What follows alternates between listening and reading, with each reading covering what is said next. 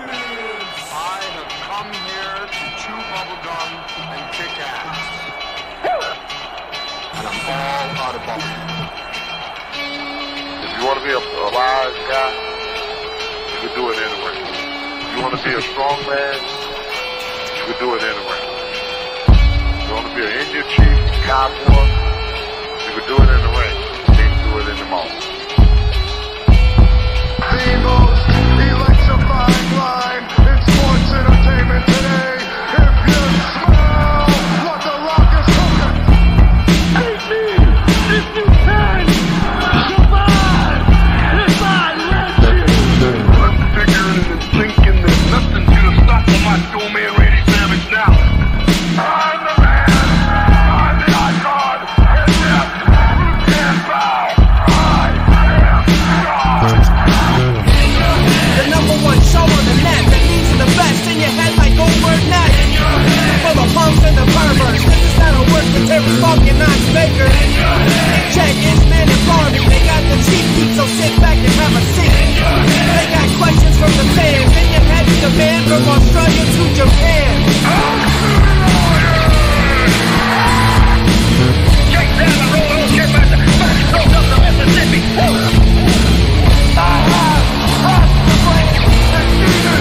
We are bigger, we are faster, and we are all night long. All you idiots, punks, perverts, and fools, be sure and tune in and listen to this show.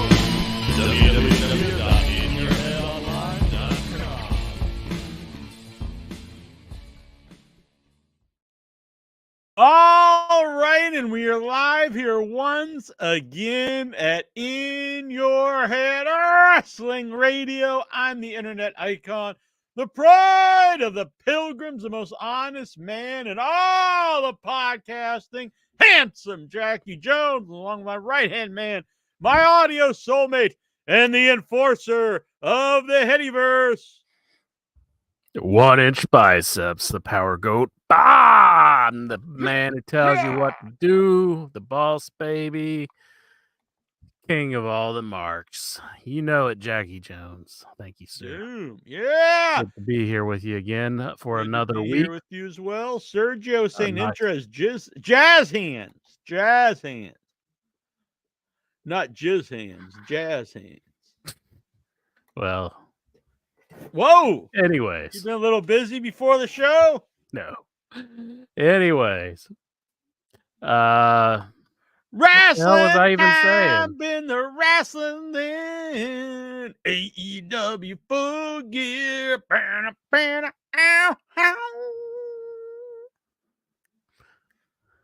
I dig Got that the full AEW full drink gear, his man. blood. Got Tony Storm, who's timeless. Timeless. Loaded Now- the ass for the win.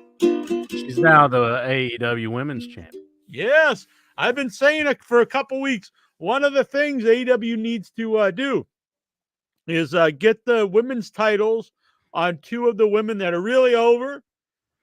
Britt Baker's perennially over, not necessarily in TV Live, but the two that I think are really over and has momentum behind them, Tony Storm, Julia Hart. And in my opinion, they did the right thing, getting both the titles on these two competitors. I am a fan of Hikaru Shida, and I know you've been down on her recently. Kind of blows. As I seen your post on the message board, I just think she was just in the wrong place at this time. Every time. I don't think every match, she just happens to be in the wrong place. No, I don't think she's bad. I think she's a good talent, and she's been. I think she's been really the pit since she's come back. Oh, you're full of it. I think she's a very good talent, and she would just have the title when other people probably should have had the title. Well, I would say that about Statlander. Yeah, she's been very flat, but she was good on the pay-per-view, I'll say. But Sheeta's been a very poor worker here since she's come back. Her lots of botches, and her strikes are horrendous. Her punches, anyway. She did some good kicks and stuff. Well, I like Sheeta, so I think you're crazy. crazy. No, I was watching She the must show. have done something to you, like argued with you No, on just Twitter throwing, or something. just being Or- a lousy wrestler. That's all. I know amongst podcast hosts, if you argue with somebody on Twitter, you'll vehemently hate them. I'm rest of barely ever on. There's an in your head Twitter that I don't think I've logged into in months, and that's not a good thing. I know we should be active on there. I've said this for like a year. I know Nikhil has volunteered. It's someone I would like that would be active and would like to represent in your head and use the in your head Twitter. I'll give them the login. They have to be very, very trustworthy and someone that will be active. Mhm. And I, as much as I like Nikhil, I don't want the in your head Twitter, talking about Cliffhanger and Mhm. Memories of Dick Togo or whoever he's thinking Why about. Rocky One's a bad movie. Right. Loves posting about that. Mhm. But I think she probably swore you off of Twitter. You probably deleted your Twitter account because you No. had such a knock them down, drag them out fight.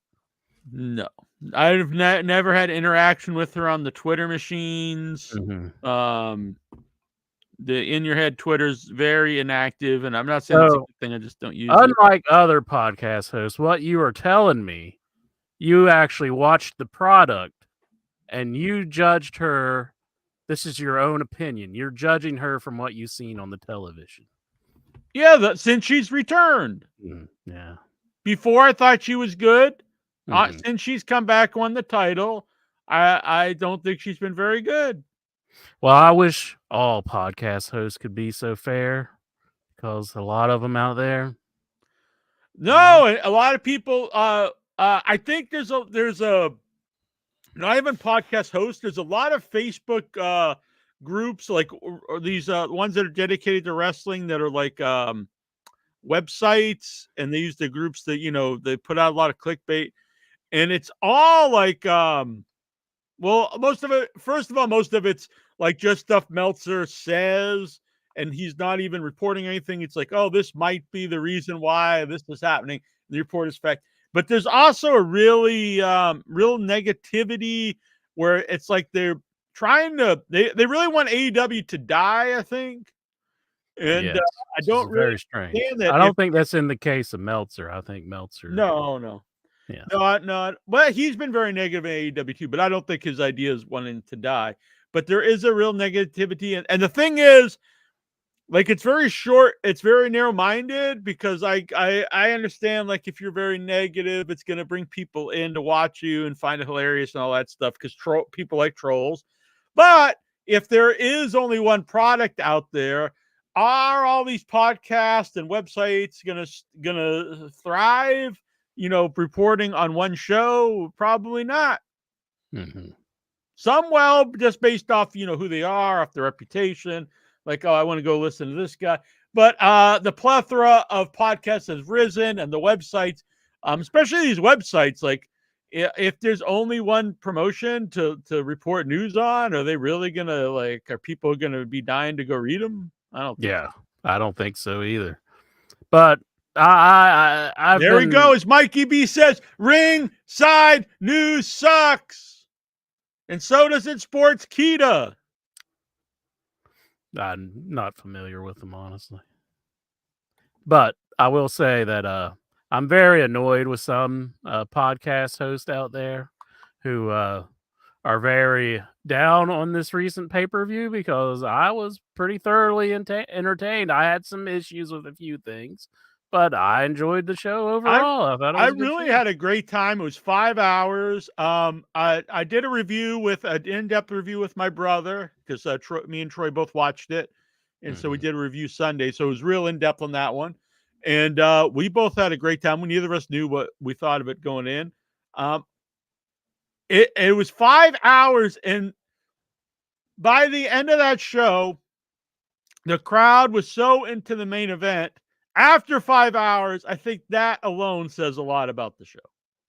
Yeah, that says that they put on a pretty good show because, I mean, that is hard to keep people that excited because I know from my own experience going to a wrestling show, sometimes when you get towards the end, you do start getting tired, I mean, but yeah, Definitely, they were very lively Yeah, group. that's hard to do for the main event. And then there was stuff like, and we had some just wild, insane matches. Something I really liked about the show, we can go over match by match too if you like, is that there was a lot of different styles on the show. So we had some crazy hardcore stuff.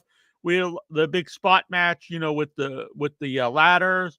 We had storytelling, like a show-wide storytelling, which I know maybe we might differ on, but I actually like that because it was different. And I also think it added, because of the length of the show, keeping you into that.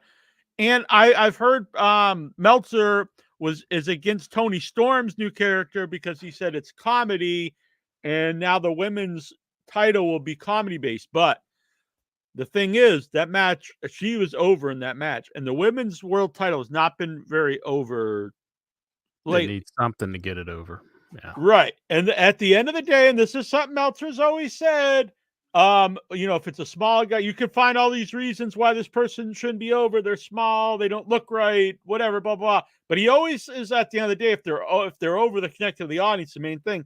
And why he doesn't think that here is his own thing. And I think that's important. And also, I think it's important to the overall show that match is the comedy match of the show. Mm-hmm. So it's another different style. Instead of, if you have every match is great, and as you watch them as an individual match, if it's just pure wrestling, that's great and all, but it gets monotonous no matter how good it is. If you have some different stuff going on, that makes it entertaining to me. Most definitely. But yeah, I Loaded do think, pre-show. yeah, the pre-show was really loaded. It was like, man, they just gave that one away on YouTube, and you could watch it all. The old school, like in me at first, I'm like, why are they doing all this on the pre-show? But then I'm thinking, like, well, why does the pre-show have to have useless matches? Why not just basically a 5-hour pay-per-view? And you get a glimpse of, oh my God, if this is so good, I got to watch the rest of it. So really, I would, that's just like, why does it have to be that way? Why not just the whole show is loaded? Exactly. Why? Because the pre-shows to bring people into the pay-per-view, get those last-minute orders. Yeah. So if you just have some random squash, Wardlow squashes some job guy, or two guys that aren't on the show because they're not really used that well, whatever, is that going to get me, if I wasn't going to buy the show, to buy it? Probably not. And I'm probably just going to sit there and watch it, waiting for the show to come on. But if you have like 3 matches with storylines are really good, that's going to, if I was on the fence and I watch those, I'd be like, oh, I think I want to get this show. And I was getting it anyway. And I didn't just sit there bored or waiting for the show to start. I sat there and it was like a great not even appetizer, because these matches were great. It was just like another hour of the pay-per-view. Yeah. Yeah. Great stuff. Eddie Kingston. Yeah. Yeah. Go on if you want to. Well, Eddie Kingston was on the defending his title, and that's definitely not something that's just a throwaway thing, No, and another thing I was against when Eddie Kingston announced that the Continental Classic is he's going to defend both his titles and all these, and then the winner is winning the Continental Classic title, and it's going to be the new Triple Crown title. At first, I was like, not another title, but then I've heard Tony Khan explain his stuff, and I'm actually in favor of this. Because we're actually, instead of getting more titles, we're actually getting less titles, because they're combining the 3 into what I think is kind of a more important title. So I think it's a unique title. It's going to be the Triple Crown title, which will be the New Japan Strong, the Ring of Honor World Championship, and then the Continental Classic. And it's also kind of neat that it's actually 3 separate promotions as one belt. It'll be the Ring of Honor and AEW belt, and a New Japan belt as one title, as the Triple Crown. So I actually think that's kind of interesting. The winner could be going to New Japan for a while, and you never know when they'll title. Be. And then they also, I think it's smart, because then if the Ring of Honor belt is part of the Triple Crown, they can be on the Ring of Honor show. They can also be on the AEW show and not seem out of place because they're the Triple Crown. Otherwise, it's always kind of weird. Like, why is the Ring of Honor title on this show? And and then you could go to Japan and defend it there. I think there's a lot you can do with it. Now, how you book it, maybe it won't work, but in theory, I actually like it. And I like it's actually combining the belts into something more important, I think, than having all these separate titles. Mhm. I like it. And Mike B, he was at Myers last week, and he saw an Eddie Kingston action figure on the shelf. It was Yeah, surreal. my mom saw it, and she asked if I had it. I do not. She said, "Well, if I would have known, I would have bought it for you." I do not have the. I do not have that one. Dang. I entered that contest that they have to win the action figures, Mm-hmm. but I've done that before, and I never hear anything back. Like, I get a confirmation, like, you're in it, but Yeah, they never tell you if you win. right. Do you got to check if you win? Is it like that lotto thing They that you probably just do? tell you if you win, I guess. I guess so. How does one person wear so many championship belts? Well, I mean, historically, we've seen this many times. Mhm. Ultimo Dragon used to come out with like 7 belts or 6 belts. And also, if you look back in sports, the biggest thing in boxing when I was a kid was Mike Tyson becoming the undisputed heavyweight champion and going and winning the 3 major titles. And he carried all 3 belts. And to this day, he's probably the most recognized wrestler, boxer of my lifetime. Muhammad Ali is probably the most of all time, but Mhm. Muhammad Ali was, retired by the time I was born. Well, by the time I was like, not by the time I was born, but the time I was watching, TV. And so Mike Tyson's day, I would say, surpasses any boxers come after him. And a big part of that was him going around and getting all 3 of those belts and Yeah. becoming the undisputed champion. So I think not only in wrestling is this been something that's come before, it's also in real sports something that people have done. Yeah. So Jay Lethal took on Eddie Kingston, and I was surprised that they gave this one away on the pre-show, but it was like you said, I think it's. I think you got to look at things differently because you got to question yourself. Well, why do I care that the first of all, why do I care? I don't own I'm not getting money for the company. Why do I care if they put something on free TV? How's it affecting me? Why should I be like, I want to pay for this instead of watching it? If you think about it, it makes no sense whatsoever. Yeah. And then, like I said, the only reason you even think that just because that's the way it's always been done, that doesn't mean you can't change things. And I thought they were going to set up for the ROH pay-per-view where it's going to be Jay Lethal versus Eddie Kingston, but I guess that might not be happening now. Maybe we'll find out on Thursday, I guess, whenever Ring of Honor's on television. So, well, Honor Club. You signing up for Honor Club, Jack? Well, I think I'm going to because that's how you get the pay-per-view, right? Yeah. When's that start? When's it coming out? This December. Okay, yeah, I'll do that. 15th or something like that. It'll be worth it just for the pay-per-view alone. Yeah, that's kind of how I feel. If they give away the pay-per-view for Ring of Honor, say they have 6 shows, they don't have to have every month. 12, yeah. Yeah, I mean, I'm fine with that. I think that's a good value for what you get with Honor Club. If they want to keep going along with how they're going. Yeah, I bought the other pay-per-views anyway because they were good shows, and I paid, I don't know, $30 or $50 for them. So why not just get this, and then I can watch the regular shows too. Mm-hmm. And they are making the move to HBO for, I guess, the AEW pay-per-views, or is that still in? I don't think that's ever been confirmed. It's not confirmed, no. But yeah. So I'll see what happens with that. What's going on in the Ring of Honor show, but I don't think this is accurate. Is Ring of Honor and basic cable? I don't think it is. No, it's not. It's not Lexar. I think the only thing it's on is Honor Club, as far as I know. You saying the pay-per-view is? I don't know. This one is not. I think previous pay-per-views they offered it on cable stations because isn't that how you ordered it? You'd have to buy it. It wasn't free. It wasn't on free basic cable. Yeah, you could order it on cable stations or satellite. Or that's how I watch the AEW pay-per-view. Yeah, about it. But this one's only going to be on Honor Club. I don't know if that's their plan. I'm hoping that's their plan to keep offering the Ring of Honor shows on the Honor Club, and I could see that being a reason people would actually get Honor Club. I think it would Yeah. sell that more. It's gonna get me to get it. So, Mm-hmm. So, and yeah. then Mike Lopez, Ronda Rousey coming out at the end of the LA Forum show for Ring of Honor Friday night was a nice surprise. This is a really odd one to me because I can see it going poorly because she was really hated by the WWE audience who isn't as into in-ring matches as the AEW audience is. So I Yeah. could see them really turning on her. And she also takes criticism from the audience very personal. So I can see this being very bad.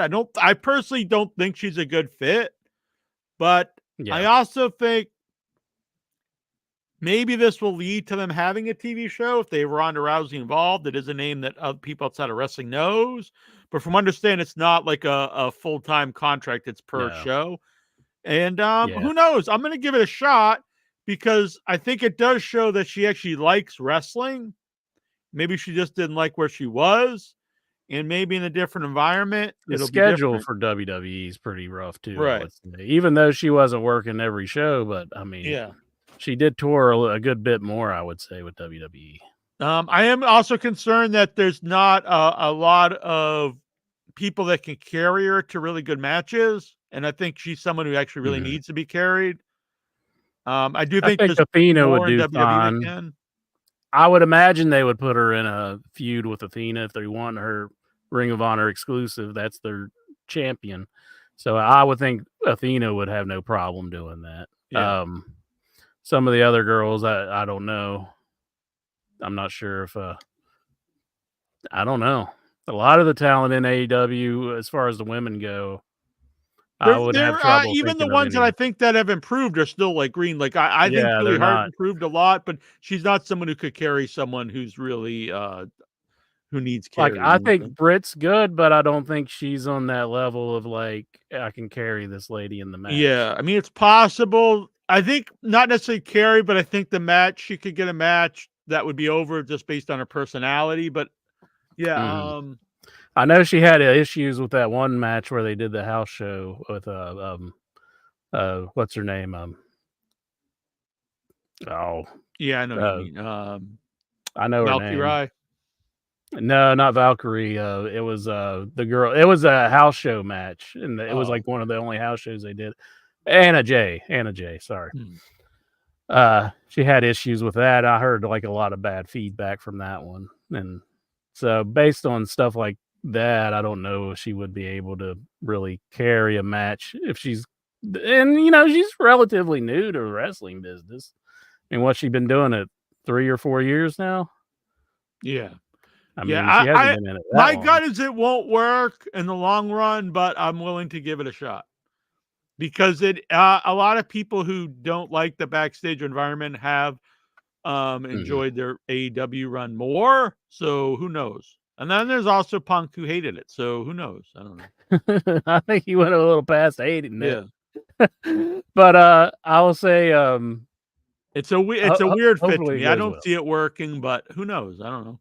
Hopefully it goes well. I'm a little disappointed that everything came out. I mean, but if it's a recorded show, that's how it's going to happen. I think, Right. Yeah. with a big surprise like that. But I mean, I would have liked to have been surprised by seeing her on the actual show. But yeah. Only way you can hide that is to do it behind the scenes. Yeah, probably should have saved it for the paper. Well, I guess it was maybe she was in the area. I guess. Plus, I guess the idea is also like if people know she's involved, maybe they're more likely to buy Honor Club and get the pay-per-view thinking they'll see her. Yeah. I think part of the problem with Rousey and WWE is that she was crapping on the product time, and again, it just didn't work. It didn't work. It worked the initial first little while did. Even when people didn't like her, I thought I enjoyed her. But her last one I thought was a big failure. It's more of a Ronda Rousey problem, I think. More Yeah. Her attitude is if she starts getting booed, she's not going to react very well. Yeah. And I think that's happened everywhere that she's gone. Yeah. And as much as I thought it was unfair because I Right. thought she did present good matches. That's just her personality. Mhm. Tazo joined YouTube membership. Thank you, Tazo. You're a good man. Thank you, Everyone can Tazo. do that. Join the Headyverse down here below. Helps pay for the live streaming and whatnot. And if someone out there would want to pay some big bucks, and maybe we'll put a not giant, not like not thousands of them, and message me. We'll work out a thing. You can have a logo, something on these live shows on the website. And we could actually start streaming these shows in full HD and full 1080p, but it costs a lot more than what it currently does. You need this face in HD. Exactly. Me and Inchman, Lexar, the Raw Report, everything would be in full HD. Mm-hmm. You'd have Tazo taking the shower in the middle of the show. You're like, holy shit, I want that. We'll Mhm. make you the sponsor of the show. You'll have the logo up here. We'll give you a plug. I'll put banner up on the website if it's something you'd be interested in doing. But I just get into the pay-per-view. I mean, we don't have to go over every match because I know you all have already done that's that. fine though. So we did the Eddie Kingston match. This was really, really fun match. I like the contrast of the two guys too, because you've got Eddie Kingston's like the everyman, and then you got Jay Lethal's like he's leaner. He's it's just like a nice contrast, I think. He's a former, like one of the biggest ROH champions, and he's going up against Eddie Kingston, who's relatively new as a Ring of Honor champion. So it was neat to see them play off of each other. I like him with Jarrett's crew and just the craziness that they add to it. I love it. If someone would have told me, if I don't watch a show and they're like, there's a group with Jeff Jarrett, Sanjay Dutt, this giant, Indian dude, and Jay Lethal, and then like Jarrett's wife, I'd be like, wow, does that sound horrible? But it's great. I'm actually a little disappointed. They used to be on the show quite a bit. Now they're not on quite as often, and I'm a big fan of the whole group. It really works. Yeah. I never thought it would, but I really get a kick out of it. Dean wants to know if Intra's using a new camera. No, it may be that I have my microphone plugged into a different port, but I did have them on a hub together, but I'm not sure. So who knows? Not a new camera, still the same camera that I've been using since we started this whole bit. But Claudio Castagnoli defeated Buddy Matthews. Yeah, another really good match. Yeah, they I'm not a huge Buddy Matthews fan, but I do think that they delivered. I mean, as far as Claudio's always great. Buddy Matthews is good in the ring. He needs personality. He's grown on me, I think, since the Collision started, and but there's still I think he has a great look. Has some tremendous matches when he's motivated. Which I think he was more motivated on, when Collision started. And, but I'm not into the name. I don't really think he fits the group he's with. I'm not saying he should come out, as a Milkman or something, but he needs, I think he should be reinvented as something else. I don't know. Yeah, he doesn't really fit the group that he's in. Outside of Julia Hart, I'm really not even that big on the group. I like Brody King. I think Brody King is fantastic, and he was awesome in the ladder match. He's like the Burger King version of Bruiser Brody, because he's Brody King. But I was a huge fan when he had the short singles run when the other guys were gone. Some of his stuff with Darby Allin, because Darby's taking the punishment. This guy, I also, even though Brody King does these crazy moves, if you watch him, I think he does them really safely. I'm a huge fan of Brody King. I'm kind of just down on Malachi Black or whatever the hell they're calling him now. I don't know. I don't get his whole bit, and I'm just kind of sick of the man, honestly. I wish he'd just go away. Just go away. Well, Lexar, first of all, it wasn't on pay-per-view, it was on the pre-show. And I think that's in this particular instance, like this, that's a really ridiculous statement to say that some of these matches didn't belong on the pay-per-view, because most people would say the exact opposite, that these matches on the pre-show like were pay-per-views caliber matches. That's pretty much how we started the show. Yeah. We mentioned all that. MJF and then Samoa Joe, so that we had the big long storyline. If MJF was going to take Samoa Joe, I've liked this storyline. So he's teamed with Joe to defend the tag belts versus the Guns, and the Guns are they're buddies with Jay White, who's in the main event. Yeah, with MJF. Not many people I think have improved so much in so little time as the Guns. Yeah, most definitely they have improved. I think their characters it suits them better, and I think this is really working out well for them in the Bullet Club Gold. So yeah, apparently Juice Robinson got back surgery, I read today, so that's a shame, because I really like the whole group, and I think he's another guy who really has improved a lot, and I don't like to see anyone hurt, so it's too bad. But speedy recovery. The Guns have improved in the ring, and his characters, they have a lot more confidence. They're just a really entertaining group, and I would have not guessed that like when I first saw them. Yeah, and this was a fun match, very entertaining. I like MJF and Joe, like doing the Muscle Buster, and I also like that Joe. It makes sense. He really wanted to have him and MJF win, because that leads to him getting the title shot. So it wouldn't have really made sense if he would have turned on MJF during this match and beat during the match. Yeah, but yeah, that led to the big angle where the Guns took out MJF and messed up his leg, and he went out in an ambulance and everything.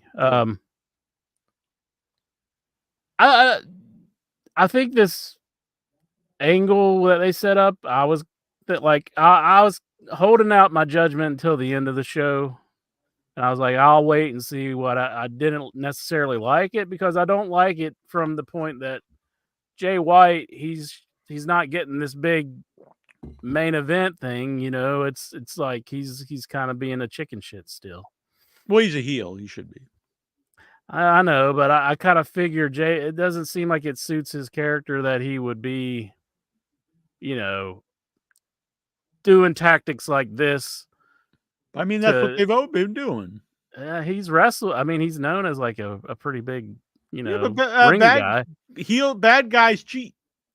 Understand, but it doesn't seem like a big main event when all these things have been put into it.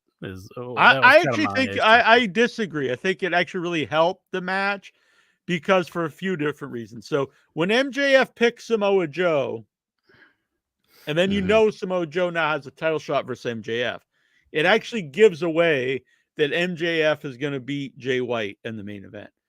You do this angle, it actually adds oh, wait a minute, maybe MJF isn't going to win now because he got hurt. I also think because it's a very long show with huge matches on the show. You have Sting, Adam Copeland. You have the crazy ladder match. You have the insane Texas Death match. You've got Jericho. You got all these things. By the end, it's like, are we going to just be into a straight wrestling match for the world title? People love MJF, so maybe they would be, but I don't know. But you add this stuff to it, it does make it different than the rest of the show. And it for me, I think it worked very well. And I think it actually added to the end. And it also added another element to that match, because usually MJF is not doing a lot of crazy spots. In fact, he's an anti of that. He'll get the body slam over and the kangaroo kick and stuff. But he actually had to, because in the storyline he's hurt, so he's got to put his body on the line more than he normally would to compensate for that and beat Jay White. So for me, the whole thing worked. Which that kind of not helped him out though whenever he did the table spot. From what I hear, they said like his shoulder was separated and like his Well, leg was messed it's up pretty crazy. Yeah, for that's real. crazy to drop the elbow from I don't that. think Foley's never even done that. I don't think, has he? Oh, Like where probably. But, from the top rope all the way maybe to the not from the ground. top, but he used to do that spot. Like he would do that spot in just like Saturday night matches. That was like what he's known for. He would Mhm. take the mat. He called it the hip buster. He removed the mats and he would just run across the apron and drop an elbow, even on Well, like club guys. he did it from the apron though. I mean, Mhm. MJF was on the top He's rope. done it, maybe not from the top, but I remember him doing it to like Sting and stuff back in WCW. Mm-hmm. It's not like wise, but Yeah, definitely not. I hope MJF isn't hurt based off of that, but and then so the actual pay-per-view kicks off, and right away I thought this show looked really big league because the entrance for Sting, Darby, and Adam Copeland was great. Matching jackets. Yeah. Copeland, I've been kind of on and off with, but I think he looked great here. Amazing shape. Looked like he's legit having a good time teaming with Sting. The matching jackets, I thought the face paint was great. You had Sting with the full face paint. You had like Darby half and Adam Copeland with the other half. And the crowd's like a big crowd. Everyone's into it. It's like, whoa, this seems like, a big deal. And then you had also a great intro. I think they might have came out first. The patriarchy with Christian. Yeah. And as soon as Christian comes out and he's got that face, he looks like the world's biggest asshole. I love it. He could be the world's Yeah. biggest asshole. And this was a great. This was just It was like really fun. nonstop. Like just everyone's into it. And you I have heels that people legit want to see get beat, and you have faces that everyone loves. I thought Ric Flair was like flipping out when he saw he saw Darby Allin take that spot where he was just thrown out of from the top rope onto the mat onto the apron and then down to the floor. Ric Flair was just like, whoa. He and the arm drags that he was doing with Nick Wayne. It was Flair was really popping for those, and just it looked like he was having fun too, because he even got involved a little bit with Christian when Christian pushed him a little bit, and then Christian gave him the low blow. But I thought Christian leaving the match, because this match wasn't like Edge versus Christian. It was 3-on-3. Right. So it builds towards that Edge versus Christian match where Christian's just running away at the end of the match, which makes him look like a real chicken shit. I thought that was really well done. Yeah. He has this, to me, there's no question in my mind. People can argue whatever they want, but for me, this is by far the best Christian's ever been in his career. Yeah, definitely. I'd have to agree with that. I thought there was like glimpses of this and when he was at Impact a little bit at the beginning, and it kind of, just wasn't used properly and it just kind of went away. But I think this has been really great. And I mean, they got him in there with, his longtime friend, Adam Copeland, and they're going to eventually have a match, I would say. So a great way to kick off the show is like, and I love this Sting retirement tour. It's like, it's a big deal. Every like, this is the last time you're seeing Sting here. Someone who's wrestled for decades, one of the most, known guys. I thought that was good when Darby took the mic and he said, "Everybody give it up for fucking Sting. This is the last time in fucking California." And Nigel had a great line. I could picture Meltzer's like steams coming out of his ears because Nigel's like, Sting's a first-time Hall of Famer in any ballot. And I was like, oh yeah, that's right, Nigel. I think Nigel's been great on commentary. I do too. I'm really glad he's on commentary, and I think he's the best commentator currently in wrestling. I just think they just need to, like fire Kevin Kelly and move Ian Riccaboni into his spot. Yeah. Just get rid of Kevin Kelly. He's not very good. Yeah, and I thought it was very noticeable when Taz came out Ooh, during the show yeah. because he is so rotten. You'd get rid of Taz too. Yeah. He's not very good at all. He doesn't put over the angles very well. He just kind of sits there Nigel's and a far laughs. better version of what Taz should be because he's a legit really good commentator. When he does the comedy, Mhm. it's actually funny and it's not Yeah, taking away from the. And he yeah. doesn't do it in spots where it's supposed to be a dramatic, serious thing, and you have this idiot making some like cornball joke. Let's see, Orange Cassidy versus John Moxley. Um, Again, I love the contrast in the guys. I like the long-term storytelling of Orange Cassidy needing to really one up his game versus Moxley, which they Mhm. started on Friday, where Moxley no sold the Orange The Orange Punch, Punch, yeah. and then he's laying there with he's just like, what am I gonna do? Mhm. And so Orange gonna pick up the game. I said this before, but I think anyone who really keeps saying that Orange is like this terrible wrestler or whatever, either I think you're just being dishonest or you really haven't watched his stuff. Because if you don't like him, that's fine.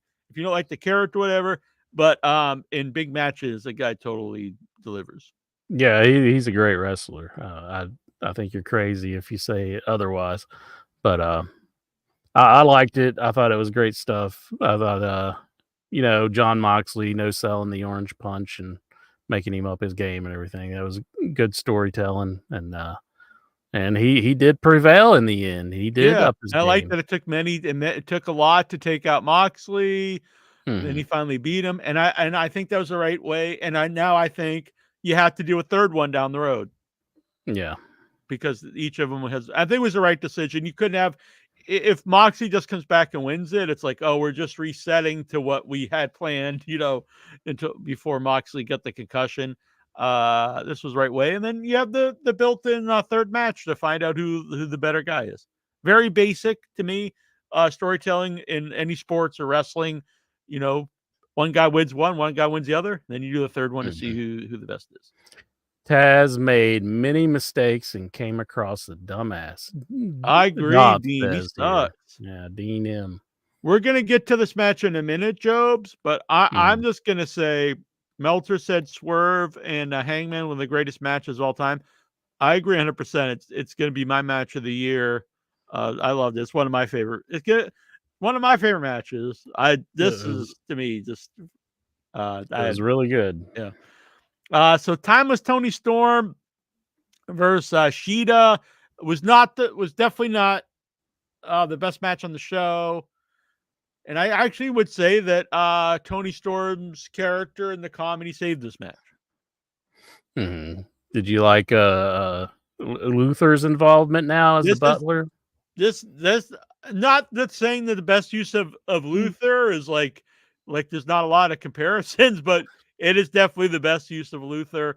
I actually Mhm. find him entertaining in this role, and the Mhm. loaded ass spot I thought was very very entertaining. Yeah.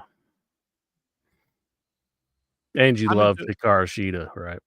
I don't hate her. I don't think she's been good since she's come back here. There's something off about her. Love her. He loves her.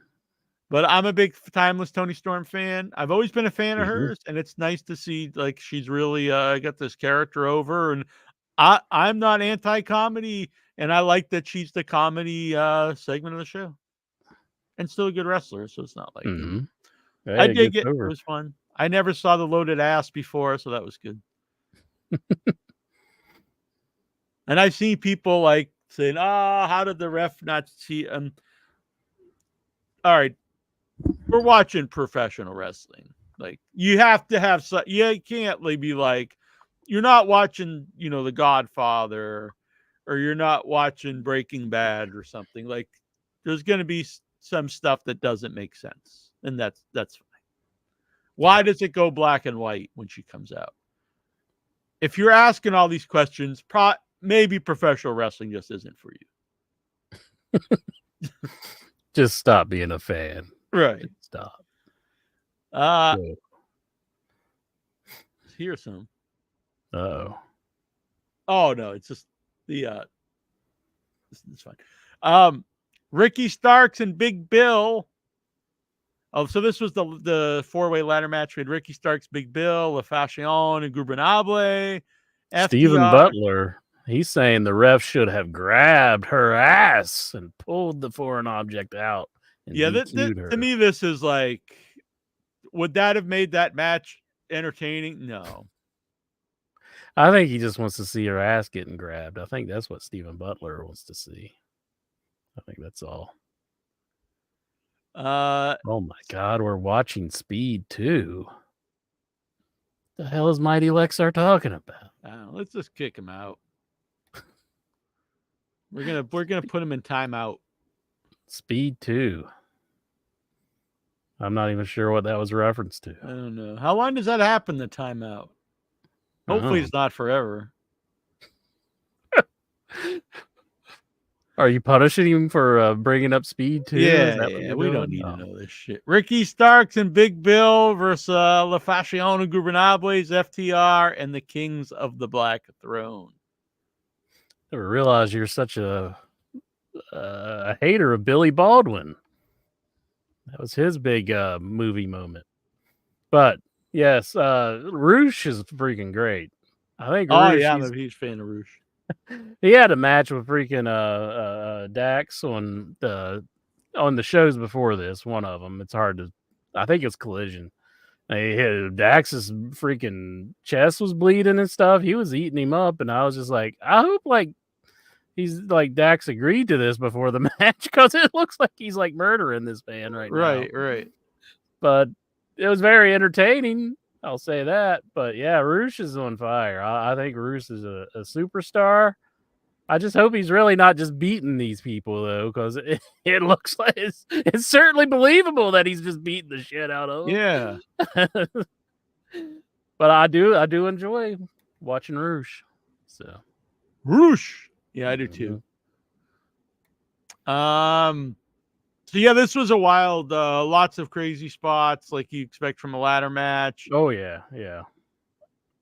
Crazy power bomb from Brody King where he's walking across the ladder. Mm-hmm. Yeah, I agree, Travis. Full Gear. I was really surprised the next day when I logged on and I saw that like there was people that really hated it. I think I think there's definitely people who, if you really didn't like the show, I can't say your opinion's wrong there, but I think a lot of them were people who didn't watch it or just went in wanting to hate it. Yeah, and I've seen more things about the damn attendance, and I'm like, what the hell? It came off great on TV. Looked good on TV to me. I mean, I thought I heard that like there was like a record or something, but was that like a joke post or something? Yeah, they said it did better than the last show there, I thought. So. Yeah. So I don't get it, but yeah, this ladder match was crazy. So it was really good stuff. Julia Hart versus Chris Statlander versus Sky Blue. I think Statlander's been flat since she won the title, but she was really good in this match as a wrestler. Mm-hmm. And she really played like the big person in the match, like the power person, because she's a lot bigger than the other two. And so even though she's not just as over as she used to be right now, she was really good in this match. But I think they did the right thing with Julia Hart winning the title. Mm-hmm. But in my opinion, the crowd really likes Julia Hart. I think they just need to make her babyface. Maybe just make the whole team a babyface because they do want to cheer him. And that doesn't mean you really change them at all. You just, they're wrestling the villains, If someone's over, I say she's definitely more over than the other two. So I would just go with her as a babyface. I think Malachi Black, he needs to come down with, how he has the horns on his head, but instead he could have like a chocolate mousse on his head. And then he could like take it off and like start cutting it up and like handing it out to like the fans. Right. Yeah.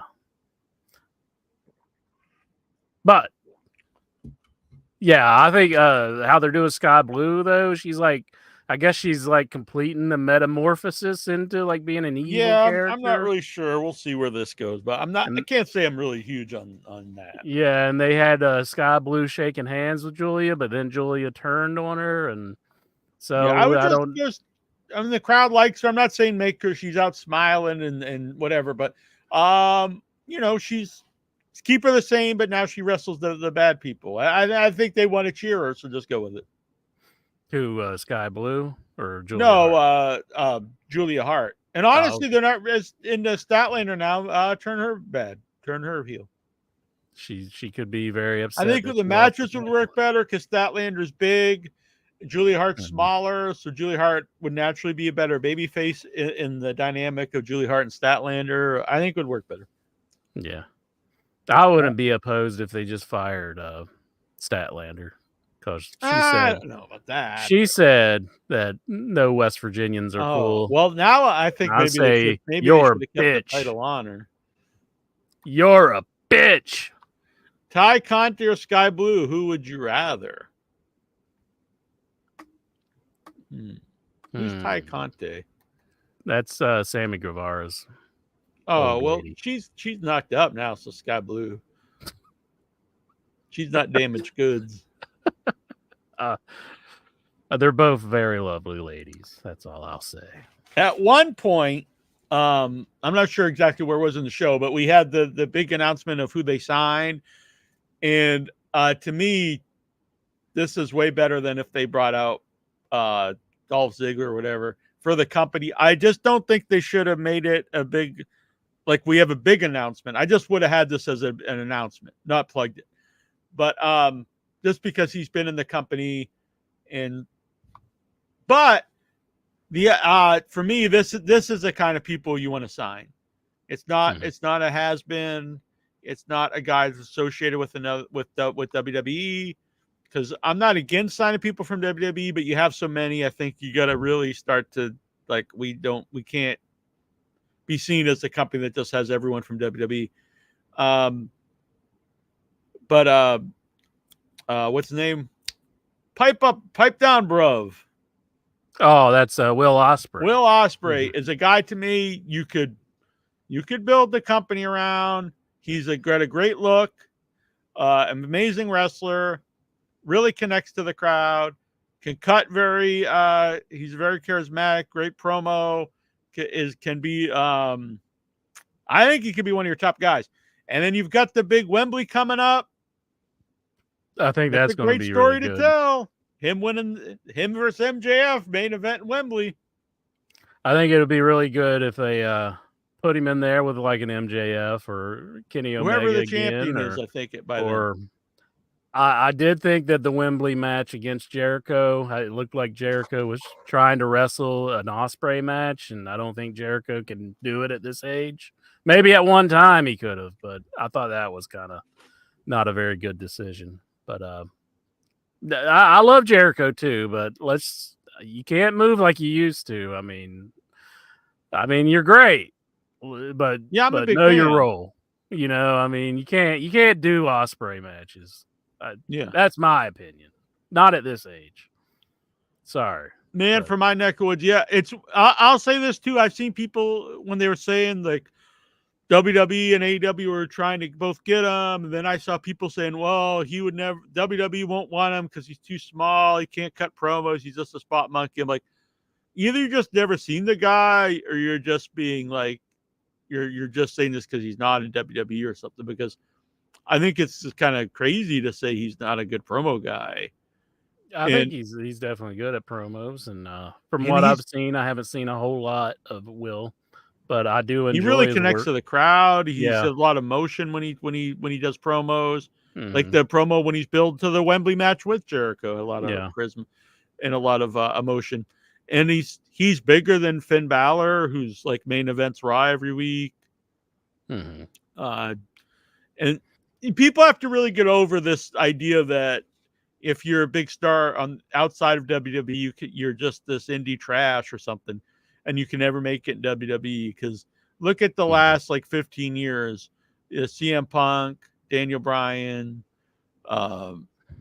Tyler Black, who becomes Seth Rollins, Finn Balor's main event all the time, Kevin Owens, AJ Styles. I mean, This is And kind of a anybody ridiculous who- statement at this point. Anybody who subscribes to that theory, just ask yourself: are you brainwashed by Vince McMahon? I mean, you kind of been brainwashed by Vince McMahon if you because if you looked at Taz and ECW, fucking phenomenal. Uh-huh. Some of the best stuff you're ever going to see. Taz was great in ECW. Comes to WWE, they kind of did a little bit with him. Yeah, but for a couple weeks, but then And after that that, was it. he would come out and basically be a job guy and still get this giant reaction. they had him come out and lose to Triple H while he had the ECW belt when he took it off of Mike Right, right. Awesome. Yeah, Why they did that? yeah, I and don't I'm not saying he had to come out there and beat Triple H, but why would you even do this match then? know. Yeah, exactly. So, anyways, just ask yourself: are you brainwashed by Vince McMahon? And spoiler, the answer is yes. It's really sad to see what's wrong with wrestling fans. Really are like brainwashed by this guy, I mean, and it's sad. Cody Rhodes is one of their top guys right now. Is Mm. that because he had the Stardust roll run? No, it's because he reinvented himself in New Japan and then AEW. So Yeah. he is a top star now in WWE because of what he did outside of WWE, not because he's Dusty Rhodes' son, because he was Dusty Rhodes' son when he was there originally. If he had never left, would he be where he is now? Absolutely not. And if he would have left and did nothing, would they have brought him back in this role? Absolutely not.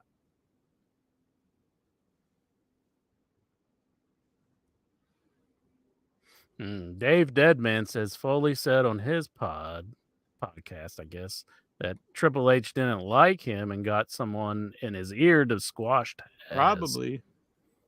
It's I possible. totally see that. Yeah. Golden. Mike B here. What were you highlighted him? I'm sorry. Stardust was the worst time of his life. Leave the memories alone. Stardust.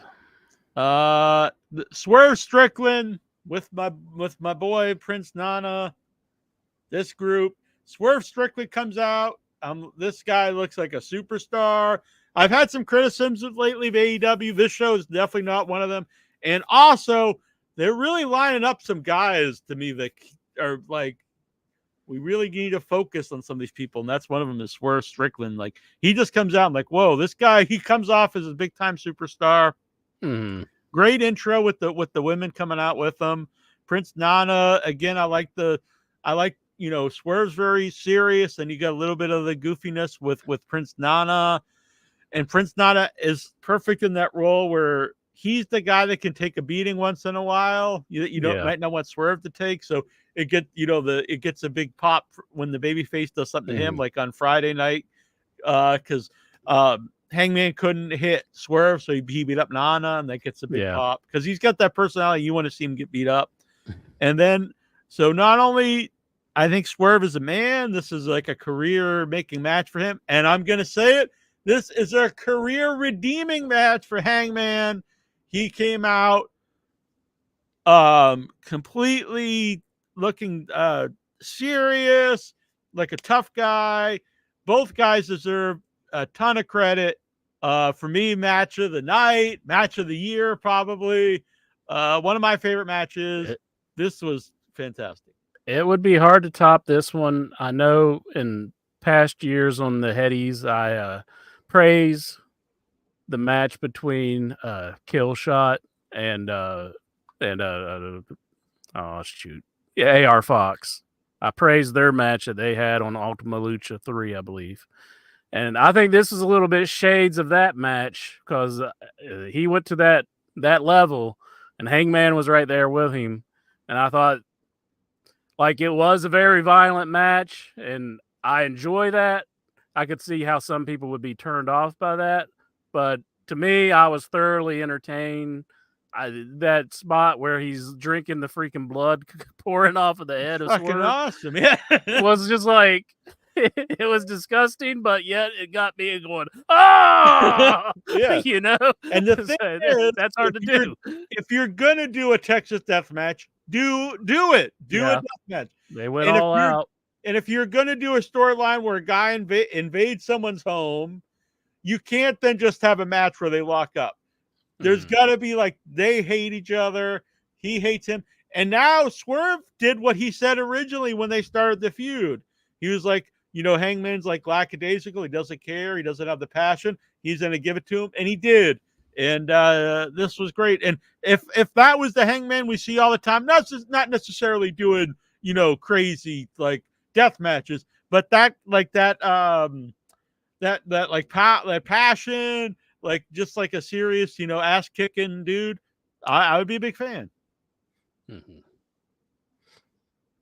Now, this match is one of the matches that this podcaster out there somewhere, his name might rhyme with Jim Bonnet, but he said that they might lose their network deal with TBS and TNT just based on this match, which just seems ridiculous to me. Like, how are they going to lose one this thing, when it's it on was pay-per-view. Wasn't on television. They have blood on AEW TV, so they must not mind it.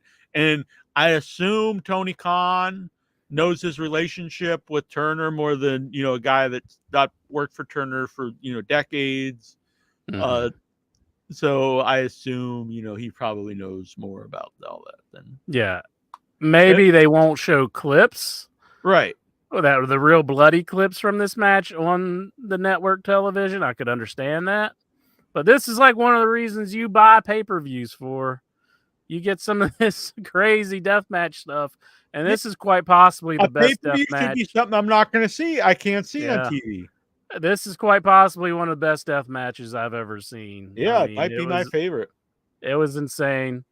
You should check out the Ultima Lucha 3 match between AR Fox and Killshot. Swerve Strickland. 2 of my favorite matches years gone past. I've always talked about the I Quit match, which is basically a death match. I Quit in the cage, Tully Blanchard and Magnum TA. I love that match. And the I Quit match with Terry Funk and Ric Flair. And this is right up there with him for me, perfectly honest. Do you think I could see people having a little bit of an issue with Swerve? He was really selling the, getting stapled. And and he was bleeding and he wasn't just where Hangman bled a lot, but then it dried up. Swerve bled like crazy the whole match. To me, is a great visual. Yeah, it was insane, and there's no way you could say that was fake blood. But I could see people having issues with him, like stapling himself after a while. I mean, that maybe it's just like he went to that. Like, I'm so see yourself. It's I'm impervious to this now, or that's hawking up. Yeah, death match. Yeah. Okay. Do you think the Texas Death match was better than Omega Ospreay Forbidden Door? I mean, both great matches, completely different matches. For me, I probably prefer the death match, honestly. But I'm not going to argue if you like the other one better. I think it comes down to your what you look for in wrestling. A lot of death matches, though, they're just put together like I'm going to put barbed wire on a brick and do this and that. And right. This wasn't like that. No. There was a lot of story going into this match, and I thought it was very well done. Yeah. It wasn't just trading, chair shots. It wasn't just trading. I hit you with this, you hit me with that. Yeah. So I loved the match. It's probably going to be my match of the year. I mean, it's going to be hard to top this one. I do like Ospreay and Omega, but it's like it's just like those are so different. It's hard to gauge. I mean, I probably popped more for this one. I know I popped a lot for the Omega and Ospreay one. Yeah, I agree. I mean, it's hard to say. Me, yeah, I was more invested in this match. I think this match does more for both guys' career. I think this makes Swerve both. Did that make Omega bigger on the show? No, he already was Kenny Omega. Did it do a lot for Will Ospreay? I think he's already also beloved by his group, by his followers. This match to that was me really elevated Swerve, who has a lot of momentum behind him. And to me, it really redeemed Hangman. And I've been really down on Hangman. And this was his best match. Both guys' best match, probably. And the And, Ospreay and Omega match was in New Japan, so it's a different viewing audience. I mean, this was presented on AEW television to a U.S. crowd. I mean, I know there are some fans that do bleed over. There's a good bit, yeah. but I mean, there are some who only watch primarily AEW in America. I loved it, really into it, and there's a hanging spot. And I saw some people saying that it sucked that Swerve won because he was the guy who invaded Hangman's home or whatever. But to me, I think Swerve would have been hurt much more by a loss, and he gained a lot by a win. Where I don't think Hangman is going to lose really his spot from a loss.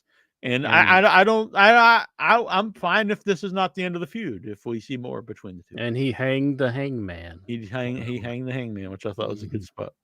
Yeah. So Golden Jets, Jericho, and Omega, they had a hard thing to follow. I kind of did feel bad for him, and I think they knew that they weren't going to be top that, but and so it starts off like not like they were dead, but definitely flatter than normal for any of these guys. But to their credit, they win the crowd over and get them back into it, mostly through the storyline of, is Kenny going to turn on Jericho during this match and go back with the Elite? And credit to these guys, 4 pros. They got the crowd back into it in a seemingly almost like impossible spot. Yeah, for sure. I mean, they really went out there and gave it their all, and I mean, and you got to commend them for that, because I mean, that could be soul crushing to know you have to follow something like that. Yeah, and definitely in the future, I think they should question where they place their matches. If I heard Swerve is going to be taken on, do what? I heard Jericho in the scrum which I listened to the whole media scrum. It actually was good. And I haven't heard any of it. And Jericho said he does not like buffer matches, and he knew they were going to be in a hard spot, and he liked the idea of having to go out there and try to follow that with like a different style. And so I respected that answer. He probably doesn't think that they did it, but I mean, I think they did well. They set up. They didn't do better than the other one, but I think they did better than just about anybody could. Yeah, yeah, and it's set up for an angle, where the Bucks are turning basically heel. I mean, they kind of been turning heel for a while, but this kind of like heels. This really like cemented it, because Omega, he decided to give Nick the V trigger. Yeah, instead that was a of good Jericho. spot. I think that's really what turned people into the match again. Was he going to do the V trigger to Jericho, or the Bucks? And that really got the crowd back into it, I think. And it made them throw a temper tantrum when they lost the match, the Young Bucks, and they were throwing stuff into the crowd, which I don't think the crowd's going to be that upset if they get a free shoe. Right? It's probably pretty expensive. To me, the Bucks work better as heels. They have a group that's always going to hate them anyway, and I think if they play into that, they work better. I think Kenny actually really is good heel or babyface. Same with Jericho, and I like the idea. It's 2 of the guys that started the company, Kenny and Jericho, and we've never seen them do much together as a team before or ever. And now they're getting a title match, and that's really interesting. Do you put the belts on Jericho and Omega? Why not? Yeah,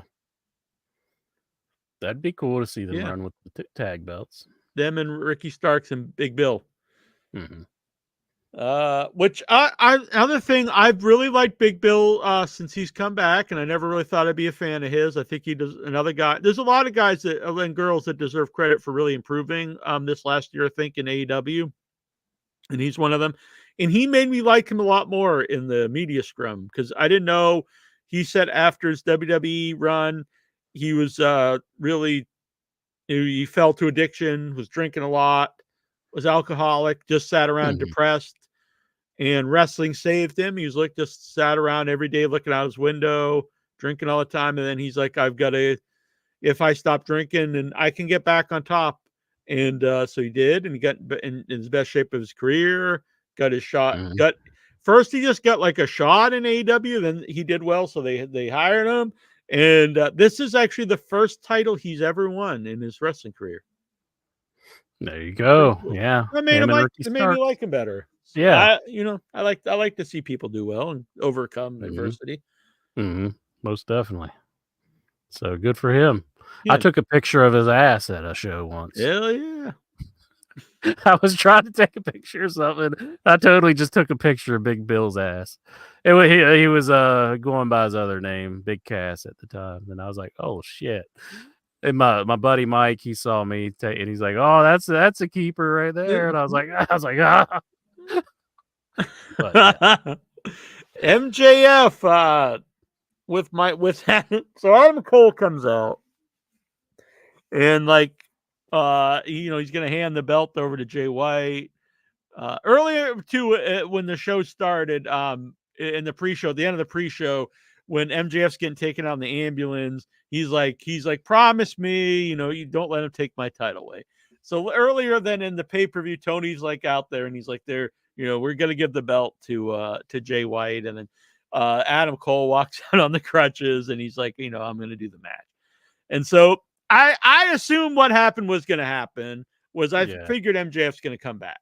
But either way, I knew there was no way, because I heard Meltzer talk about like that it was negative for 3 hours because everyone just thought Adam Cole was going to give like the belt to Jay White. And I'm like, no one thought that. There's no time in the show did I just think they're going to end the actual pay-per-view with they just hand the title to Jay White and the show ends. Like I knew that either MJF's going to come out or Adam Cole can actually wrestle, and we didn't think he could, or something else is going to happen.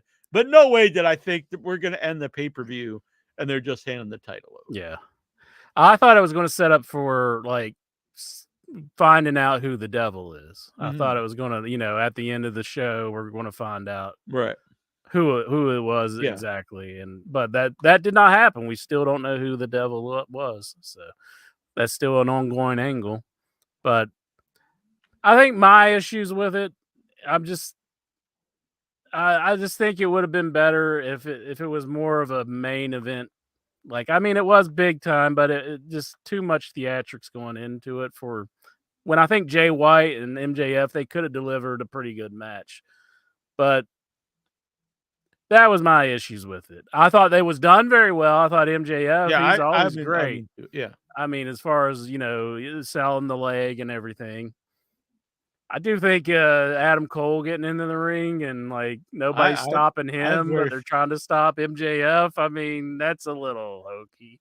Yeah, but I'm fine with some hokiness in wrestling, but I'm not going to argue that it does make sense. But again, it's like something to me that's just part of wrestling, and I actually kind of find entertaining, to be honest.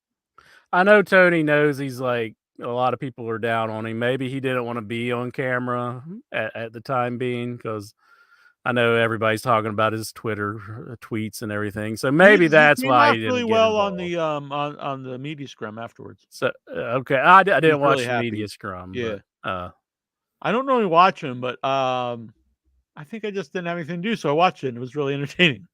Well, that's good. Yeah, but. The spot to the floor, though, I really wish MJF wouldn't have done that. I mean, I think it really worked in the match, but I don't want to see the guy get hurt. Yeah, I hear that he did get hurt, and I mean, it's unfortunate that the table collapsed like that. I think Nigel made the call, like all the abuse at the table's taken. It's just made it. I thought that was a good call. Yeah, Nigel does that a lot, even on Collision. Where his commentary is not only is it good, it actually explains the show and also covers up stuff like that. I think he's a really valuable commentator. Man. Yeah, he's quick. I mean, he came up with that and Taz would probably just be like, the table broke. Right. Yeah, there's times like how are you the same person who was in ECW? There's How times are on you the same person? There's times at Collision he'll say like, why like someone would hold like a knee. I don't know. He'll explain why someone does something in a match that it makes the match like more effective. And he does a lot of stuff like that. There, it's like if it was a real commentator telling you why these, not just like, hey, this guy's doing this move, this guy's doing this move, why they're doing that move, and why it would be effective, or it's explaining the show, and I think it really helps. I think he's very valuable, and I'm glad he's being used, and I'm glad that he's got a job, not just because that's cool, he got a job, but he's one of the guys from that era of wrestlers where like a group of them became top dudes, Daniel Bryan, Punk, but unfortunately he got hurt or he got sick. So I'm glad that he's involved in some way, and I think he does a tremendous job. Do you think it's because Taz knows what he used to be, and like he's just? I don't know. I really think he thinks he's funny or something, but I don't know who thinks he's funny. Yeah, I think he's a real negative to the show to me. He really is, and he doesn't sell stuff very well, and I mean, he doesn't sell stuff at all, really. No, he makes everything into like he instead of adding to the drama, he takes away. Yeah, he's a detriment. It's not even like he's just useless. Where I think Kevin Kelly, that doesn't really take away from the show. He's just kind of lackadaisical. Where I think Taz actually takes away from the show. And I think Ian Riccaboni, he gives to the show, and I think he should not be on Ring of Honor. I guess they could keep him there, but I do think they should utilize him more.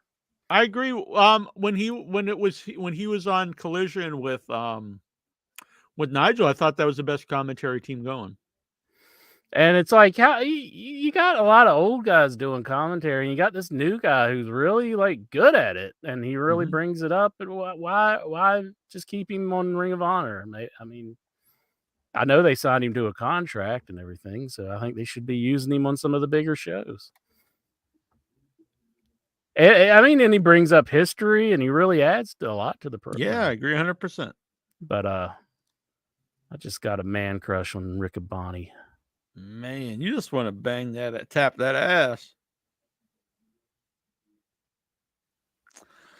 All righty. Anyways, but excellent show. I don't see how anybody could have had. I had a little bit of issues, but I think that freaking match between Swerve and Hangman, I mean, that was just off the charts good. Yeah, I think it's one of the best pay-per-views of the year. I had a really great time. Mighty Lexar here. He has a question for you, Jack.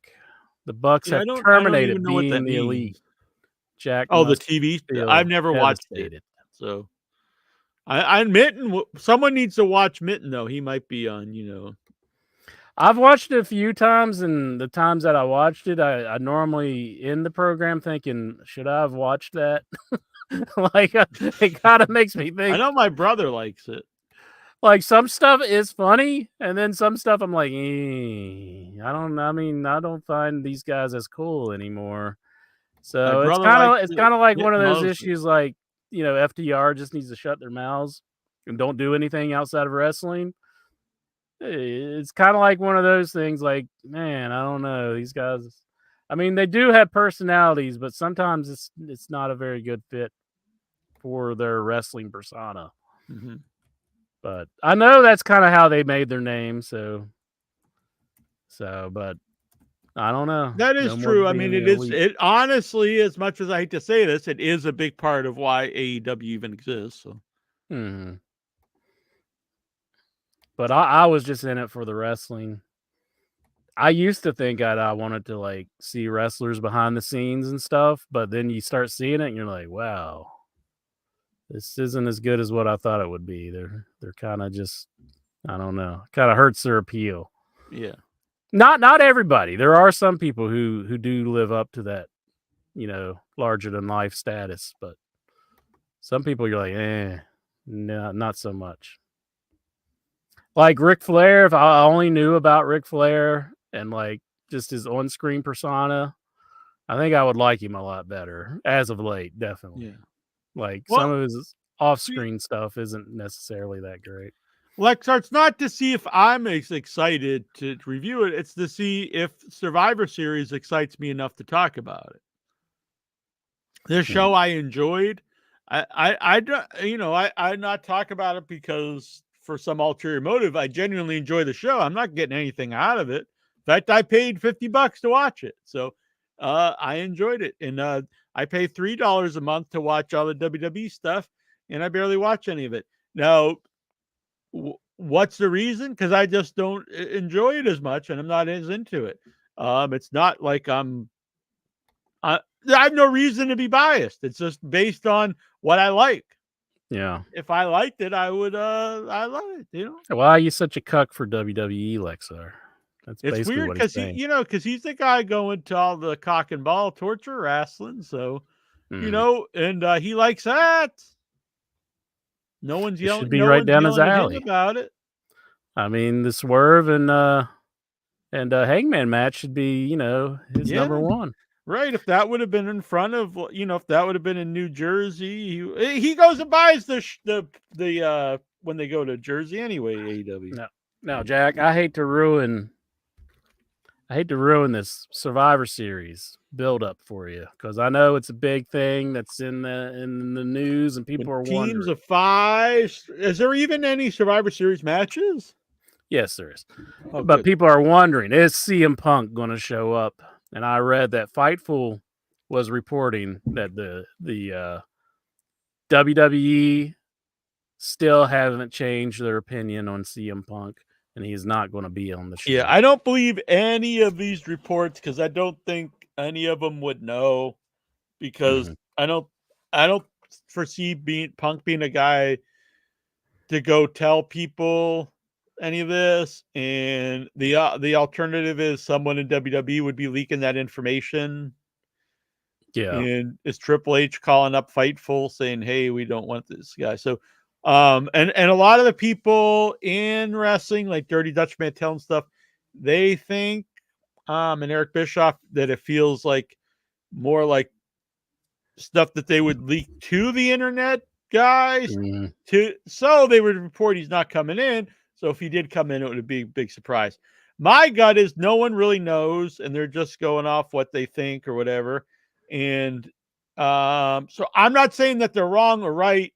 I think none of us will know until he shows up or he doesn't.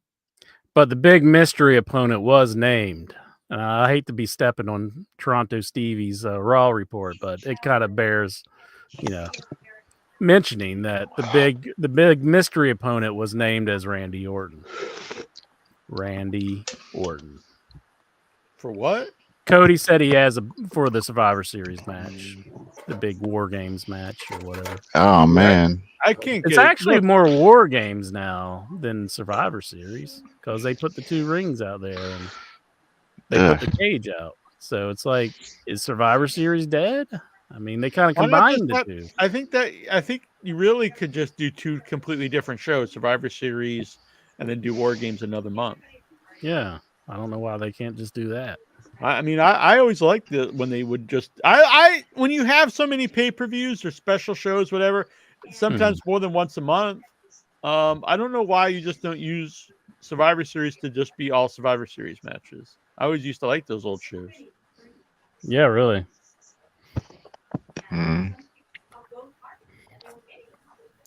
We got a bunch of peeps here. What's in your mind, Johnny Cakes? Fergus, they're hoping it goes away, but we're waiting to return. It's good to see you. Sorry.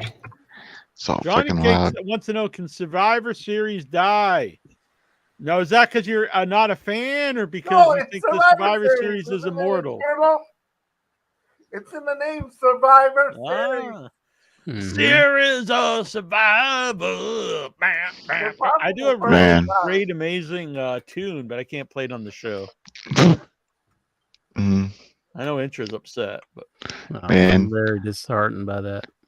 When I was a kid, I watched the Gobbledygooker come out, and I was entertained.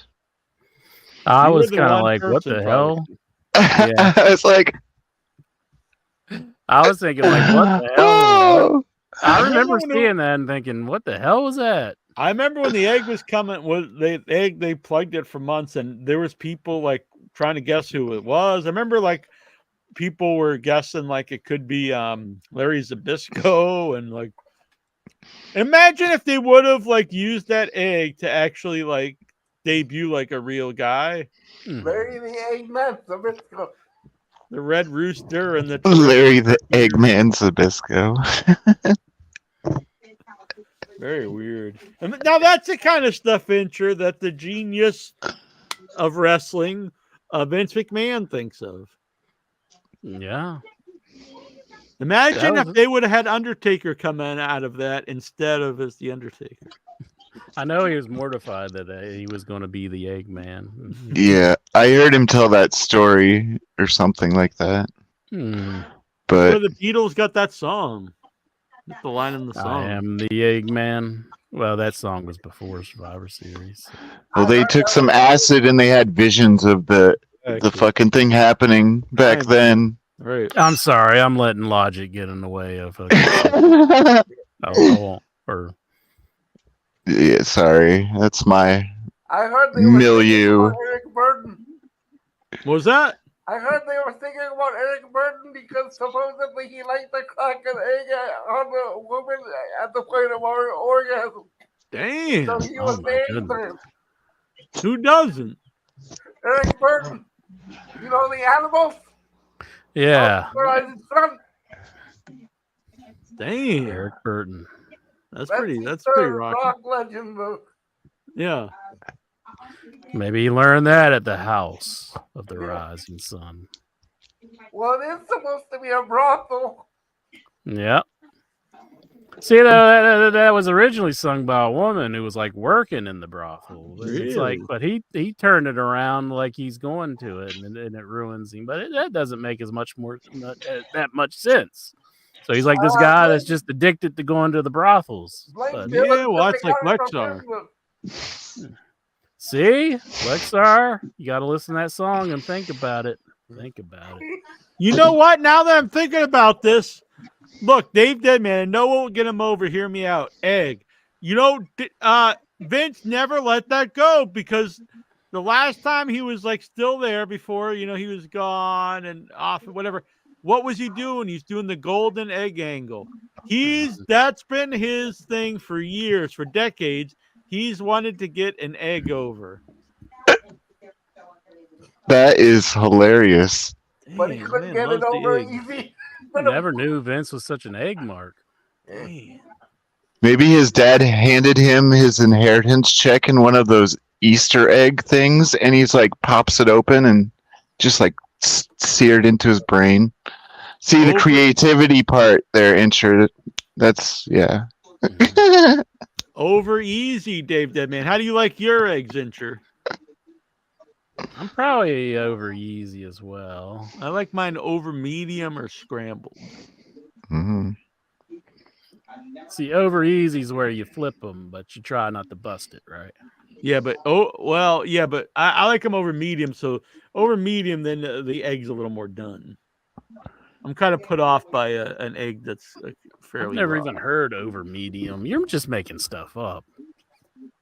I've ate breakfast all my life, and I've never heard over medium. Like just if being you're difficult.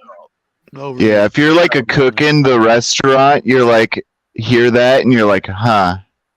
And then you just kind of stare at the egg for a minute and then get mad and then just like cook it until you don't care anymore. See, over medium, you still have the You're runny like- yolk. You still have the runny yolk, but the white is actually white over the yolk. So you don't have any. You don't have any clear. Well, that's how I eat mine, but I never you- said over You're medium. actually eating it over medium. Then. You're making shit up. That ain't even real. You're making it up. That's how I make my eggs. Over You're medium. lying. Over medium. Who's ever heard that? Everyone who's ever eaten eggs, Well, or has go ever around eaten the at a horn. diner in their life, or worked in a diner. You can Like, I flip haven't your ever egg. been at a diner. Or you could steam the top The sunny that's side not- up is more steamed. Right, but sunny that's side not up, over you don't medium flip. or over. Yeah, It never yeah. touches the Yeah, you have to flip it to do the over part. See what Vince McMahon's done to this show? Now we're arguing about eggs. Fucking eggs rule. How I do ate you order- 6 eggs. I actually Right now, before. since I changed my diet, I really just eat egg whites. Racist. Mm. No yellows need not apply. At Walmart, they sell a box of eggs, 60 eggs in a box for $5. I normally actually get it's like 32, I think. It's like 2 18 packs. That's actually normally how I buy mine at Walmart. Oh yeah, I just ate like 6 eggs. Eggs I are like have a little like pan, and I cooked like 2 eggs, and I was like, "Fuck that! I'm gonna eat more." So I cooked like more. I Just thought you eating ate eggs. eggs. from your neighbors, Jack. Like you just went down. They and don't. you They don't used sell the- them They anymore. lay I eggs? used to. They don't sell them anymore. They don't. No, I think Did somebody abuse the truth method or the honest no, I policy, think I or- know that I don't know if it got voted in or not because they used to have the sign vote no and blah blah blah. They were trying to make it illegal where you can't sell like eggs and stuff like from your house. I don't know if that passed or what. They got might an have- egg embargo on your state. Well, yeah, I think like you can't grow and sell food and stuff, but I think that's pretty shit. How's because I that think that's, like- American? yeah, It's like there's only one person you can buy eggs from. yeah, from the grocery store. The Eggman. But if you buying local eggs, oh my god, are they good? They're good. And you just how do throw you away the yolk from these home. Yeah, I've had my brother asked me that. I know John Dugan, like, what do you do with the yolks? I was like, it's a throw them away. That's a waste of food. What do you think I'm gonna do? I'm gonna make 2 egg whites, save the yolks, and what? Go give them to my neighbor. Be like, hey buddy, you want these egg yolks?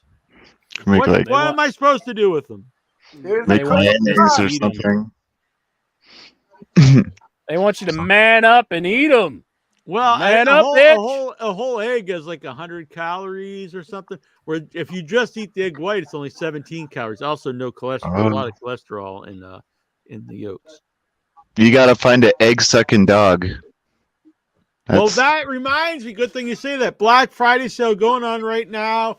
TeePublic. You can buy the new In Your Head T-shirt. Cody sucks eggs. Mm-hmm. It's a throwback to Terry Funk.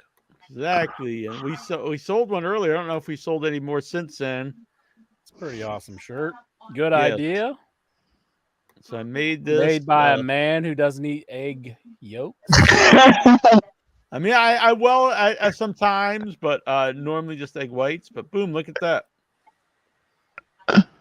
Nice. I like it. That's good stuff. And I Cody wrote that does line suck eggs. Yeah, I wrote that segue before the show. Jack asked me to. I'm Good joking. man. Look at that. Cody sucks eggs. Boom! Look at that. Like, what the hell? I can't even read what's on Dusty's shirt. Everybody, somebody, and is that Luckenbach? What is that? looking back Yeah. Texas. Luckenbach, Texas? Now look, which What a shirt? fake did- asshole. Which shirt stood the Oh. test of time? Do you I see think Dusty anyone? sucks eggs. Do you think anyone's like, man, I really wish someone would make this everybody, somebody in Luckenbach shirt? Or are people like, man, that Dusty sucks egg shirt? I think, I think it's those guys, that Dan and Johnny Cash had with Willie Nelson. Outlaws or something. Hell yeah. It's a country song, right? Oh, yeah, really? Luckenbach, Texas. Willie and Jody and the boys. This successful life Oh. we've been living got us feuding like the Hatfields and McCoys. Ain't you knows I know it? it. I know it. But like, Dave Deadman does not eat eggs because he's a vegan. I only eat them like the coat stuff. can I ban people in the chat? Can I ban Dave Deadman for What? not eating eggs? Dave Deadman? He needs to be banned for not eating eggs. You ban Lexar for not for liking Speed too. Well, I just banned him. Well, no, I didn't ban him. I just put him in timeout. Can I time out Dave Deadman? No, I he's can't. Man. See, I don't get the powers. I love you, Dave Deadman. I'm just joking. Don't get all upset. got a sense of humor too, you know. Exactly. Bruce, how do you like your eggs? You just I like. the over medium to piss off injury. Yeah. Yeah. One of my friends told me the over medium is the way to go with eggs. Boom! Yeah. Next time you go to a 100% diner, every I'm interested. UPOS. You're an egg sucking dog, Bruce. Can't believe you would side with Jackie Jones. Where's this timeout button? Bruce is getting timed out. I'm sick of this. No, but really, if you order it like that in a restaurant, unless it's a really good restaurant, anyone that you'd probably normally go to, they're gonna look at you like what the Urban fuck? Dictionary has to say I've worked about there. I've worked there. I used to work in a nursing Over home and in the medium. kitchen stuff. It's a normal way to order to serve eggs. True. over medium. All right. How do you order your eggs, Johnny Cakes? I try not to. You're an anti-egg man? My Yep. brother's anti-egg. I used to like Rocky drink eggs. Yeah, I you do like get 5 eggs. salmonella that way though.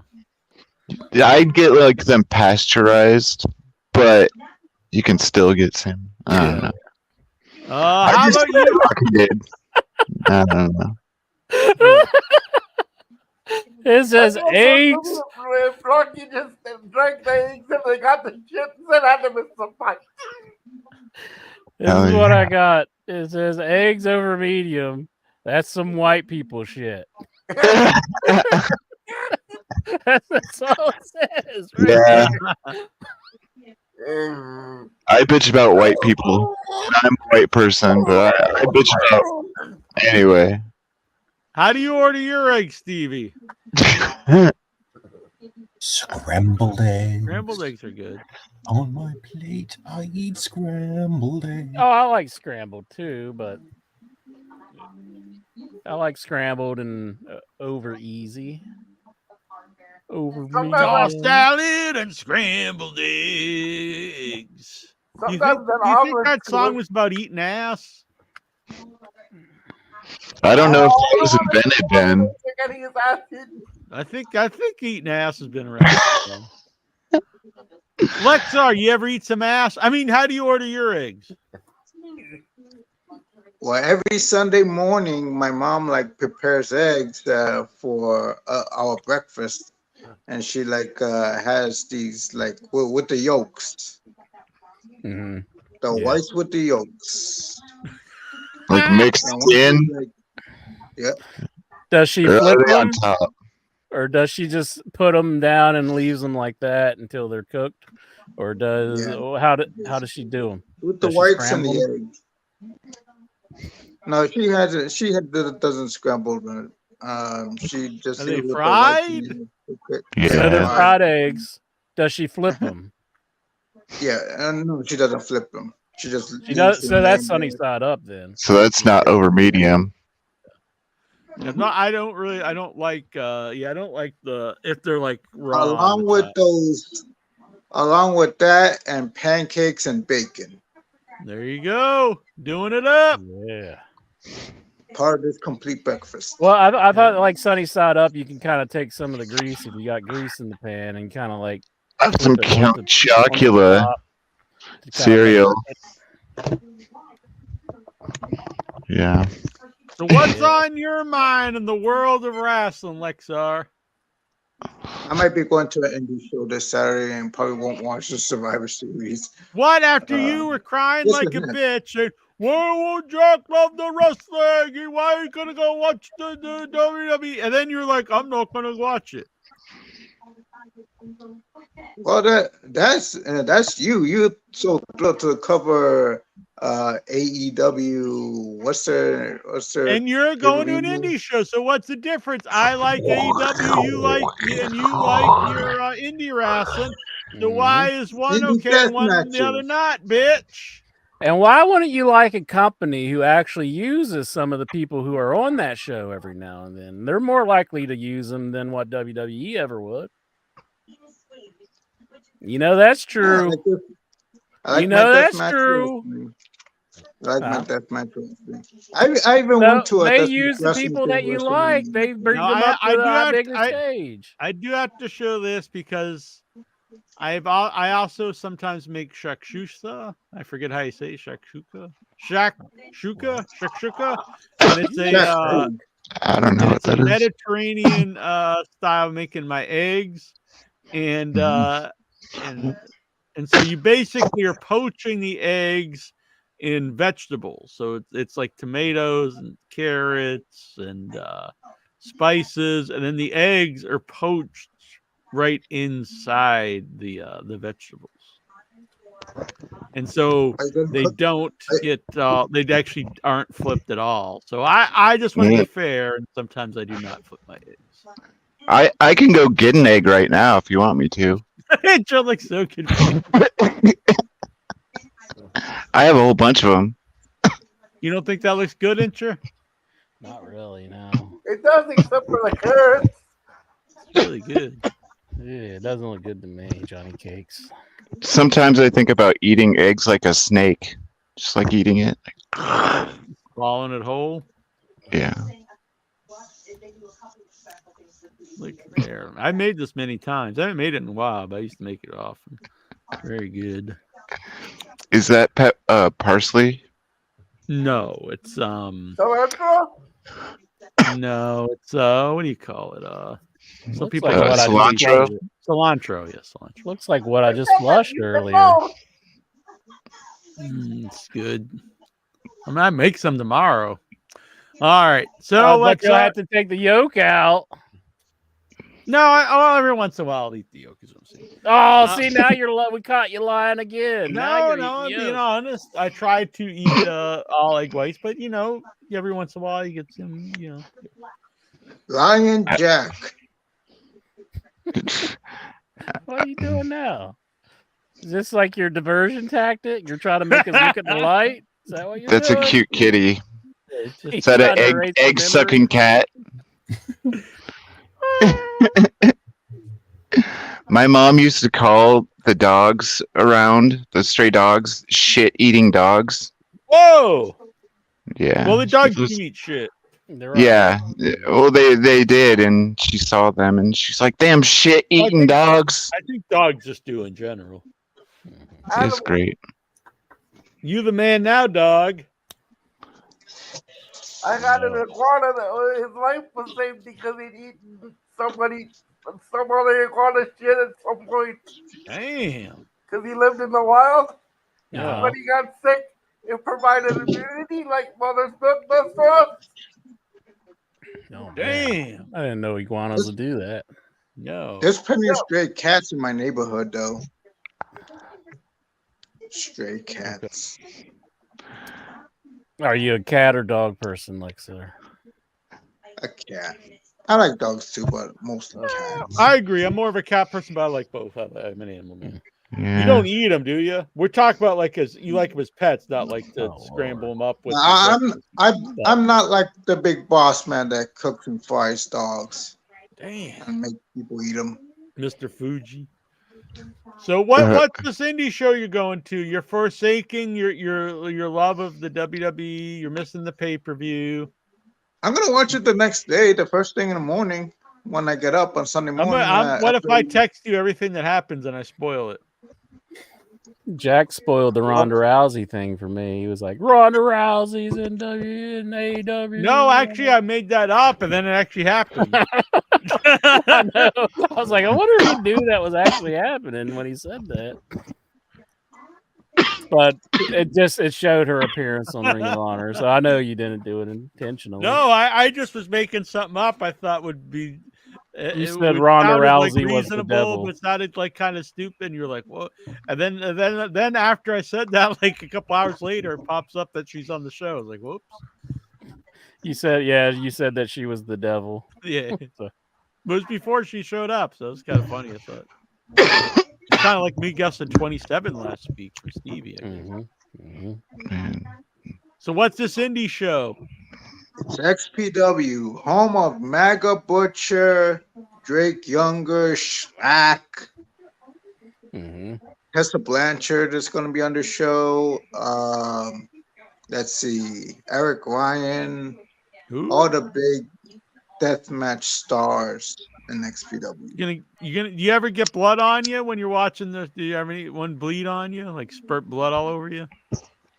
No, but there's like shards of glass from light tubes and Oh boy. pane of glass. That was on me. So do you ever get them like in your eye or stuck in your skin or anything? No, this one time this wrestler used a bundle of light tubes and smashed it over his opponent, and like this large chunk of light tube bashed it on my head. It didn't hurt, but it felt awesome though. Yeah. Did it cut you? Nope, no cut. But I know a few others that had. Like, I had a buddy that went to an indie show and like they used light tubes and glass, and like he showed a cut on his leg, a minor cut, not a big cut, but just like a small nick, and he's bleeding on his leg. oh Did my you goodness. suck the blood out like Hangman Page? No, he thought it was awesome. He just left it there. Didn't put a band-aid on it until he got home. Hell yeah. Did he clean it before? Like, Yeah, I'm sure he sterilized it. That the cut. man was Hannibal from Hannibal TV. Remember Did that it- show, Million Ways to Die? A million ways to die. Then he Yeah. had his leg amputated when he then got infected. They once had a thing with a death match, and they were using light tubes and a weed whacker. And they said, well, which is more likely to kill you? And they said, it's the light tubes because they can get in your bloodstream. Yeah, actually, my brother who works at a school, like there's like a big protocol in cleaning up the light tubes because like when they break Yeah. them, it looks cool because like all that Yeah. dust The comes dust out. shit. Like that can kill you. So They I have always a thought it was nickname. weird that they just use them so much. They have a nickname in deathmatch wrestling if you use too much light tubes and you get all these big, thick fog. They call it spooky dust. That's the term they You're use. gonna die. Man, that is crazy. Nah, we used to have to replace like all the light tubes in places I've worked before, and we'd go out and like I'd have to throw them all away, so we'd have like lightsaber duels and smash them against the side of the. Yeah, but they're crazy. So if you get like so Fucking much don't dust, breathe in. so much Yeah. dust in the air and in front of you, they call it spooky dust. Oh, it's spooky dust. Well, there's like glass floating around, and inside of the dust, there's glass, and you Yeah, breathe it in, and you'll freaking like, yeah, it's bad. I stepped on one of those light tubes, like the leftover broken light tube, and I see like dust, like on the bottom of my shoe, on the floor. Did you lick it up? No, you have to smoke Lick it up. dust, like breathe in Lick it dust. up. Whoa! I I'm Like did trying if this. you- Go to a Kiss I concert. did tonight this and Ernest do a Miller half dance. hour Though. before the show. I did this Ernest Miller like dance though when I like, just Somebody twisting with the call my feet a little mama. bit. Yeah. Mikey B says sounds like Oh, CYN that's- that's the torch to XPW. Control your narrative. Intro, I'm have you thinking ever of controlled your Smiley. narrative? Are they dead yet, or are they still running? Control your narrative. Control your narrative for life. Well, EC3's the NWA champion now, so I don't think he's doing it anymore. They no longer control their I- narrative. I know he's doing like shows up in Cleveland under the NWA name, and they're like trying to branch them out, and make it like more, promotions and stuff. But He beat like Brodus or whatever. That's all I know. Brodus Or like- Clay, yeah, It's his hero. Yeah. the Funkasaurus. That's his Tyrus. name. All I know is Naomi got fucked in the whole Whoa! scheme of the world. I heard about the cocaine spot. I didn't hear about this spot. Oh, I don't know. She just gets the raw end of the deal of everything. What happened now? I don't even know what we're talking about here. I don't know. Is she even working in anywhere? She's in TNA. Yeah, Impact. You just referring to like? TNA, bitch. Are you just referring to like how her and Sasha left and she never found a way back? Sasha's like a Yeah. yeah, she's hot shit. Her husband's hot shit. Like everyone's like doing good, but she's just like I don't know. Impact Wrestling. Impact, yeah. Doesn't seem fair. Big Bad Bob's going to make his debut on Impact soon, I bet. Bob, Big Bad Bob. I got the contract right here, in fact. We need to get a Big Bad Bob theme song going. Big Well, what's Bad his name? Bob. What's his name? Big Bob, Big Bad Scott. Bob.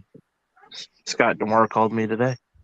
Well, Nice. well, it's the Big Bob. It's the Big Bad Bob tonight. Oh, You kind of look like Scott Demore now that I think about it. Mm. At the contract signing, Yeah, you can come in as Big Bad Bob Demore. yeah. That'd be like a new EC3. He'd be like, Scott Demore's kid. Yeah. Yeah. oh yeah. Isn't you like the BBD, the Big Bob Demore?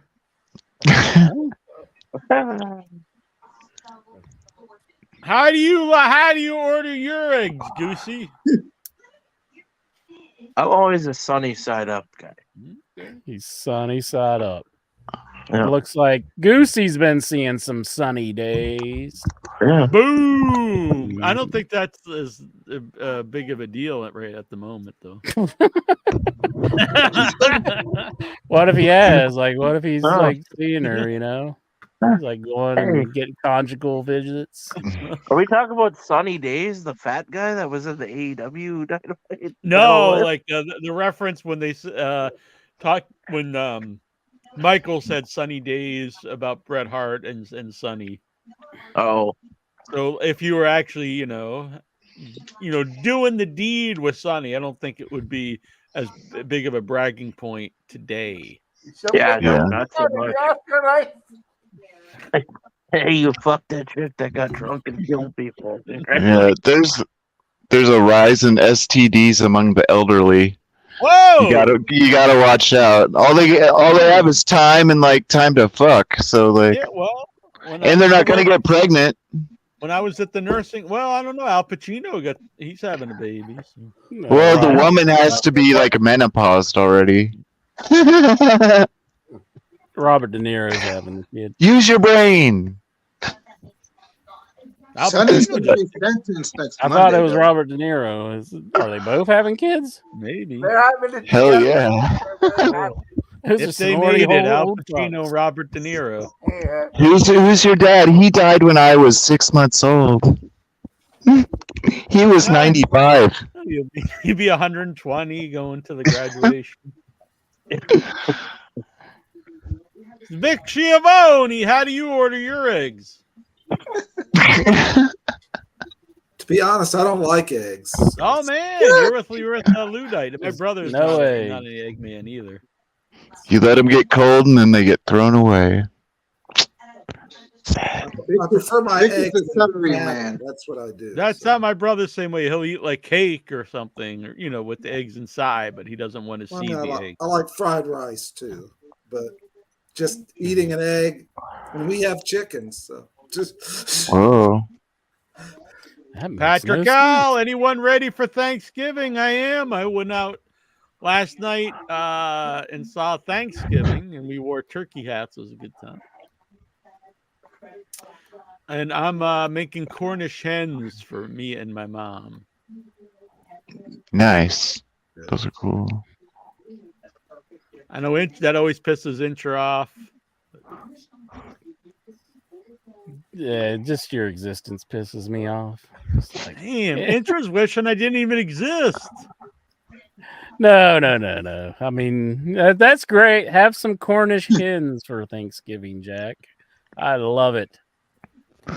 Man, you can fit like a whole Go apple you! in one of them things. Like, Exactly. Yeah, they're good.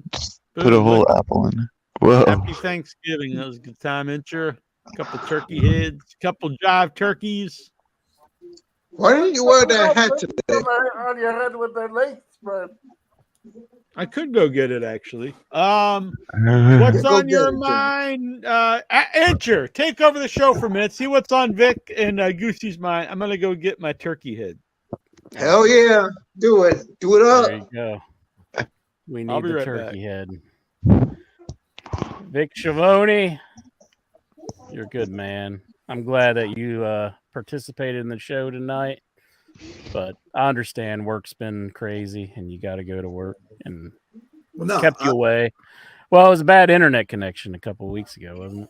yeah, it was terrible. I don't know what was going on, but Yeah. I'm It no, happens. I'm off tomorrow. I took off tomorrow for Thanksgiving, so Heck yeah.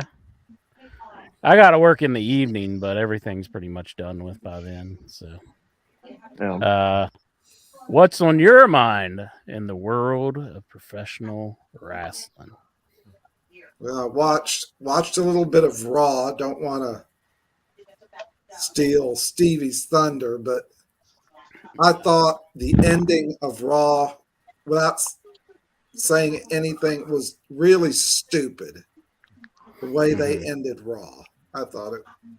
They announced who his opponent, the secret man, was going to be, and Randy Orton.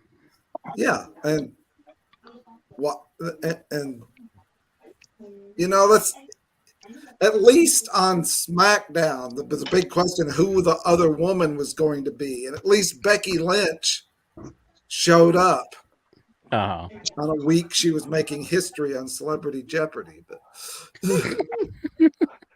What kind of questions was she asked? Like, was there anything that was like what she should have got and she didn't?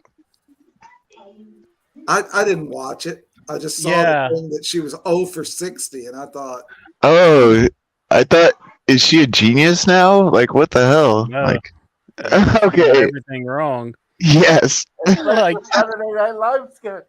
it's kind of sad because like Celebrity Jeopardy, they normally like make it Yeah. pretty easy. They dumb it down. Like I found that like I didn't even want to laugh because it was like that's really sad. Like nothing. well, my wife saw that and she thought, well, she's from another country. Maybe that she just didn't know some of these questions. I She's thought, been over here a long time. She has No, been it's here her for a while. schedule. If you wrestle for like 5 days a week Yeah, and but she going gets from town days to off. town, no, you don't. Or she has rocks in her head. I said it. Sorry. Well, I just had to say. Jack isn't here, so I said it. I would just like some samples of like the questions that she was at, or you know, the clues that she was asked because they answered in answer form or What whatever. color? Should I make my word of the day about that? I think I will. Her losing. Jeez. That's awesome. I don't know. I found it kind of sad, and I imagine like maybe that would be something that would happen to me if I was ever on like Jeopardy. No. It would just be me missing every single one, and then I'd have to come Yeah. on the show and just, like, everybody would If like, "Are you know in?" that you're dumb, then why would you go on Jeopardy? I would never go on Jeopardy. Yeah. No. I We think should even run a normal real Jeopardy, I'd at least get one right. At least one. Yeah. I know I wouldn't fare very well, but I gotta know at least one of them. Yeah. I wish I I'd would have be wi- recorded that, just so I know what questions she was asked. Oh, I'm gonna do a full rundown. It's gonna I She be guess I got a could great. look Final it up. Jeopardy. She got a Final Jeopardy answer right though. She got one right, She got but one everything right. leading up to that she got wrong. Damn. So she got it 1.2 right, but she had seconds. nothing to bet, is what you're saying. So just Yeah, you can't win Yeah. if you have nothing. There you go, Jack. Looking good. Yeah, Thank he's got you. the turkey hat on, or the Cornish hen hat in his case. yeah. You must Did have you to see sit the down to see Jeopardy that Becky Lynch was on? Did you No, see someone told me that wasn't accurate though. That she actually answered some, but I don't know.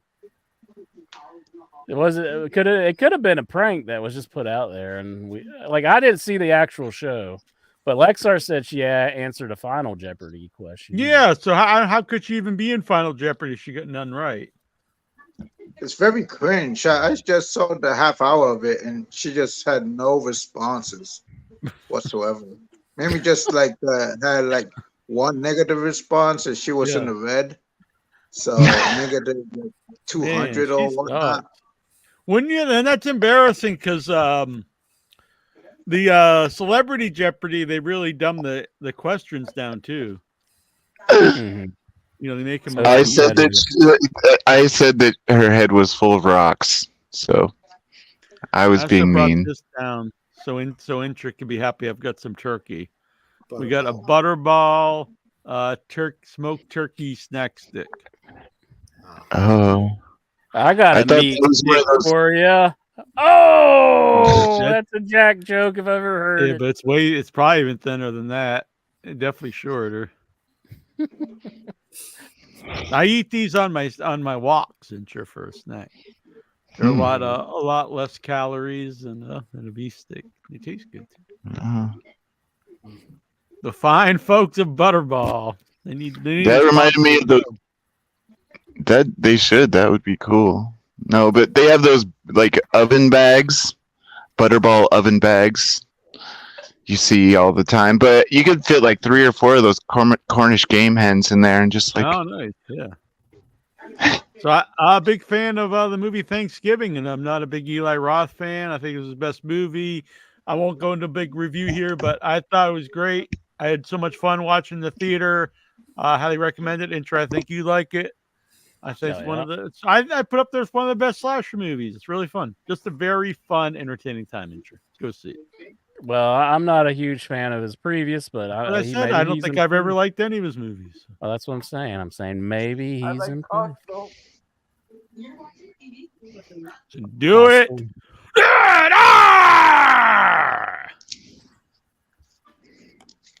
All right. Now that I got your attention, Never did get what was on Goosey's mind about the world of professional wrestling. Goosey, what's on your mind, my buddy, my pal, my amigo, my compadre? First off, yeah, I agree with Vic. There, the way they revealed Randy Orton last night was probably the lamest possible way. Not to spoil the Raw report, Well, but he is the apex predator. clearly they should have probably just, flown him in, or kept it a surprise until Saturday. Lexar, you're gonna go see XPW and the Mega Butcher and Tessa Blanchard, and you're gonna miss your boy Randy Orton. I mean, I'm gonna watch it the next day, so I'll watch it. What if eventually. What if we call up Randy Orton? Me and Goosey are gonna call him up and say, "This guy Lexar, he's abandoning your return from injury to go watch Schlock." You don't have his number. You got it right here. Bullshit. Call him up. Should we do Call it? him up, Lexar. No, he's gonna make up of that he pretends. No, he really does have his number. Yeah, I'm the most honest man in all of wrestling, bitch. I'd rather. Have you even met him? Have you even interviewed him? We interviewed his dad, and he gave us the Talked number. to lots of people I've not interviewed. Exactly. Yeah. Back in the day, we were talking to That's Cowboy Bob. because you interviewed him, but you didn't interview him. Yeah, and afterwards he's like, "Hey, you guys should talk to my boy Randy." Mm-hmm. And then me and Incher called him up that night up in the hotel room, and we were kicking back and talking about stuff. I hear back in the day, Randy wasn't very approachable. He really but that's was. to the to the losers, not to Not to cool us. guys like me and Incher. Yeah. We asked him how he likes his eggs and everything else. Like, so Randy, how do you order those eggs? Yeah. It's like the opening question, like Yeah. everyone should ask. Opening He's question like- of Jeopardy. He's like, oh, I don't know, man. on the show.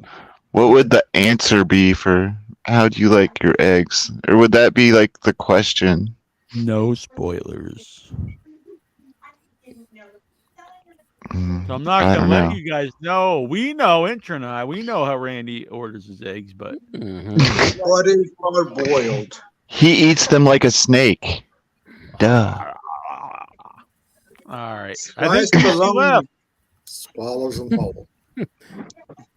He's a, Shell and all. So you're pumped for this Randy Orton return? I mean, it'll be cool to see him back in the ring. I don't know. I mean, I could have thought of a lot better angle than fucking this to bring him back to. But, are you upset because it's not CM Punk? Where's Matt Riddle? I am. yeah, Yeah. I mean, I think they could have left it out there, but But then Have if they fans make thinking it it, like it's a surprise, and then it's not, they they'll could- get the could Rey have a Mysterio reverse response reaction. whenever Yeah. he came out at the Royal Rumble and it wasn't Right. Daniel Bryan. Mhm. Brian Danielson. They just we start all know booing who the for devil Rey. is. Matt Riddle's I'm- doing like OnlyFans now. He's like getting all like lotioned up and like What? Why do you yeah, know Matt this, Bruce? Riddle's. I don't know. It just showed up in my like Just showed social up in media my stuff. section when I had my dick I- in my hand. I've been smoking, I and looked up popped like muscular men's toes, and Matt Riddle What came the up. hell?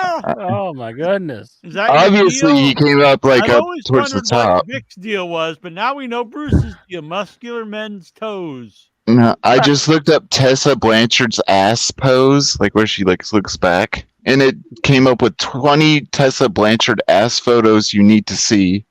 And you're like, fuck I that. get I to just see want her to see the look live. on her face. I got Huh? to see her live though. Hell yeah! Did you- But I was did thinking you, every time have she an does that accident? ass pose, like she's like farting. She's like farting. She doesn't fart. She doesn't fart. She just flips her hair. How do you know? No, I like see when her live. Duh. Did you smell her live? Did you hear Nope. her? Well, how do No, you but know? what Maybe she could be silent, but deadly.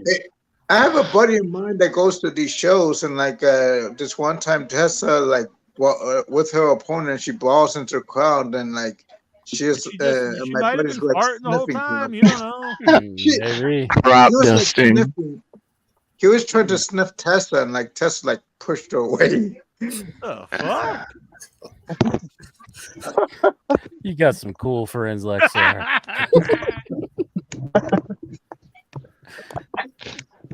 And he has a girlfriend though.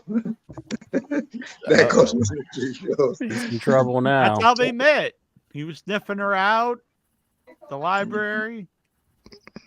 Because I know Lexar and his buddies hang out at the library a lot.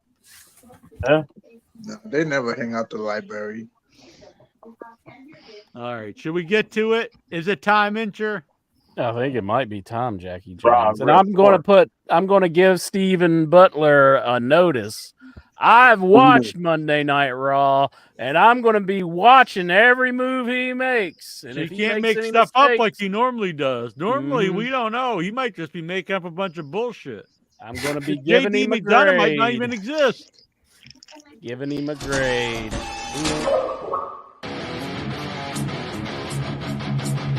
Wait a minute, Can we, after our 2 hours, a 2-hour wait, let's get to the Raw report. No fucking incher. Raw report. Oh, fucking incher. Ha ha! Gets me every time. That should be on T-shirt. What? Fucking incher? Yep.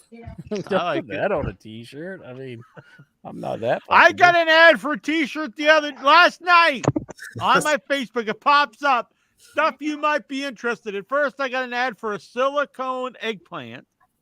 Just what I was looking for. And then the T-shirt, and I'm deadly serious. It says, I love, as a heart, I love sucking dicks with my butthole. And so I'm like, what the hell does Facebook think of me? This is a website. It was on a website that I've sold shirts. It's a website that actually took down some of my designs, saying they were too graphic. The Bloody Stumps Film Festival, they said, promoted violence. But I love sucking dicks with my butthole. Is totally fine. Sounds It's like the heart, Facebook Jack, knows like I the told you real Jack. It was the little heart. Yeah, the heart. The heart, they're like, well, sucking dick with their butthole's maybe a little questionable, but it's got a nice heart in it. So if I would have put a heart on the Bloody Stumps, they would have been like, Exactly. Like I love Bloody Stumps or something. So, but I did, I did get Incher's birthday, a Christmas present on there last night. Instead of a heart, you should have just put a strip of heel on it. Don't make me ban you like I did Mitten. Don't make me ban That's not. Look, you telling me I can't send you gifts is not punishment to me. It's punishment to you. Don't make me ban you. I'll ban myself. I won't send you shit. I don't care. What the hell do I get in sending you something? Don't make me ban you. Who the fuck do you think you are? I'm fucking 1-inch biceps, the power goat, the boss baby, the man who tells you what to do, the king of all the marks. Man, that new Priscilla movie, it's just like Elvis is just the freaking straight up pedophile. Well, he did bang her when she was underage. I mean, not according to the movie, actually, but yeah. Do I have to say allegedly on that? I don't know. Well, he wasn't no like Jerry Lee Lewis though. Like fuck, that guy's crazy. Basically, this. On record, it's not a place to take your kids. All right, now it's enough of this, Incher. Let's get. Well, didn't he say like publicly he waited till she became of age? It's actually in the book he did, and also in the movie, but like it's definitely him grooming her for years. We gotta wait, Priscilla. Man. Well, I mean that's what grooming is. Yeah. All right, Toronto Stevie, what's on your mind? Before I get to the Raw report, on Tubi, there's a whole bunch of WWE movies, and I decided to maybe I'll watch some. First one I watched was No Holds Barred with Hulk Hogan. Hell yeah! My little review. What a cinematic masterpiece! Yes. Well, you get Zeus. I mean, come on. But you also get Triple H in The Chaperone, Triple H in Inside Out. The hell's wrong with you, Steve? Inside Out. Did you? You get John Cena in Legendary, and if you're really a glutton for punishment, you get The Big Show and Knucklehead. I tried to watch that. I watched The Chaperone when that one fucking sucked. Even Lexo's not watching this shit. Would you rather watch Knucklehead, or Maybe would you like to watch? Would you rather watch Knucklehead, or would you like to watch Big Show getting thrown on top of a car? Oh, I'd rather watch to the ground. You like to? I'd rather watch Speed 2. What? He said Speed 2. You heard me. Speed 2. Trying Why? to get banned again. What's this fascination with Speed 2? So Sandra Bullock's in that movie, like, Yeah. but Keanu Reeves is not. Who else is in it? Like Danny Billy Glover. Baldwin. Not in Speed. There is. Was it Billy Baldwin? I believe. No, is it? Willem Dafoe is the villain in it. Fucking That worthless. what? Did I miss something? Why is Speed 2 like this talking point tonight? I don't know. I don't know. When Nikhil Callahan watches it, you mean it into a big deal. Mm. I like Predator too. He likes Speed 2. Speed Oh, 2. I guess it's Jason Patrick that's in. I I was guess wrong. it's better than watching these other than Knucklehead, I guess. But so are you gonna watch all these, Steven? You're gonna have like the Jason WWE Patrick. marathon? Watch Speed 2. Well, He's in that movie. I did not know I that. guess it is him, man. I looked it up. Wow. He was in Lost Boys, wasn't he? That was his big break. So yeah. It's a good movie. Hell Much yeah. better than Knucklehead. Does Speed 2 I don't have know, a maybe. saxophone man?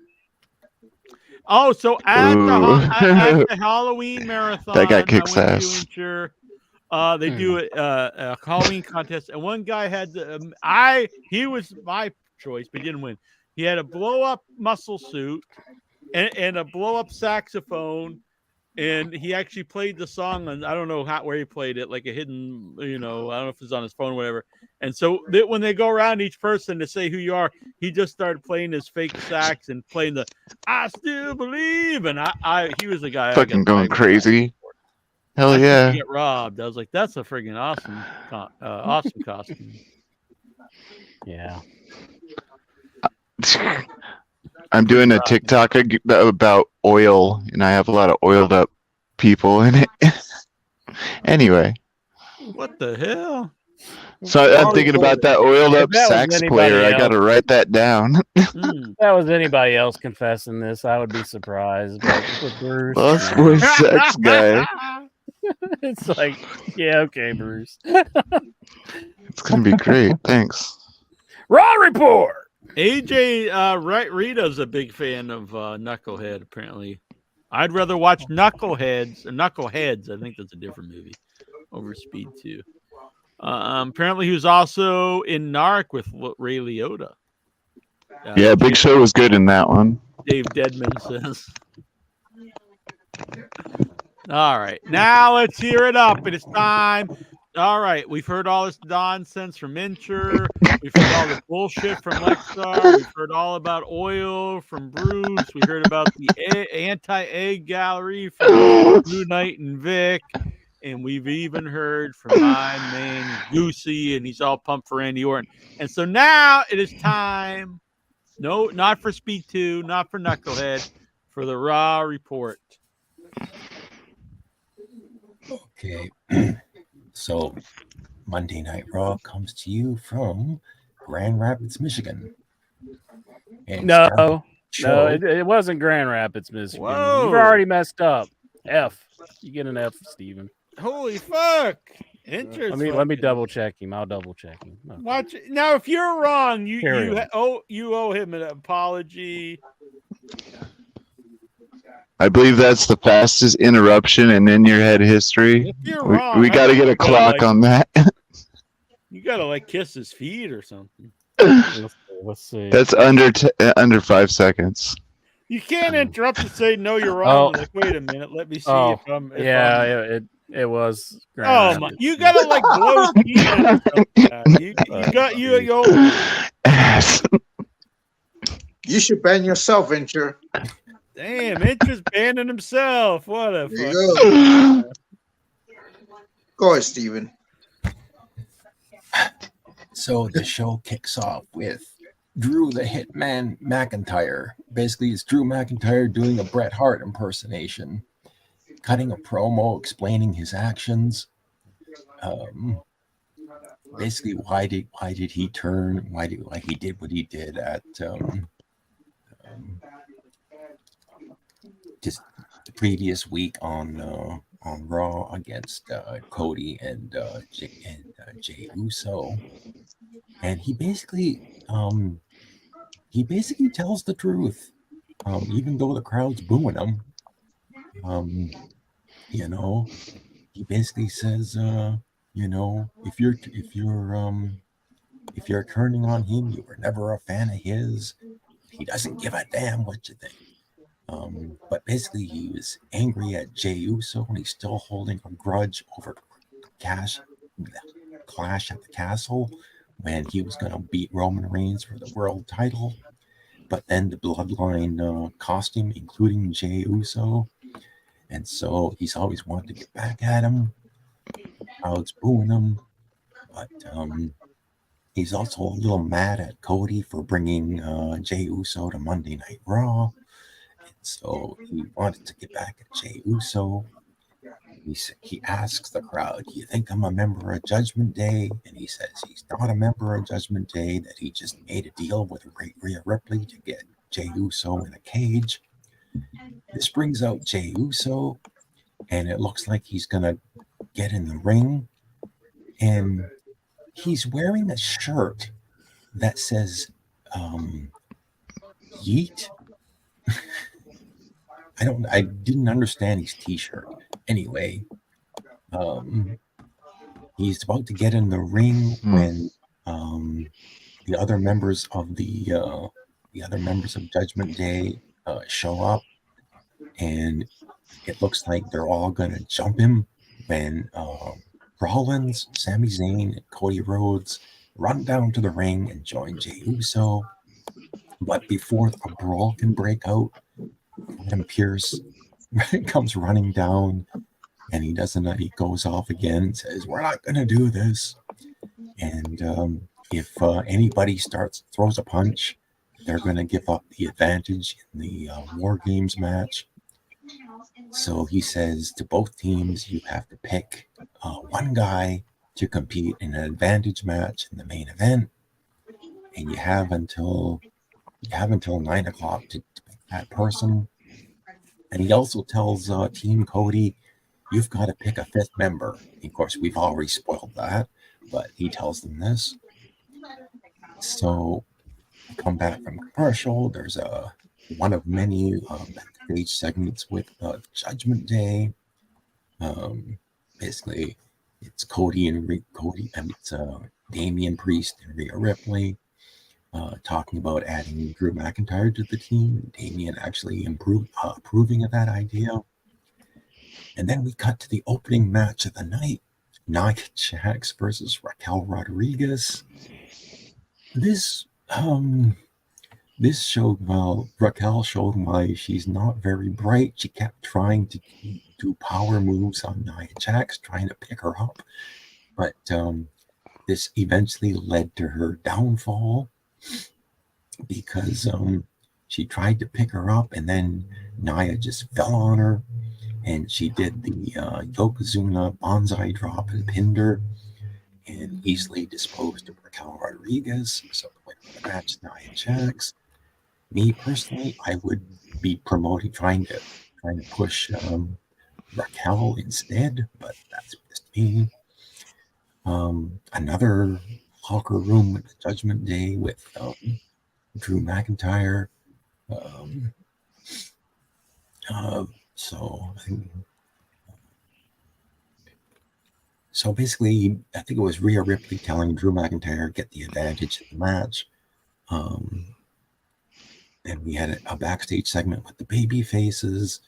And then we get the next match was, and now this was my match of the night. I mean, I personally liked it.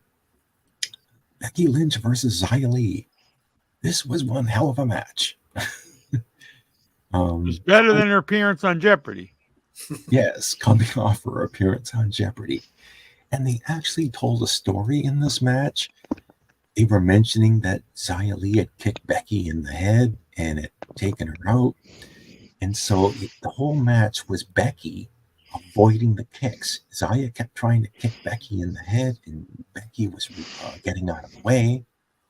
The only time that Xia Li connected with a kick, Becky was by the ropes. And Xia, I don't know what she was doing. Well, obviously they were setting up for a spot on the outside, but she just basically tried to push Becky out of the ring, and Becky kind of flopped on the middle rope and eventually made her way out of the ring. It looked kind of clumsy, but this led to Zaya going out after Becky. Becky then throwing Zaya into the ring post, and then it looked like the ref was going to count them out, but they both jumped in back at 9. But finally, Zaya missed a kick, and Becky hit the manhandle slam and pinned her. Manhandle slam and pinned her. And the winner of the match was Becky Lynch. Great match. I thought it was, despite the clumsy move. We get a backstage segment with Ludwig Kaiser and Giovanni Vinci.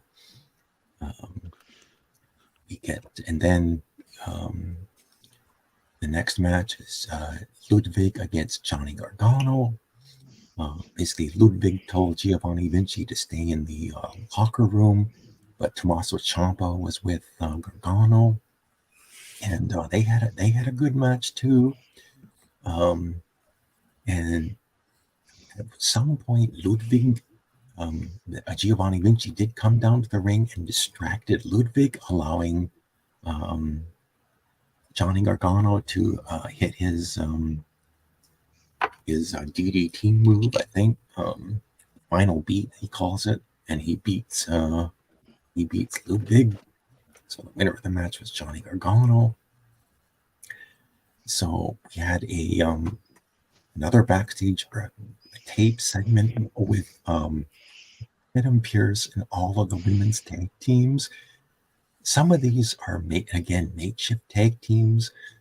You had Natty and Tegan Knox, Katana Chance and Kaden Carter, Indy Hartwell and Candice LeRae, and a makeshift tag team of Maxine Dupree and Ivy Nile. Ooh. So Maxine is with the Alpha Academy, and Ivy Nile is from NXT. And all these women are yakking all at the same time. So finally, Pearce just says, "I'm making a fatal 4-way match, and the winner will get a title shot." We had another backstage segment with the Judgment Day, and then we got the number 1 contenders fatal 4-way match.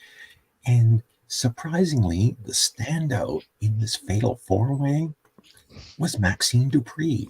Whoa! Mm-hmm. That's insurance lady. Yes, well, mine too, because on a personal note, Maxine looks smoking hot in her wrestling outfit. Yeah. So at one point, like Maxine is doing all these crazy moves. She even does a dive onto all of the women. Like, I think onto the outside. I think it was onto the outside of the ring. She was doing all these great moves. Really a good showcase for her. However, they didn't win the match. So I think you had Natty. Was Tegan Knox who got the win for her team, and for Natty and Tegan become the number 1 contenders. Even though they get the title shot, it really was a showcase for the Immortals. Yeah, so we'll get more wrestling out of her. That'd be nice. Mm-hmm. So next up, we get a backstage segment with the Ring General Gunta. He basically says, maybe I should reconsider who should be in charge. Basically, I guess this week he's mad at Ludwig. Mm-hmm.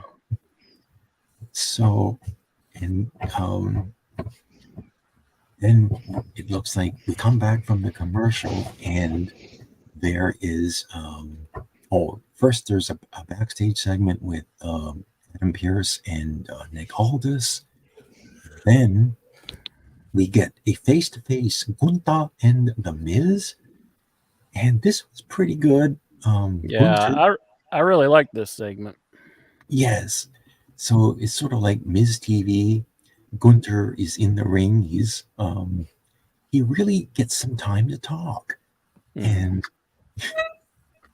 once again, he's calling the Miz Mike. He won't call him Miz. And he basically says he has zero respect for the Miz. And he talks about that Miz is just an entertainer. Miz says, "Oh, I'm proud to be an entertainer, a WWE superstar." And then he talks about the guys he watched wrestling. He even does a Macho Man Randy Savage impersonation. He talks about how he watched Rick Rude, Kurt Hennig, Shawn Michaels, and Bret Hart. And but Gunther, he sort of laughs. He sort of laughs at Miz, and just cuts him down.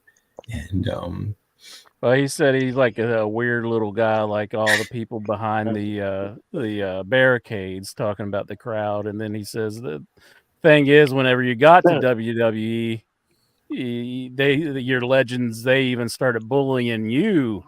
And I think you need to be bullied more. And he started pushing the Miz, and I thought that was a really great exchange between these two.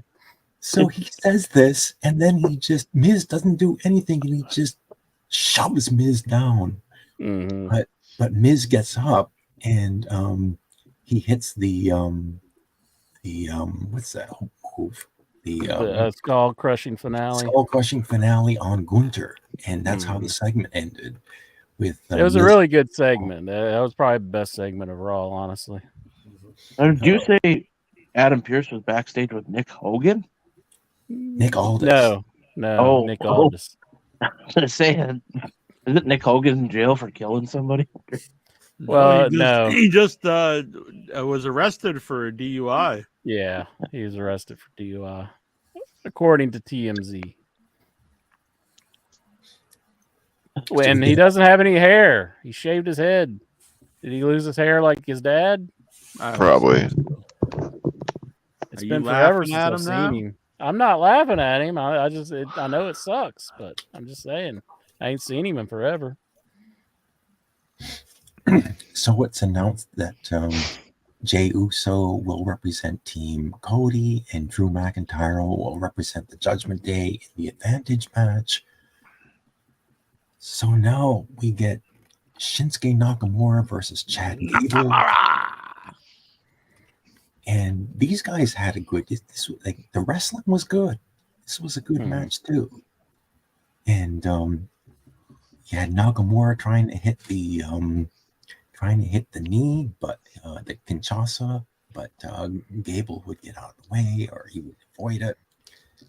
But eventually, Nakamura basically rolled up Gable for the win. He didn't use he wasn't able to hit the Kinshasa, but he just rolled him up and pinned him. Winner of the match, Nakamura. We got some more backstage segments, and again, I'm not a big fan of these, but again, one with Judgment Day, and mixed into all of this, we're apparently going to get a Ivar versus Big Bronson Reed match. Hell yes. So again, Ivar still talking like a 16-year-old, but basically, they did some backstage segments, basically saying next week they're going to fight. So okay, that's fine. That should be interesting. Let's get to the main event. The War Games Advantage match. It's time for the main event. So, hey, I mean, at least McIntyre is now in these main events. We still get guys like Jey Uso in it. But it's like they ended the streak of just Damian Priest being in every single main event. So, we get McIntyre. I don't think he really did change his style yet, but he was still doing the same stuff. Jey Uso doing his stuff, super kicks and Samoan drops and all that. Super kick party.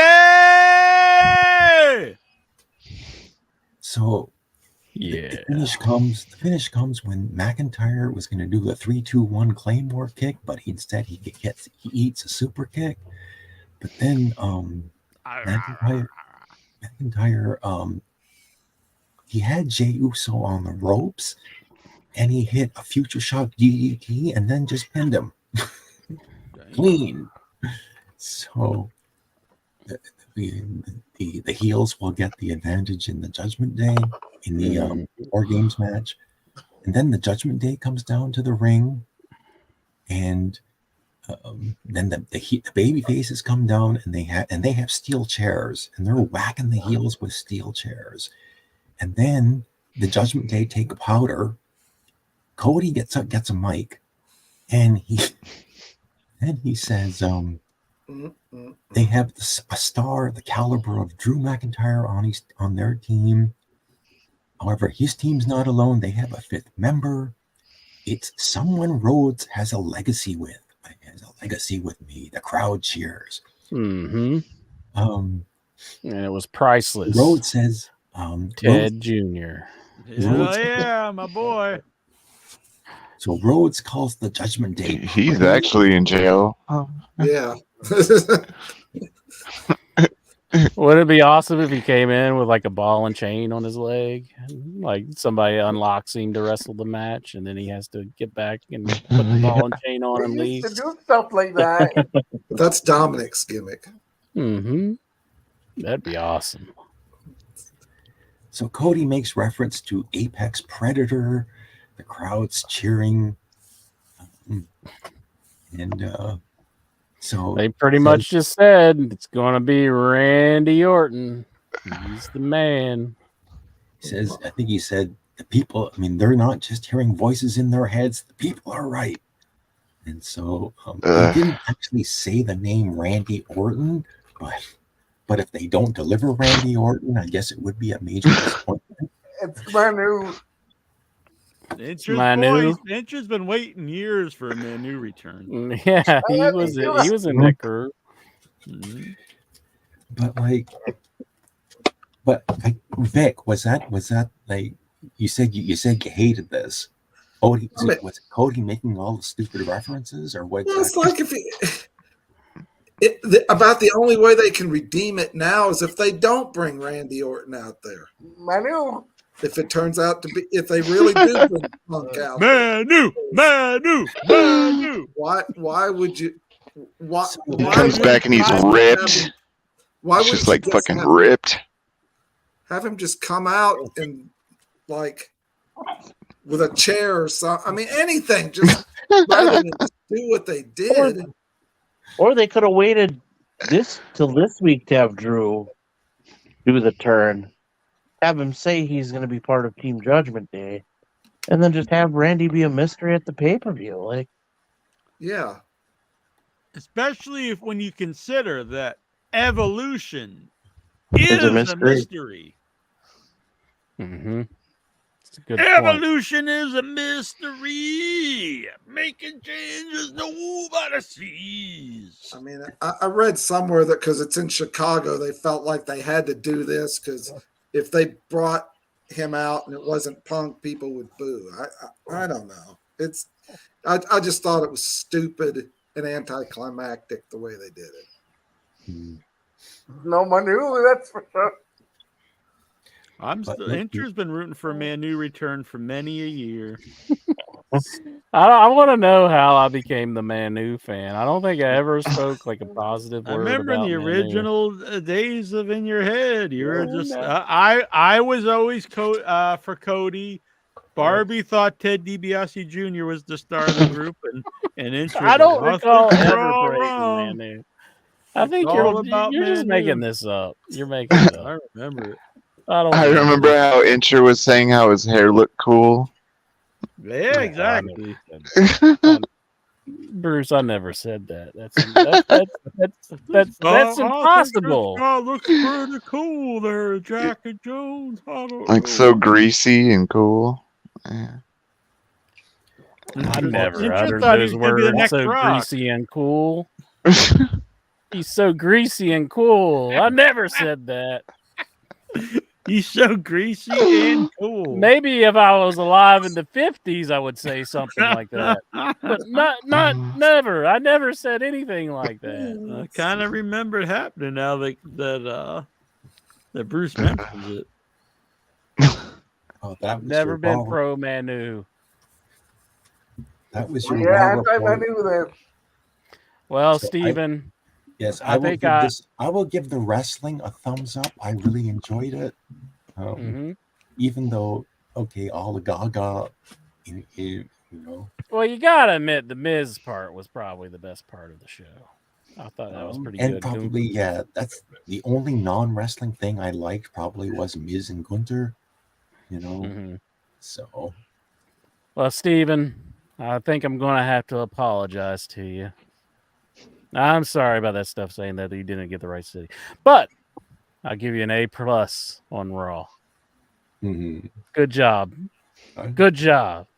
Excellent Raw reporter. God bless you, sir. You are a gentleman and a scholar. And you called in and you gave a hell of a Raw report. Right, Goosey? Yes. Good Thank job, you. Steven. Yeah. Steven! Yeah! Do it up, boy! He already did it. You can't tell him to do it again. He just did it. I'll tell him to do it till the end of time if I want to, bitch. What? Like the Unforgiven? He's just reporting Raws till the end of time.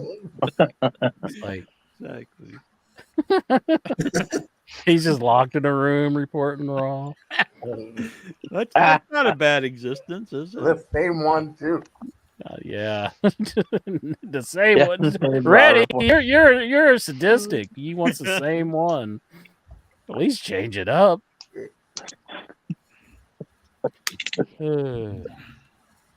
Well, thank you, Stevie. You're a good man.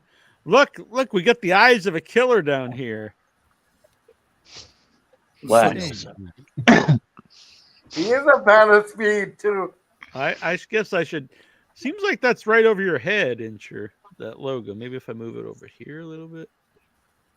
I'm trying to move people so like they're not covered up. No, maybe I need to move up some. How's that? Does that look all right? Yeah. Guess I should move you in the middle though. Right below me. There you go. How's that look? You're the center square. I'm the Alice position.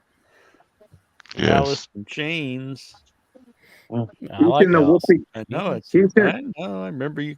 Oh, Yeah, you rock hard over. You say the whoopee position? Whoopi Goldberg position. Lexar, you're for someone who supposedly hates Whoopi Goldberg, you're really obsessed with her. Well, she was on Hollywood Squares in 2000. Okay. Yes, she was. I like In Bruce your head, Manu Valanche. shirts. Do you think we'd get sued if we made Manu shirts? Would the Manu family come after us? Probably. We need a cut of this. We need a cut of this money, bruh. Isn't he an Anunnaki? Brother! Listen, brother. What if Manu wins the Rumble and then he dethrones Reigns and becomes the new tribal chief? Then you gotta just who knew Manu? Look at the killer over there, Incher. I remember every time I put these on my knuckles when I was a kid, I'd get stuck. I just wanted to try them out. All right. You have to go to work like that. Power of the punch. You ever jerk off with those? That'll like a little bit of Ouch. Now, that's not a even little bit of possible. danger. You can't even cup your hand. What are you, So- chicken?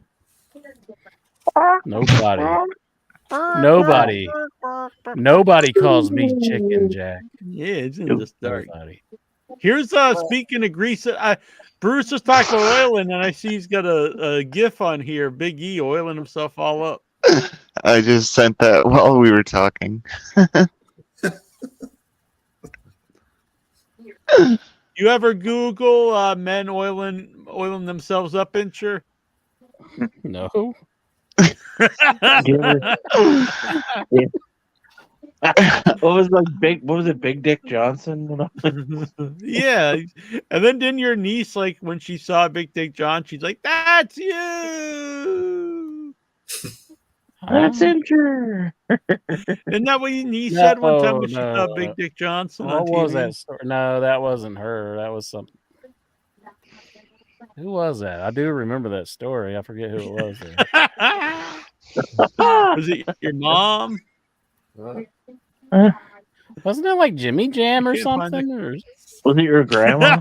I think it was right. I think it was Jimmy J. wasn't it like so we seen it and they're like that's Inch? It was like somebody who listens to the show or something. I forget what we. Jimmy Jam jacking it to Big Dick Johnson. No, it wasn't. He just said that's Incher or something. I forget. Oh, I forget yeah. how it went. I mean, there is a resemblance for sure. Striking resemblance. Why the hell do I'm the guy who always looks like somebody on the show? I got like 10 people that I look Big Dick like. Johnson, the Harris brothers. Yeah, like, Harris well, brothers. No, you do look like Big Dick Johnson and Butterbean and the guy in that movie. You just see me everywhere. You look up at the clouds and you're like, "That's Incher." It's an Incher paranoia. You've got to admit, though, you do look a lot like Big Dick Johnson. You ought to make a horror movie where like you see me everywhere, and then like the That killer would be a was horror Incher. movie. No, I mean, you do look like him. You're looking for a photo right now, aren't you? Yeah. There it is. I knew it. I knew it. Yeah, look at that. That's not me. It looks like you. He's got hair. Oh, that guy. Hair. My hair. I remember that guy. He was cool. Yeah, see, you're cool, Incher. He'd come into the ring, dance around, then get I his don't ass know if I kicked. want Bruce saying I'm cool after hearing what Bruce has said on the show. He's probably picturing me all oiled up right now. If Incher had a goatee, he would look like Bastion Booger. Oh, If I had a Nah, goatee, see, I I'd don't look think like you look like Bastion that. Booger. Bastion you don't Booger's like a You yeah. do also look a lot like Butterbean. Now he is bald. What about Jim Neidhart? I think he'd look like Jim Neidhart. Jim Knight. Yeah, grow a really pointy beard. Grow a really pointy beard, little hip. Get like a toupee for your head. Jim Neidhart. That does look like you. After I looked up Big Dick Johnson, he doesn't look as much like you as I thought. But that does look like Butterbean. Maybe that's my Don't you think? dad. I just never told you. Do you think No, if you it's fine. could get away with, Pretty bad. you should promote Man. like getting Butterbean for an interview and just have Incher show up and be like, We hey. did have We did Butterbean. have didn't we? Yeah. He was fun. He's been doing a lot of interviews lately. Butterbean. We had him back in the days, many years ago. It was when during the celebrity Hogan thing. It was like the Hogan Yeah, the celebrity, celebrity wrestling. wrestling. We had him and the kid from not Silver Spoons, Oh, different strokes. Different Strokes. Yeah. Todd Bridges. Yeah, Todd Todd Bridges. Gary Coleman? No. No, he was. He gone at the time? Well, he wasn't on the celebrity wrestling show, so it wouldn't have mattered. Yeah, one of them. Yeah. But he was on WCW's. Mike Bessler wants to know, what's the most entertaining way to end a steel cage match? Pinfall, submission, escape through the door, escape over the top. No escape. To me, you're a pussy. You're total friend of the week if you escape a fight. So the most exciting is the submission. Someone saying one of the greatest matches, maybe my favorite match of all time. I Quit in the Cage. Tully Blanchard, Magnum. Yeah. Damn. hurt myself. What's your favorite soup at a Chinese restaurant? I don't know. You're some young guy. The what is that? The wonton? I don't really eat the soups. I normally just. I like egg drop soup. That's good. Egg drops. Oh, he's back to the eggs for Bruce. Mm-hmm. Or there's like miso soup is like good. It's like fermented. Tastes like beer cheese soup almost. Like if you're like, don't know. Nice ramen bowl. Bruce, what kind of soup they have in Brazilian restaurants? They just give I you a don't big think- bowl of meat. Yeah, they don't have soup at that restaurant. Yeah, I used to eat Brazilian grills a lot. And I don't really remember them having soup. It's They have like about the meat. there's something called a feijoada, which is like it's like a black bean kind of like stew over rice, like a jasmine rice, like a longer, and it's really good. It's like gumbo almost. That's kind of like a soup. That's my answer. Anyway. Gumbo, yeah. But feijoada. Feijoada. The Yeah, it's Brazilia's. finisher of the Midnight Express. Yes. Brian Matthew Klutz wants to know, should I call in tonight? But the problem is I have a dentist appointment at 11 a.m. on December 14th. Rookie of the Year, Brian Matthew Clutter. Boom. Tony Obasta, have you ever gotten off to pro wrestling? AJ says chicken chow mein with extra pea pods. Well, that is good. That is definitely not a soup, but it is good food. What do you think? Incher, have you ever gotten off to pro wrestling? You got to answer first. Nope. Lexar, have you ever gotten off to pro wrestling?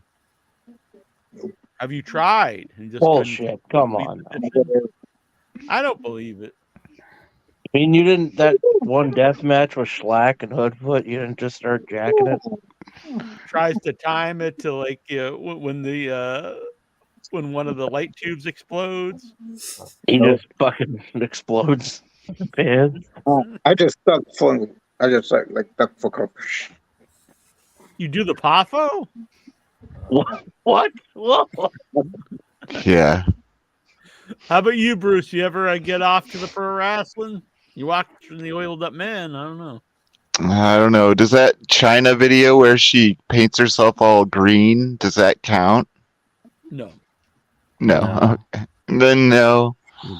When I they're feel weird with like my wiener out with like almost naked, just like Yeah, dudes especially like when not and not you're- having sexy time. It's like, and you're a crowd of people. yeah, that would be really weird. Yeah, but Security. I'm not gonna ask even. I mean, basically every time Trish is on screen. How about you, Johnny Cakes?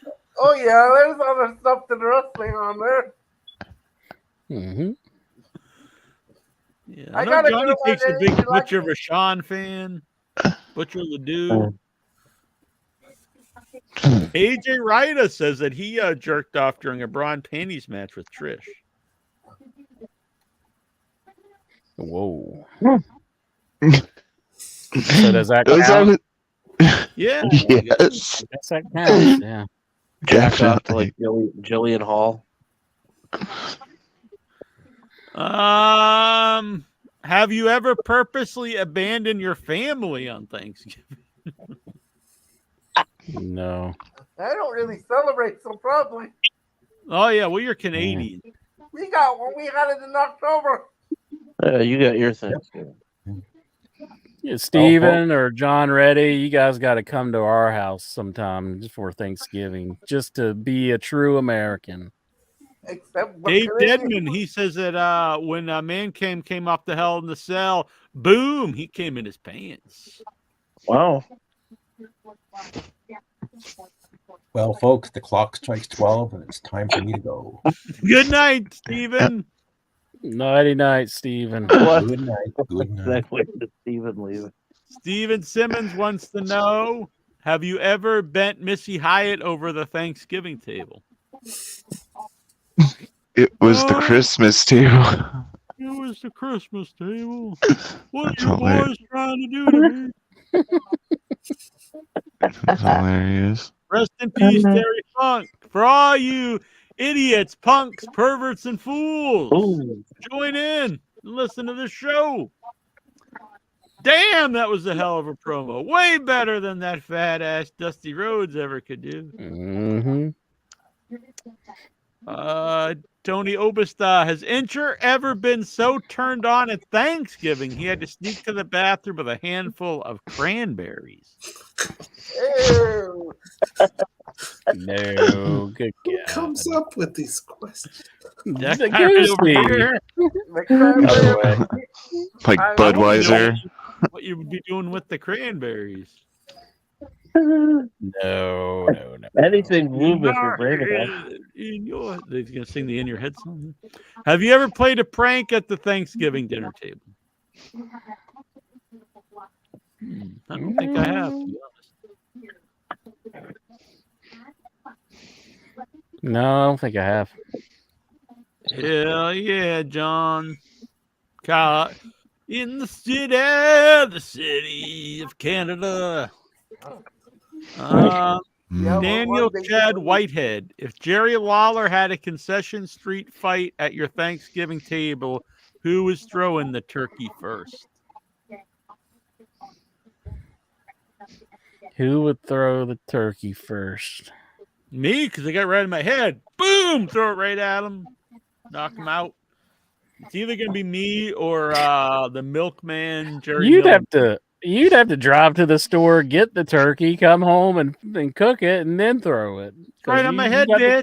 Boom! You got the boom, Cornish boom. hens. Right here in my head, son That's of a a bitch. hat. That's asshole. not a real turkey. That's a You hat. telling me that's not a real turkey? It's not a real I made turkey. it a hat out of a real Can't turkey. eat it. Just like a real raccoon skin cap was a raccoon at one time. Can't eat it. I'll make you eat it when I shove it down your throat. You ain't making me eat Eat nothing. it, eat it, eat it. Chokes someone with the turkey I'll leg. have my dad butterbean beat up. Gotta go cop your daddy. I'm beating his ass, and he's like, "I gotta call my dad. Wait a minute, come help me, daddy." That's That's terrible. Yep. DJ says he screwed his ex-fiance. Screwed his ex-fiance while her mom was making Thanksgiving dinner, and her kids were in a different room. His Dang. egg. That's So age. The turkey wasn't all that was getting stuffed that night. That a boy. Booyah! What makes you horny before eating turkey? Like, it's just like I really need to bang right now. Oh, the stuffing in the air. It's like the whole family's here. Grandma's on the recliner. What was in that green bean casserole? Your uncle's watching the football game. They probably got horny after watching the parade. Yeah, nothing does it for me like the Macy's Day Parade. He ever jacked off to the Macy's Day Parade? oh God.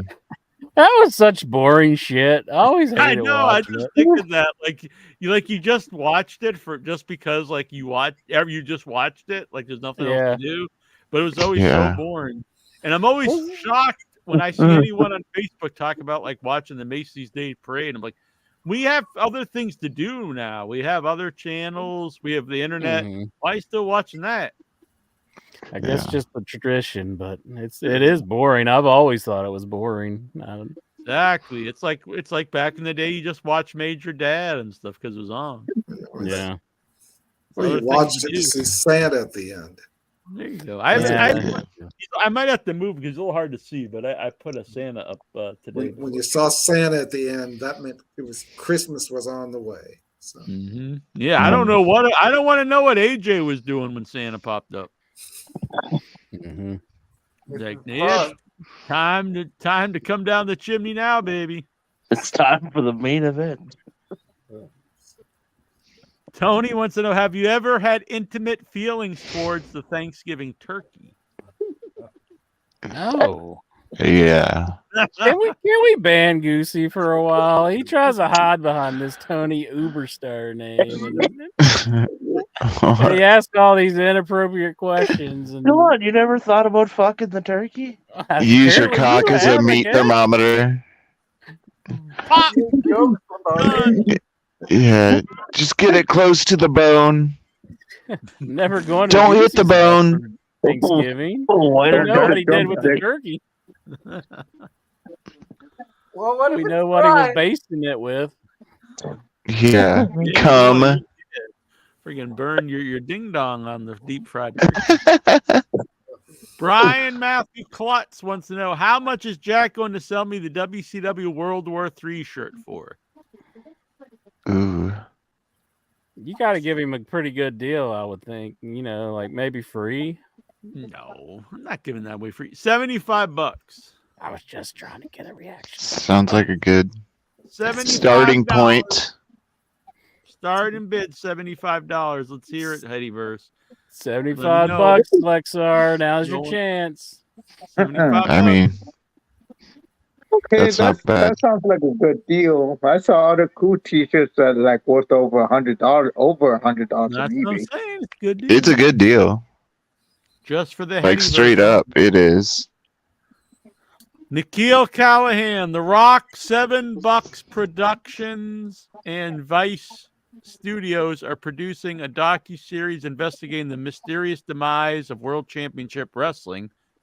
Once the biggest wrestling cup. That's weird because if you go down that road, you could possibly find legal faults on WWE, like fraudulent things on WWE's part, antitrust laws. So that would be very weird for Rock to investigate that, because I think it could be if he would be honest about it. Does he have to turn over his findings? So that's a weird one to go down. Why is Rock invested in trying to have a WCW documentary when he spent most of his time in WWF? Yeah, I'm basically honest. I don't know. It's weird. That is Will weird. CM Punk return to WWE this Saturday? I'm guessing no. Is my gut. That's how I feel. I don't think he's coming. Yeah. Too bad. Yep. Anybody else got any feelings towards this one? Bruce? What are they in Chicago? It will get me to watch WWE. If he shows up, I'll watch Raw. He's been trolling over the past couple of weeks online. Oh, I know. He's been trolling for years. But yeah. So, 40 years. Incher, look at this. Oh, that's the post I'm referring to last week. Enter that Cody was the Rhodes with poster? the war paint. Yep. What do you like that? You like that, Incher? Is that doing it for you? No, not really. You're gonna have to change your answer earlier if you've ever jacked off to wrestling. That's just weird. That'd probably be more like a hate fuck. Looks like Barry Windham when he was a Predator or whatever the hell he was. Yeah, yeah. What? Oh, He came in for like one match. Is like the No, he was there for a little while, but like yeah. not a good He run. looks like Saving Private Ryan. We had to go. All right, so here are the matches. There's only 5 matches. Carlito versus Santos Escobar. I guess I like Carlito, so I like to see Carlito win. I guess Santos Escobar is going to win, I think. Not who I want to win, but I think that's what's going to happen. The women's work, so they have 2. Yeah, they have 2 War Games matches and no Survivor Series. That's very I bizarre. guess they've just killed the Survivor Series. I like the idea of bringing War Games back, but I don't like the idea of just abandoning your own creation for. Yeah. Bianca Belair, Charlotte Flair. Maybe it's like Triple H trying to get one back at Vince. It's Yeah, like, but how do you like you it, gotta bitch? realize this is still your company, and they created the Survivor Series, so you could do both. Just do War Games at another month.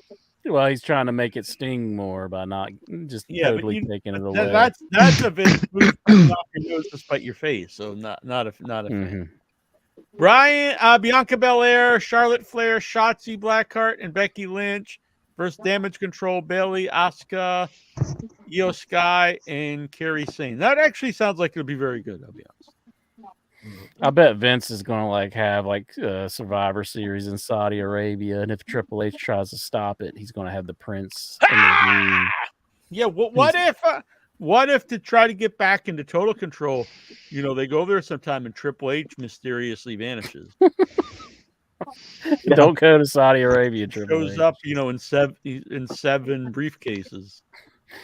Well, who all would they have to ice to get Vince back into charge? Yeah, there's quite a pecking order now. This is the end of The Godfather, like when they all get killed, all the family. Dana White. Stephanie's all scared but doesn't say anything. I've never seen The Godfather. Thanks a lot, Jack. You probably have, and you're like, I'm watching that shit. I gotta watch Ernest Scared Dumbass or something. What is it? Ernest Scared Stupid. Ernest Scared Stupid. Jeez, get it right, Jack. That was last month, Jack. Now we gotta watch Ernest Ruins Christmas or whatever the fuck it is. Everyone's talking about tonight, Speed 2 and Knucklehead. Was there an Ernest Thanksgiving movie? I don't think there was. Yeah, Ernest Saves Thanksgiving, probably. Probably not. He has free will. He's not like a slave or anything. He's a grown man. He has, I think, cable, because he has Tubi, so he has the internet, and he decides with his time he's going to watch every WWE movie. This is what he decides as a grown man with free will to do with his time. I think he was just pointing out that they were there. I don't think he watched. No, he started watching them. He watched No Holds Barred. He's going to run the gamut. He's going to go through the WWE. It's like he's going to start the beginning and watch the whole WWE verse of films. But I think he's doing it for the shock value. Oh God, you did what? You I think he just loves the Marine 9 with Summer Rae. Men's War Games. Cody Rhodes. Oh, by the way, I don't know. I'm going to say Charlotte Flair's team wins the other one. Although Damage Control should win since they're an actual team. Yeah, that sounds like Damage Control loses and Bailey gets kicked out. Really? Bailey kicked out of her own team? That's bad. Or I guess it would be all an Asian. Well, it sounds weird because they're aligning all the Japanese girls into one. That's WWE's way. They always like to put all the Mexicans together, all the Asians together, all the black people together. Cody Rhodes, Seth freaking Rollins, Jey Uso, Sami Zayn, and Randy Orton versus the Judgment Day. Damian Priest, Finn Balor, Dirty Dominic Mysterio, JD McDonough, and Drew McIntyre. I think Judgment Day's got to win because they want to keep them strong. It's not going to hurt the other guys, I don't think. But if they feel like they go in and they lose. You have Orton losing his return match after a year. I don't see that. I don't see Orton losing his return match. Although I guess if it's a War Games, it's not elimination, so he wouldn't really have to lose.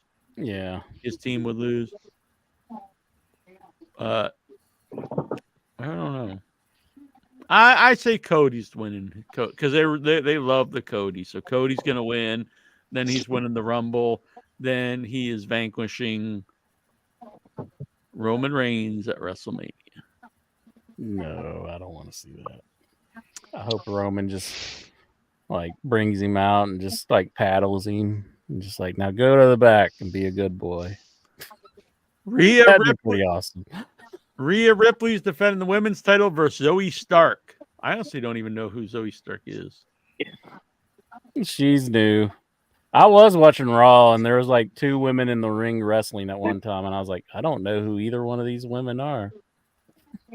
It's like 2 new ones from NXT, but I know Zoe Starks. I know who she is. It's Zoe Stark, not Starks. Yeah, Zoe Stark. That's what I said. Is she related to Iron Man? No. It looks like she's all steroided up.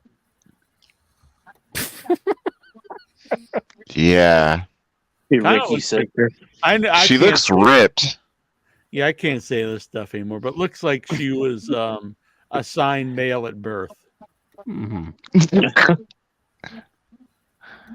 No, she just like got a lot of muscles. No, Isn't there a- even her face. You're just looking at one like picture, probably. Like,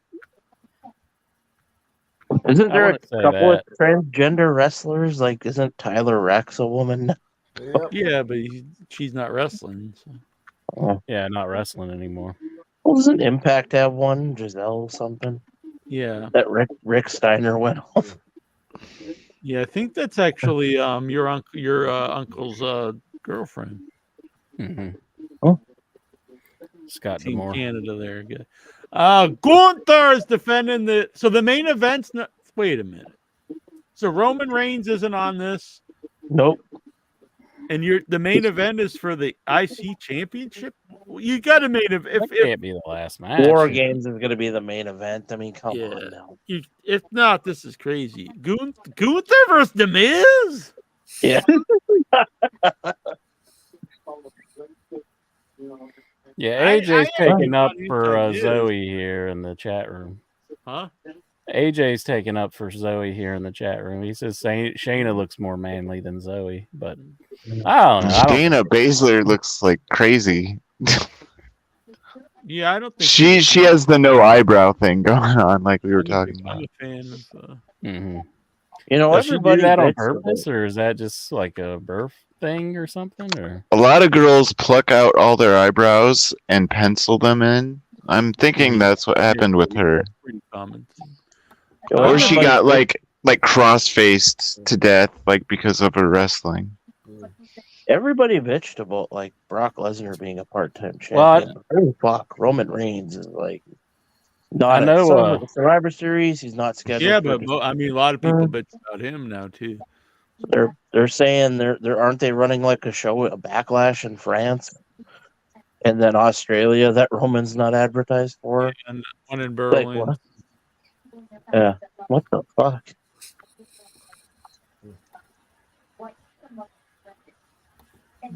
Yeah.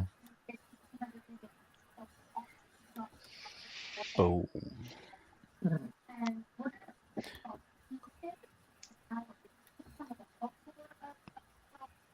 Here's Zoe Stark. I don't know. I mean, I don't really care, but she looks pretty manly to me. Yeah. jeez, Jack. Maybe I've not seen her. She's Like, good. if you actually see her, I think she doesn't look that manly. Like, I mean, it there's- doesn't matter. I mean, maybe she's good. I don't know anything about her. Gunther versus The Miz. Jesus Christ. I actually like The Miz, but Gunther versus The Miz? Like, that's Gunther like versus The Miz. one of the last people I want to see versus Gunther. It's weird. Yeah, I that's guess- a lot of skin too. They both wear like no tights. Well, I don't care. It's just like a whole bunch of naked dudes. Yeah, but I mean, that's pretty common in wrestling, dude. Well, they're like extra like wears tiny tights. Both of them. I don't know. I mean, same as like Randy Orton or Cody, right there. Now Cody wears more, but yeah. Oh, Cody has the long tights, I guess, but Randy Orton has just regular tights. Yeah, but back in like 2005, when everyone wore like tiny tights, same Well, kind of anyway. I'm a big fan of Gunther, so I want Gunther to win. But that seems, I don't know. It's weird. On this day in 1988, Ted Turner signs papers officially finalizing the deal to make him the new owner of Jim Crockett Promotions for the price of $9 million, the top NWA affiliate in the country. Do you remember reading about this? No, because I didn't have dirt sheets in 88. Yeah, I was like pretty young. I didn't really understand all that at that time. Yeah, I was 12. Yeah. I Good night. was I'm out. like, nighty night, Lexar. Hey, we're not going to read your Sleep question. well. Sleep well, my Rita, friend. please. Have a good Thanksgiving. Kenny King left Impact Wrestling. Who gives a fuck? Did you enjoy his last? No, I've never enjoyed anything this guy's done. Kenny King? Kenny King. Like, I think he was dancing, and like WWE took the Legends house to his like dancing establishment, and he looked pretty embarrassed about that. Do you remember that episode? They had like Mean Gene there, and I like, didn't watch the show. Yeah, and you could see Kenny King there. So by dancing, I meant like male stripper. Mm-hmm. Hell yeah. See, this is one you're gonna have to look up, Bruce. Maybe you can get him to see some Kenny King all oiled up on the pole. Mm-hmm. I don't know who he is, but I'll look him up. Yeah. The main plan by WWE is for both brands to have their own tag titles in time for the. Dude, you can't just keep doing the same stuff all the time. Like they brand split, combine the belts, then have new belts. They do this ever since they ever did a brand split. They do the brand split, then they combine the shows, then they split them up again, and then you have all the belts again. Then you got to bring them back together. Just go one way or the other. We don't need two sets of. This goes for all the wrestling on TV. Well, they You gotta don't have need a belt so for the many. modern day Macho Man. Who? The modern day Macho Man, Seth Rollins. That's so laughable. It's They like, call what? him that? No, Kevin Nash was saying he's like the modern day Macho Man. What the fuck? He's a good wrestler, but definitely not a promo or charisma. I mean, I'm not saying he's not talented or by any means, but definitely not on the level of Macho Man. No. No, he doesn't try. Do you think Like- they'll bring in Los Lotharios into the LWO? I don't know if I could possibly care less about that question. Is that a kill question? Yeah. I don't know who Los Lotharios is. I'm dumb. That was the LWO is considered a big deal. That was Garcia and the other one. What's his name? Humberto Carrillo. Yeah, Carrillo. That's it. That was those two guys when they were like doing like heartthrob gimmick, and I don't know. I guess they could if they wanted to. I thought they were going to go another way with those guys, though. I Like, say yes. see, you kill. I don't hate you. I was trying to actually answer your question. I love you, buddy. I said yes. I'm not like Jackie Jones who disparages your questions. Not like all Jackie the time. Jones who will beat your ass. This He is could try. interest. Just sit there like a bitch and play with his knives. He and could pull out his try. gun. And then I just boot him in the face and take him down. Whatever. If I laid into him, he'd just get in the fetal position. And be like, lay "Oh, down please like stop a bitch." tumbling me in, Like sure." this friggin' finger poke of doom. I wouldn't even need to poke him. He just lay down. Not a chance. Not a chance. Look at me. You're half asleep right now. No, I'm not. I'm fully awake. You're all reclined. I'm up. Ready to go. Ready to pounce. Ah! Ah! Look at that. I saw you flinching. It is kind of scary. You are a scary man. I take it back. Thank you. The Young Bucks officially finished up with being elite. If so, what are your favorite memories of it? None at all. My favorite memories that it's now ended. I mean, there was things that made me laugh at a time, but like I think the funniest. I never even broke a smile. Never even smirked. Well, Blank face. I watched one where like it was right after the CM Punk thing where he called him out in the ring, and I watched it, and they had a thing where like Adam, the Hangman was like really into like teaching somebody something really stupid. It was so stupid, and then like somebody came into the room and they're like, "Hey, Adam, there's a CM Punk just," and he's like, "Shut up! I'm in the middle of something," and it was kind of funny. But other than that, I never really laughed that much. You had to seen it, Jack. Yeah, That's how I watched every episode. During the filming of The Punisher 2005, Kevin Nash was accidentally stabbed by Thomas Jane when he forgot to swap a real knife out for a prop. Nash hadn't even noticed he was bleeding. How do you do that? Oops. I just stabbed you with a real knife. Oh, I'm not saying that didn't happen. It kind of sounds made up, but I don't know. It's like, hey, this real knife. Oh, I forgot to switch it with the fake one. No biggie, right? That's actually the ending of Oz, the last episode of Oz. I would like somebody to ask Thomas Jane that. Did you stab Kevin Nash? It sounds with like a real made up knife? wrestling. I'm not saying it's impossible, but it sounds made up. Mm-hmm. If I'm just some dude watching AEW did not deep into this shit, and Ospreay's announces a signing, I'd be like, didn't I just see him a few months ago on here?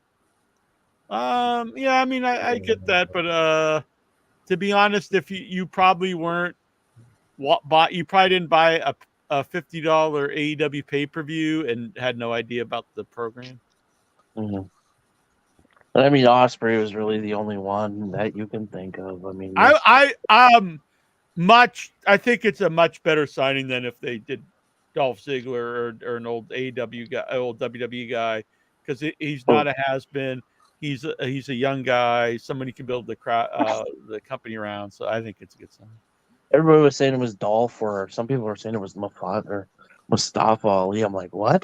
Yeah, now that's pretty weird. Oh, I think Those really guys, think they've got to watch out. So I'm not against. I was never against bringing in old WWE guys. Some of them have done really well, but I think they're at the point right now where they have so many on there. You got to be careful because you don't want to be the company that just hires all the ex-WWE guys. Right. Everybody still says that. Case by case basis, because like there's guys that people feel like weren't used right. So like when Brody Lee comes in, that's like a guy that people like, well, this guy never really got the shot he deserves. So that's a good sign. Right. Miro. And then there's people like Daniel Bryan who did get a really good shot in WWE. He was pushed, was champion and stuff. But he's also a guy that kind of fans love because he's such a good in-ring performer. So I think that's a good sign. But then you start getting like so many like guys that are like Mustafa Ali. If he came in and really did well, I guess he would be a guy like you could say didn't get a shot. Dolph Ziggler to me is just someone's been around so long. I think it's almost too late to be that for that to be a big deal. Well, and everybody's still Especially with convinced so that many they're other bringing. Everybody's still convinced they're bringing in Goldberg, and I'm like, they do that. I mean, what the fuck? I'm not even against. If you didn't already have so many old guys, I'd like if Sting retires and he's not on anymore, and Goldberg's like the resident legend. I don't think in theories that's bad, but you already have so many other people, and also there's a big difference between Goldberg and Sting to a lot of fans because Sting always had the crowd with him, where Goldberg, the old school NWA fans never really liked, and AEW fans are more in ring, like ring quality oriented, and where that Sting was like Ric Flair level in ring wrestler, but Goldberg's really the antithesis of that, and I just think it's kind of the wrong vibe. It's not really the right fit. Could be just like you say, though, just a rumor. Yeah. Maybe I'm Tony really I'm never not had against any. like he came in for, but what would you even do with him at this point? Like his matches there's kind of sad to watch now. Yeah. And that was even like a year or two ago last time he was wrestling. Well, if he was on the His- roster, would you have him carry him in a match? Like, Yeah, I mean, like MJF probably could do it, but like you wouldn't want to do that right now with MJF as your top babyface. Like, Yeah. I don't know. I if you did bring him in, I think the best thing if he was in a tag team and he could just come in and do the spear and make people happy. But besides that, like I don't know. You couldn't like really just use him as a top guy or anything, which they probably wouldn't do anyway. They do have a pretty good track record of using legends in fun ways. Yeah. Which is nice because, like in WWE, all they did was come out and Randy Orton would RKO him and then throw him in a pool and then have his way with him and then two stomp on years their legacy as much as they can. Manu comes out. Manu poops on him. 2 years ago today, the first promo segment between MJF and CM Punk. Any memories? What a of it? payoff to that feud. Yeah, I mean the stuff they never did happened. together was great, but yeah, we never got a payoff to any of it. Mm-hmm. As reported by, we did have a great match. There was the dog collar match. That was really good. Oh, okay. Yeah, that was him. I'm sorry. I apologize. As reported by Polestar via WrestleNomics, AEW sold 7,000 tickets for the event, drawing $533,000. In terms of attendance and gate, these figures make Wrestle Dream. Oh, that's the other pay-per-view. that was the one where Adam Copeland. Yeah, the worst performing pay-per-view of 2023. I mean, well, one of them has to be the worst. I don't know. Has Intra bought the new Spider-Man game on PS5? No, I haven't played any of the others either. Like I bought them. Like I have the PS4 one and the new one, Miles Morales, but I never played them. I do that with a lot of games, though. I buy them and I never play them. You ever Lexar them? No, but that's a good suggestion. Why'd you Please get rid of please stop comparing Lexar's questions to mine. I actually always say that yours is the only time I compare them is I say, Lexar, you can't say anything bad about Nikhil's questions because they are far superior. I think you even have to admit that at this point, ain't you? Okay, well, can you control stuff? Yeah, Last week come on. was Yeah. what? What the hell does that even mean? Can I control stuff? Like, do I have like control of myself? or- Do you That ever was a good miss one. your pants or like what is he asking? But that I thought he was asking like talking that. But about- then it was about like mind control. He's basically asking us if we had the Force. Mhm. Or can we control our narrative? That's what I think he was asking about. Please, no, he says Eric Bischoff thinks Goldberg versus Jericho and WCW would have been a train wreck. Oh, I don't agree with that at all. I think that would have been good. I think Jericho's an prime AEW for would be a train Goldberg? wreck, but Yeah, back they had a good match in WWF years later, but during that time, that would have been great. Jericho in his prime versus Goldberg, that would have been fun. Yeah.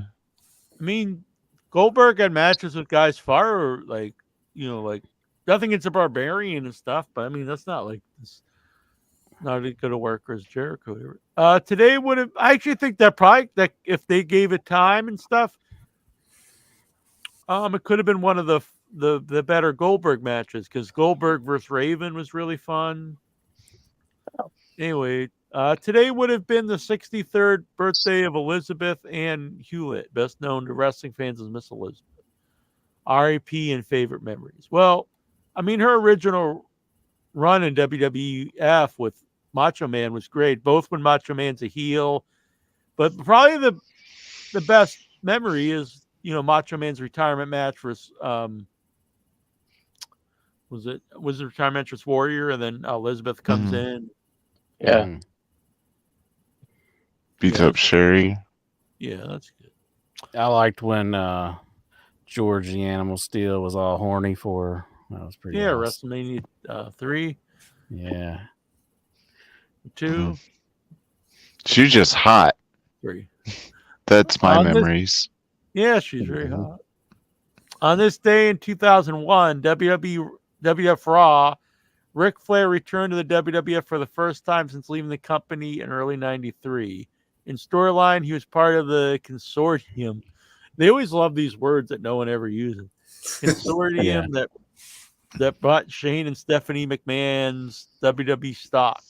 Any memories? I remember it being bad, and it was really weird because remember Vince kept pulling on his ear whenever they talk. I never really understood what was happening. Yeah, I wasn't sure what was up with that, but yeah, that Rick was having trouble with that word, the consortium or whatever. Yeah, well, it's not a. I mean, when did you ever?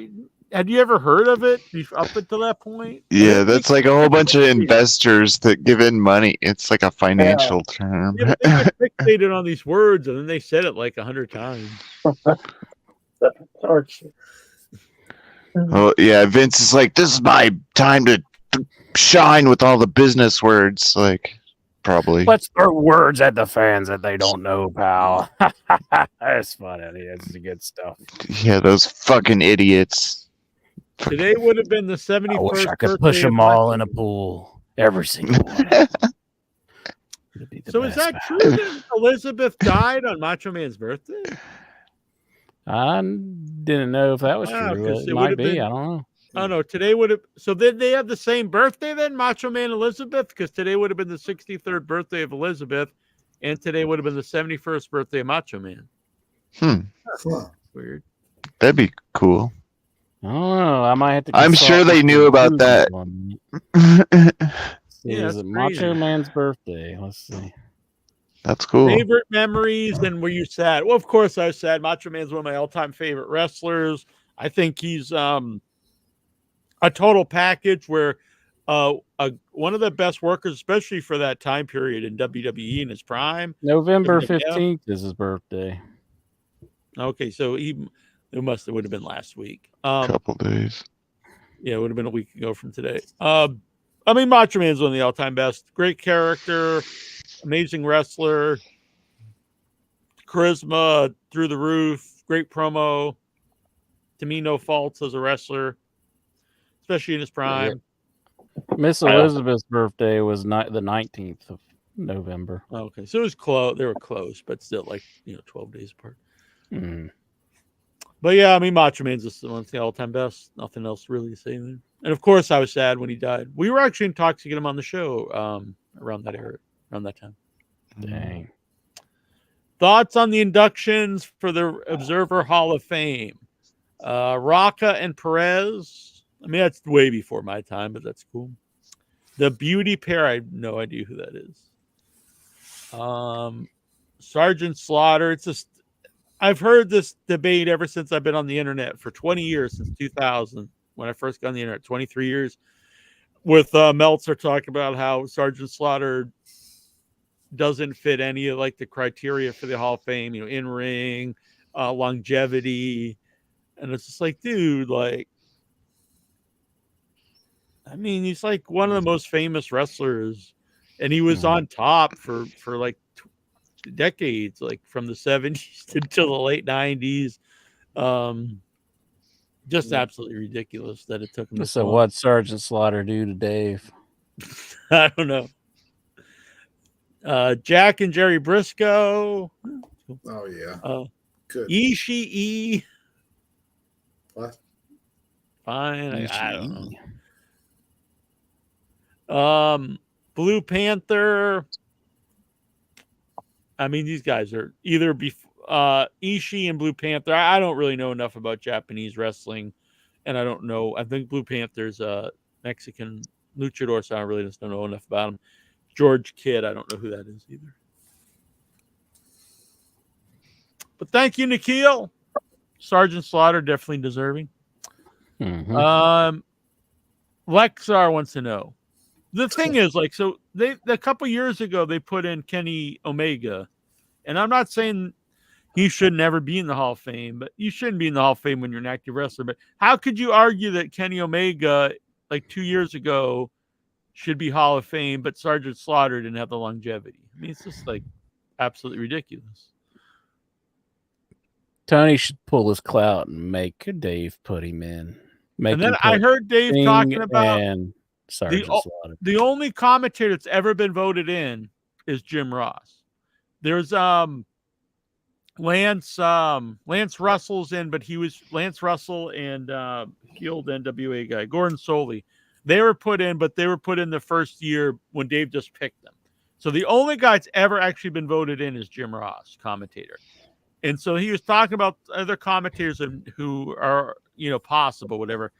And he was saying out of the ones that aren't in, the only one that really should be, or the front runner, was Mike Tenay. And so he said Mike Tenay over Tony Schiavone, over Gorilla Monsoon, and over Jesse the Body Ventura.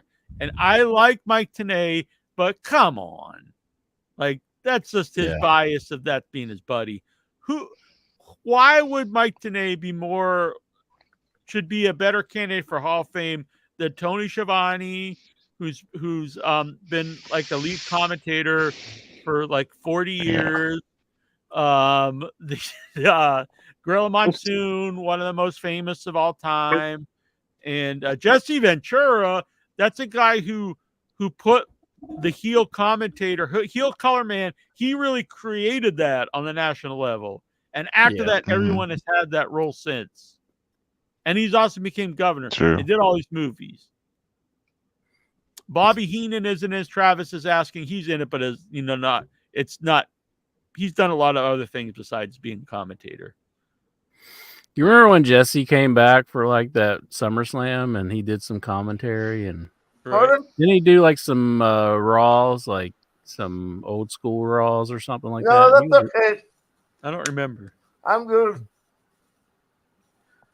Yeah, he was really good at his when he came back. No. Still. Is he talking to us or somebody else? I don't know. How are you? Are you there? Are you talking to us? No, I think he's on the phone, actually. Lexar's questions. Now let's gauge which are better. I thought all those Nikhil questions were good. Lexar wants to know, do you eat before Thanksgiving dinner? Never. Like save up like your appetite, so like when you dig in, you really get crazy. No, the opposite. Like actually have food before you have dinner. Like breakfast? I'm gonna have my pre-dinner, my pre-Thanksgiving dinner. I mean, we have breakfast. We have like something special for breakfast, like cinnamon rolls or something. But no, I mean, I eat cereal or something, or but I don't. That's a good question. You got to save up your appetite, so like you dig in and you just eat like a wild animal, and you're just like. Thoughts on the new president of Argentina? I've been looking up on it, but I'm for him. Who is the new president of Argentina? He's crazy. He has like a chainsaw. He was like on the campaign trail with a chainsaw. Yeah, he had an actual chainsaw, and he's like, "I'm gonna." Yeah, he's like a. No, I have his name written down. You write down the name of the president of Argentina? Yeah, because he's like kind of a freak. It's Javier Milei, Milei, and I don't know, whatever. Do you have a list of all the presidents of every country, or like a list South American presidents? Duh, you got to. I'm joking. I don't. I just saw some. Yeah, that's that guy. That's an actor. Yeah. Look, yeah, he was an actor until 2 years ago, and he started running because like the old government said that he should, and he started taking like chainsaws out, and he got elected. He said he's going to switch to the dollar from the peso. And Why are we even talking about this? I don't know. Anyway, I- I'm going to go get a soda. I'll be right back. I don't care. Argentina's in sad shape. They need somebody. Yeah, there's no good answer there. I don't know. Need a man with a chainsaw, so you were Yeah, sometimes there's a lot of trees. I guess I don't know. Lexar wants to know: do you yay or nay? What? Look at this guy. I don't know. Vic, do you yay or nay? He's like cosplaying as the dude, I guess. What the fuck are you even talking about? Yay or nay? I'll be right back. That's the whole question. Do you yay or do you nay? What in the fuck? I yay. Okay. Yeah, I'm positive. It's like Be half glass positive. full. Yeah, yay, definitely yay. Yeah. Since you guys are yay and I'm gonna nay. Yeah, fucking negative Nancy over here, bitch. What's gonna be the fucking... Nay. Nay. Mr. Ed over here. Hello, Wilbur. I'm Mr. Ed. That's actually very good. You got peanut butter. I'm after Mr. your gums? Ed. Nah, I can't do the lips when I'm doing the voice. Hello, Wilbur. That's pretty good. You should do the whole show as Mr. Ed. What are you gonna eat for Thanksgiving? Mr. OIB. Lexar wants to know, do you prefer Black Friday or Black Monday? It's not Black Monday, it's Cyber Monday, Lexar. I like Black Black Monday's when Friday because Black like Mon- everybody got destroyed on Black Friday. Like, people were fighting and Yeah, that's killing each a other. big part of these Thanksgiving movies. But now it's all wimpy. Black Monday, Vic? Black Monday is when the stock market crashed in 1929. Oh, but do you really think Lexar knows that or he'd even ask about? I think he's asking Cyber. You're just assuming that Lexar did not know that. Yeah. If Jack and Incher were to have Thanksgiving dinner at their homes and can invite 8 members of the Headyverse, who would they invite? That Lexar's a real idiot. I would invite I can't narrow it down to 8. I would invite every member of the Headyverse who can make it. And who every member of the Headyverse who does not have their own family or friends at that moment to share Thanksgiving would be welcome at the Headyverse Thanksgiving. Even Swaps with open arms. I would invite Mitten just to stick that knife in the Damn. Jack's back, and he'd see his young boy having dinner with me. Whoa. John Reddy is back. Oh, hey, John Reddy. We're getting turned on by the turkey. How many people have you killed with that knife, Incher? Wouldn't you like to know? No, nobody. I've not killed anybody. It would be pretty awesome if you killed someone, if Jason Mitten like turned his died back at your on you, hands. turned his back on you and became my young boy. Wouldn't that be pretty cool? If I converted him. He's kind of worthless, so you can have him. Yeah, I converted him to the Incher side. You Jack's guys trying can- to no sell it right now, You but guys he go knows. do the bit together.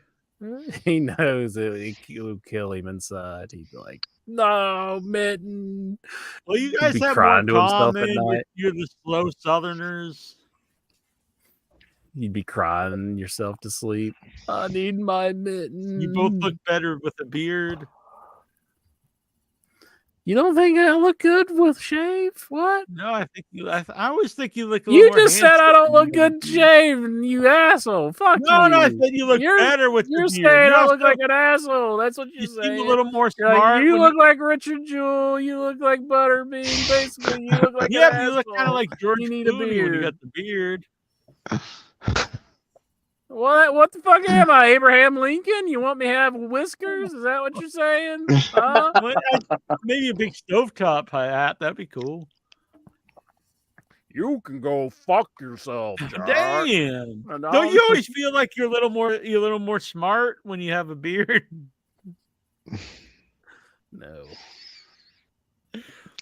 No, I love thought you you- just the way you are. Sure.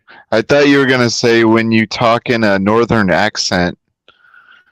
I don't know. I don't know if Venture can pull off a northern accent. I don't know if Venture can pull off a northern accent. I don't know if Venture can pull Hey. off a northern Hey, I'm Jackie Jones. I live up here in Boston, Massachusetts. Venture needs a ZZ Top beard. No. That'd be cool. You should start growing it. Yeah. How long do you think it would take you to grow that? I don't know. Like 12 years? Probably. I couldn't have that shit on my face. Do it. I sent you a video of a guy who they just glued like a beard on him. It looked pretty rocking. Oh, that video? Yeah, I watched it where they were like putting hair on him and everything. Yeah. And he looked like he didn't look good in the end. I No, said I think he looked better before. If Jack, how was Stephen Butler Thanksgiving holiday last month? Now, run that about me again. How was Stephen Butler's birthday? What? Thanksgiving last month. Oh, the Canadian Thanksgiving? I don't know. What do they give did- thanks for? That they're Poutine, next to us. log cabin. Favorite Thanksgiving theme movie? Well, that's easy. Planes, Trains, and Automobiles. Doesn't Charlie Brown have one too? Yeah, but if he doesn't, Thanksgiving. it's not memorable and not. Isn't it the one where he's a magician and like No they make one knows stuff it. cool? Everyone loves Planes, Trains, and Automobiles. That is the only answer. Every other answer is incorrect. Yeah. But now there's a horror movie Thanksgiving movie. And I You like a lot. it. It's up there, but still Planes, Trains, and Automobiles. What do you usually watch on TV for Thanksgiving? Football. Survivor Series, the Thanksgiving Eve tradition. The only thing I really Taboo remember, Turkey Day is what I watch. USA had a marathon of the Back to the Future movies, and I remember watching that, and I was like, "Yeah, that's pretty good." I like Back to the Future, but No other than police that, I shadow. don't know. What's Other your than that, I thanks- don't really remember anything other. I hate the Macy Day parade. I think it sucks. Yeah, I fucking love it. No, I'm with you. Now he Sure. loves it. I like it What's when the your- balloons like fall into the buildings and stuff. Whoa, fun. it's like 9/11 or something. Come on. They're I've balloons. seen like a Oh. documentary on like Sonic the Hedgehog, and they showed like his What? balloon like deflating, and I was Yeah. like, "That's the saddest thing I think I've ever seen." It was pretty sad. Just Good like seeing the for That'd be a American good- balloon. I got a whole bunch of them. I'll find them. You I don't got need a 'em bunch right of now. them. You look Yeah. comfy. I got the balloon dog here, so Yeah. squeaky. Oh, yeah. Spooky. What's your Thanksgiving's plans? I'm gonna make Cornish hens for me and my mom, and some stuffing and Mm. a baked just- sweet potato. When in the morning you need to go down to the store and buy a turkey. My mom don't like turkey, bitch. Just make it for yourself. I can make a whole fucking turkey for me. Yeah, just force her to eat it. It, So it, you're freeze, eating it this. freezes really well. Yeah. Just like, come on, Mom. This is Thanksgiving. Eat some turkey. And I had She don't like Eat it, some so I'm gonna turkey. make something we both like. It's good. Cornish hens are good. Cornish They are hen good. sounds really good. They are good. It's also poultry and it's good. Am I going to have to bust your fucking door down with the turkey and make no. you all eat it? I like turkey. I had turkey last week. We went to a diner. Annabelle and I had turkey dinner. What are you going to do when I force feed your mom some turkey? Probably you call gonna the do? cops. Get you arrested. How would you feel? You're going to have your long co-host What would you arrested do? just because he wants your mom to eat some turkey? If you're in prison and your cellmate's like, I was in here, I killed 12 people, and Buddy McGee over here, he was in here fucking, he raped the whole neighborhood. And they're like, what are you in for? And you're like, oh, I fed my friend's mom turkey. You'd be the prison kid for the whole block. No, they'd say that guy's hardcore. He's a real American. He's trying to make his mom enjoy turkey. Yeah. His co-host on his podcasting co-host mom enjoy turkey. Right? Becky Lynch made history. I think we talked this last week. We were talking about it a little bit. Well, me and Vic was talking about. I want to know the question she was asked, though. Like, I want to see, like, if I would have been able to get them or not. This is the color that signifies go at the traffic light. She's like, what is purple? That is pretty sad. I mean, but I want to know if it's accurate too. So I should probably just go watch. Well, yeah, my friends, Michael Sophia, who watched it, said that she actually got some right, but she didn't. They make it seem like she got 60 wrong question answers, which isn't correct. She just didn't buzz in most of the time, I guess. Yeah. And then she did answer, like, I guess she either answered or was in Final Jeopardy. I don't know. I'd have to watch it just to see what exactly it was. Huh? Gunther said he's not a fan of the Ultimate Warrior. I know we talked about this last week. Is Reddy saying I'm doing a cam show? Is that what he's saying? Maybe. I could see that. Feeding your mom turkey? Is that what it is? You're into some kinky stuff, just like Bruce over there. Muscle men toes and force feeding turkey legs.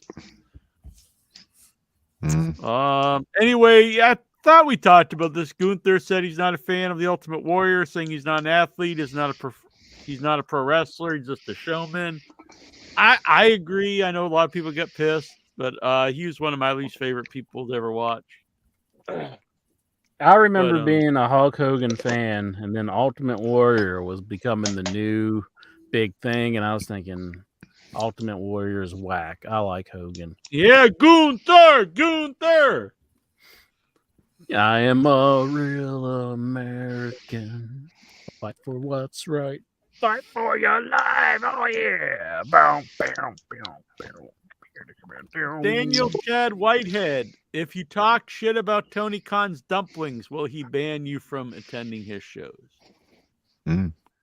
What the hell you got? What's wrong with the man's dumplings? Yeah. I'm sure he's a great cook. Fucking bitch. I think you should be banned. Fuck. Why they are giving him some shit talking about his dumplings like that? That's bullshit. I mean, if you haven't ate his dumplings, don't talk shit about it. Like, don't talk about his dumps like that. Yeah, you fucking asshole. Man.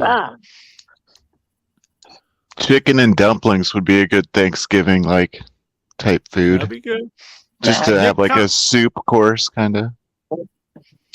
Oh yeah. Nick Khan has wanted premium live events for international markets. Do you agree? Do I agree that he wants them? Yeah. Yes, he What does. kind of question is that? And should it be done a long time?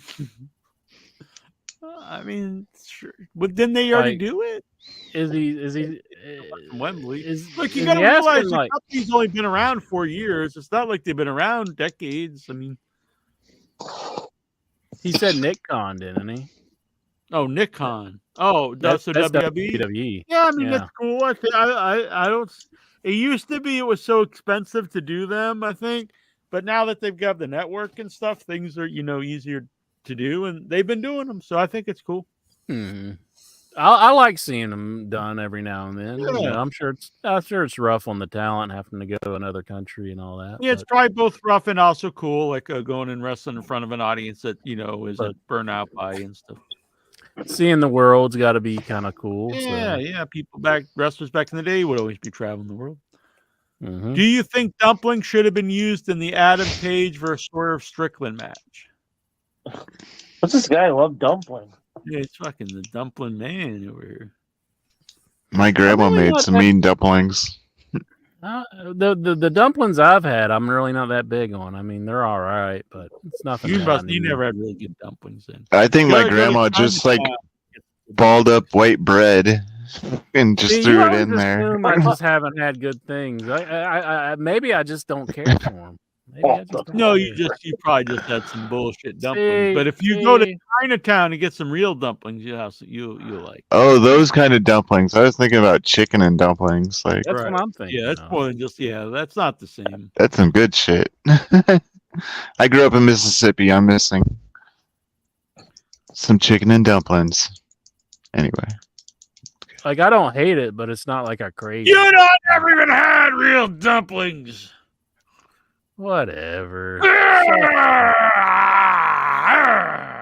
Whatever. Go eat your turducken or whatever the hell you're eating. I'm not a fan.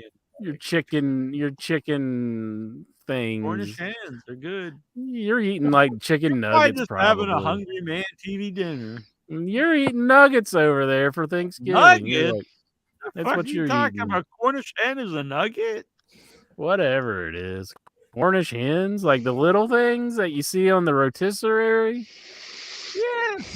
You probably just go to the store and buy Rotisserie. No, they're Rotisserie. upstairs thawing out. I had them frozen, and now they're thawing out in the refrigerator. Alexa wants to know the Continental Tournament starts tomorrow night on Dynamite. Are you excited? Yeah, I'm looking forward to it. It's very strange because I see people bitching about storylines on the pay-per-view, people bitching that the Continental Classic is going to be straight wrestling. Look, it's not that the show is all storylines, not the show is all comics, not the show is all straight wrestling. You have different elements, which I think is good, and I like all different things in wrestling. I think if it's all one style, it's boring. So if you have the Continental Classic and that one thing is straight wrestling, I think that's an interesting concept, and I'm going to give it a chance. Check it out and see. Yeah, you might enjoy it. Yeah.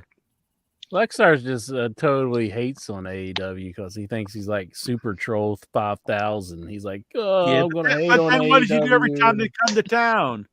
He Goes goes to in him. line to go buy tickets, and then he's Mhm. begging Jack. He's like, "Give me your T-shirts. Give them to me for free, so I can wear them to the show. Give me everything for free. Give me." See, how awesome would it have been if you would have said like you're giving it to somebody else for free, like just to get the reaction out of Lexar? Right. Like you can't do that. That's what I was trying. That's what I was shooting for earlier.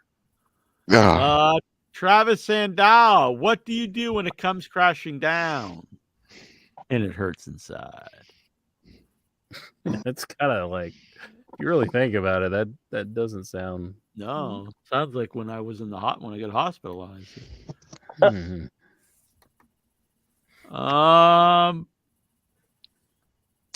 WWE Hall of Famer Snoop Dogg announced he's quitting smoking. Well, and he's just I've going to do seen that. edibles. Who I cares? seen what that was. It was like a smokeless fireplace advertisement. I'm like, so stupid. So he smokes weed. Who gives a fuck? Who gives a fuck if he's a pothead? Honestly, Or who anything now, is it? cares? Probably more people smoke than don't. Yeah, so it's Yeah. like, who cares? It's not that big. What of a Snoop deal. is good at is selling things. I got my Snoop cereal here. He likes selling shit. See, Thoughts on the footage of Asuka getting mobbed by fans asking for an autograph at the airport? it comes with a free toy. See, check. Oh, it comes with biscuit mix. Oh shit. Oh, I love this shit. It's a box within a box. Yeah, and I got. It's a box of Cracker Jacks. He's got the I- dirty double syrup. I had a prop. See, I have this, and I was gonna pull out my Starscream, like, I've got cause a like, kind of covered up at the moment. And I got Skeletor in my Fruity Pebbles. Nice. John Reddy Well, wants to know. No, that's my deer piss is in my Fruity What the Pebbles. hell? Do you drink that? Deer piss. What the fuck? I haven't opened the box yet. God. Is that for Thanksgiving? Yeah, I just dribble a little bit on everything. Is I that base going to be my in the? turkey and you ever base your turkey in deer piss, Incher? There's just a bunch of deers in your yard. Like, what the Bottle of fuck? deer piss. I don't know what do you do with it. That's like a track See, my. deer. How do they Yeah. bottle that? Does someone just go into the deer and they're like holding the bottle? Like, hold still, baby. It's all the piss that goes on the deer's leg. Like, that's the stuff they get. What's the purpose of it? It's like to make. Is it like perfume? Like you smell musky? It's like when they're in heat or whatever. It gets Yeah, them to it's come for out. perfumist. Why is a human buy it? Then you shoot them. You shoot the I human. bought it because it was $2. Are you? You know what I'm saying? No, you I shoot don't. the deer. You You pour it's piss for on hunting. yourself and then the deer comes. They smell the scent, and when they come out, boom. You shoot them. I thought you put it on yourself so you didn't smell like you. You smelled like piss. You get them all horny and then you kill them. That might be like you normally. I don't know. Not you personally, but the collective you. Some people like smelling like piss. Directions: slowly insert wick. Hang wick on branches or twigs at various locations. Set them 6 feet above the ground, and then stand back with a gun Incher's just and gonna wait. kill it with a knife. Yeah. Deer piss with the applicator. Anyway, How do you think they collect that, Incher? How do you collect deer piss? They probably put a catheter in them or something and get it. More than likely. John Reddy wants to know if Incher's ever taken a real dump. What? What? Have I ever taken a real dump? Yeah. This might be worse than the fucking whole thing's question. Yes, I have taken a real dump. If there's one thing we know about Incher's taken many real dumps. Mhm. And not Have you all in his ever- pants either. Have you ever performed the basic human nature that is crapping? You probably wouldn't be alive by now if you haven't, to be honest. But I think he means dumpling, doesn't it? Now tell him he hasn't had a real dump. A real I dump. think he means dumpling, though. Daniel Chad Whitehead, who do you think makes the best dumplings at NWA? Imagine Billy Corrigan cooking anything but crack. I think we're gonna not ask this guy's question. he's just like looking at a dumpling. Like he's like, I can't think of anything. All right, we need can't some think of AI anything. art of Billy Corrigan making dumplings and Tony Khan making dumplings, Vince McMahon making dumplings.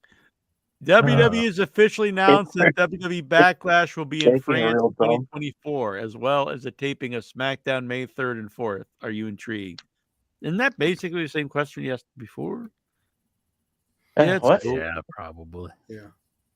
Let's just say good. Yeah, that sounds cool. Sure. That's not what he said. Loretti says it was a joke.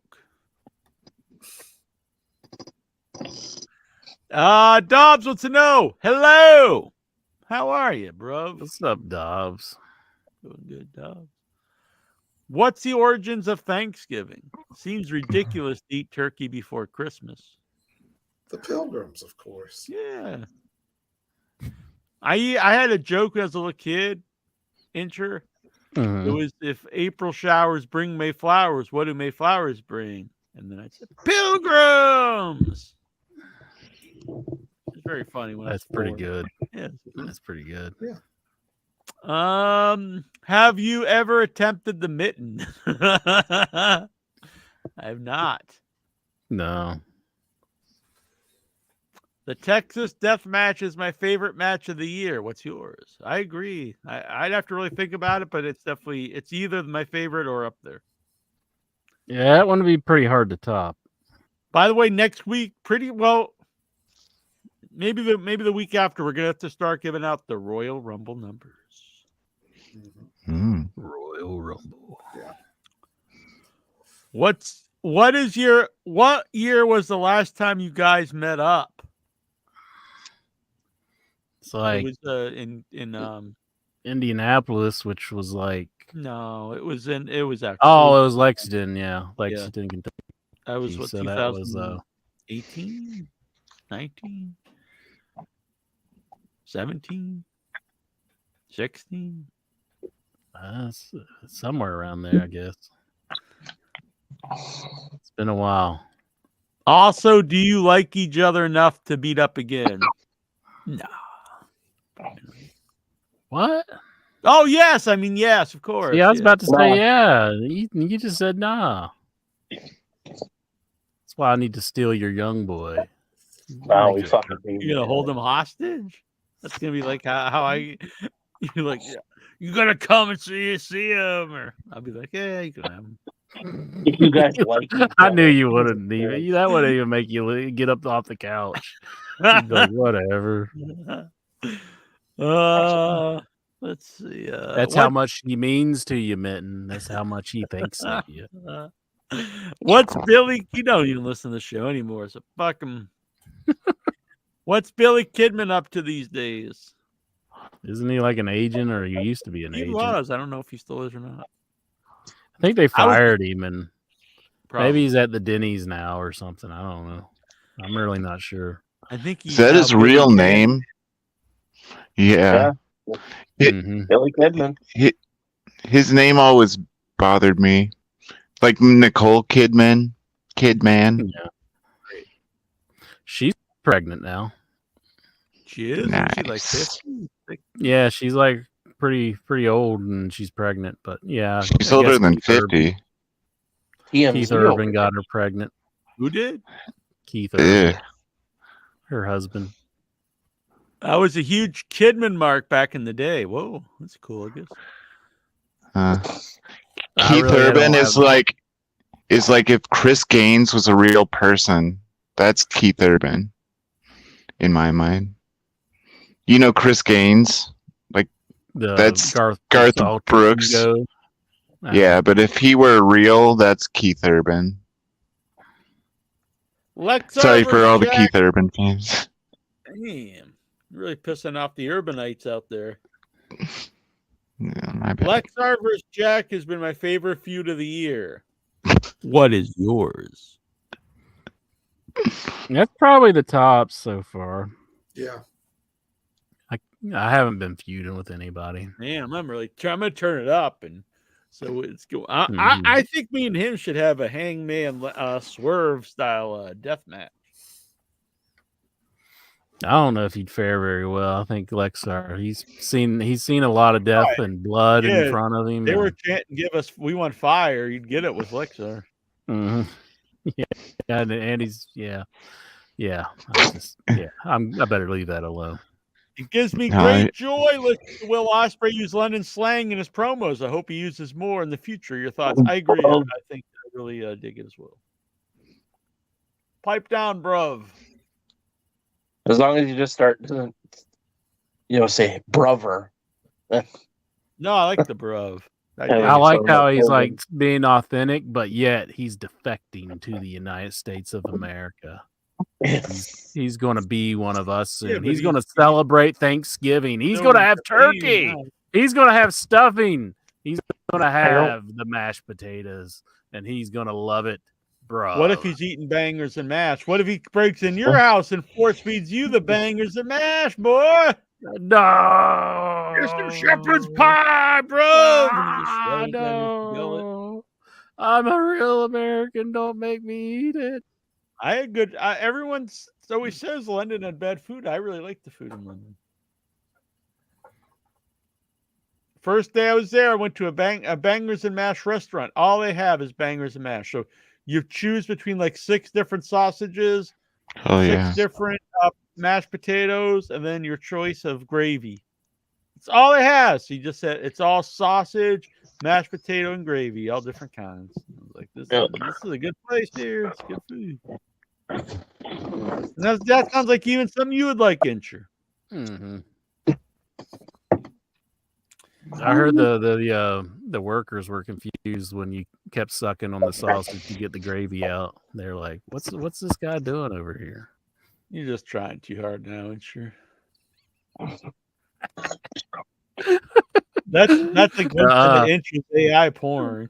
That's pretty good. That's pretty good. Now show me Jackie Jones sucking on a sausage. Top feud ever in the I'll Heady say versus on your feud. little AI photo that you posted on the group that the people in the back, they kind of look like Eric Stoltz from Mask. They're like and like the one dude's like standing right under the shit stream. This is like it kind of actually looked like Kyle Gass, the main guy. Man. So was Eric Stoltz? Blasting off. Yeah. He was gonna get like a Back to the Future, wasn't he? Right. Yeah. They even. But then he got known as the Mask guy, which is like that's not what happened. They actually filmed some of it, but he took the role very seriously, and they didn't think it was working, that they were making the movie the wrong kind of vibe. Well, yeah. Growing up, I watched Mask because my mom loved Cher, loved Cher, and yeah, she loved bikers. She dated bikers, so that was her movie. And so I was like, dude, that kid freaks me out. And to know, I was like, is that real? When I was a kid, but it'd be shitty to be the actor to not get Back to the Future and be known as the fucked up face guy in the 80s. Yeah. Just saying. Well, he still hasn't really. He's never really talked about it much. There it is. Look at the guys and they're just like, what the hell? That's Incher flying out the window with Eric Stoltz. Is that how many fingers does this guy have? This is a woman here. Oh. To be honest, this is probably not a great AI program they're using, because AI has gotten pretty good now. What's the window's not even cracked. It's just it looks like just a totally intact window. Someone should make one with the Mask guy in it now. But that's Incher in 20 years or so. Well, it's not me. I don't like facial hair. Yeah, but you're going to grow it in 20 years. You're going to start. No. See, you're just trying to will it to happen. This show tonight, someone mentioned you growing a ZZ top beard. You thought you're going to think about it. You're going to start growing it. And then in 20 years, you're going to be flying out the window with a stream of bullshit. No. Or a human shit. Incorrect. Incorrect. What if in 20 years, Incher, you're sitting on the toilet, you decide to grow a big ass beard, boom, it just explodes, and you go flying out the window over Eric Stoltz? Are you gonna call me up and damn it, Jack, you were right? No, I'll have to bury that big time. I'll be like, oh no, it actually happened. You didn't know it? I'm like, fuck. It's like let me hurry back in the house and take a shower before anybody notices. Or pay them off, pay them big time to make sure they don't tell a soul. You tell any, I'd make them sign some NDAs. All right. That's bullshit.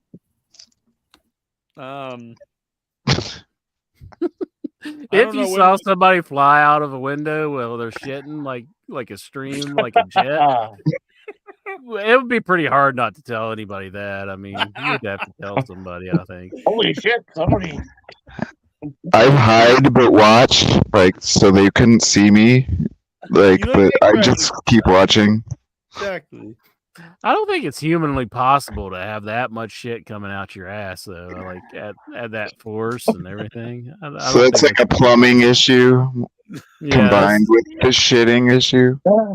Yeah. Maybe you should try it and see if it's possible. If I tried, I'm trying it at your house. No, can you have that take place if we were doing the WV? Mm.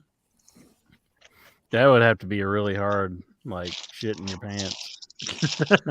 I asked Intra earlier today what he would do if I broke into his house and shit in all his pants. I said I'll whoop your ass. No, that would be a good joke, wouldn't it? To break into someone's house and take a dump in all their pants. See, all I'm trying to do is make your mom eat some turkey. You're wanting to, like, poop in all my pants. I mean, what's... I think that's a funnier joke. You're like assaulting my mom. What a rib.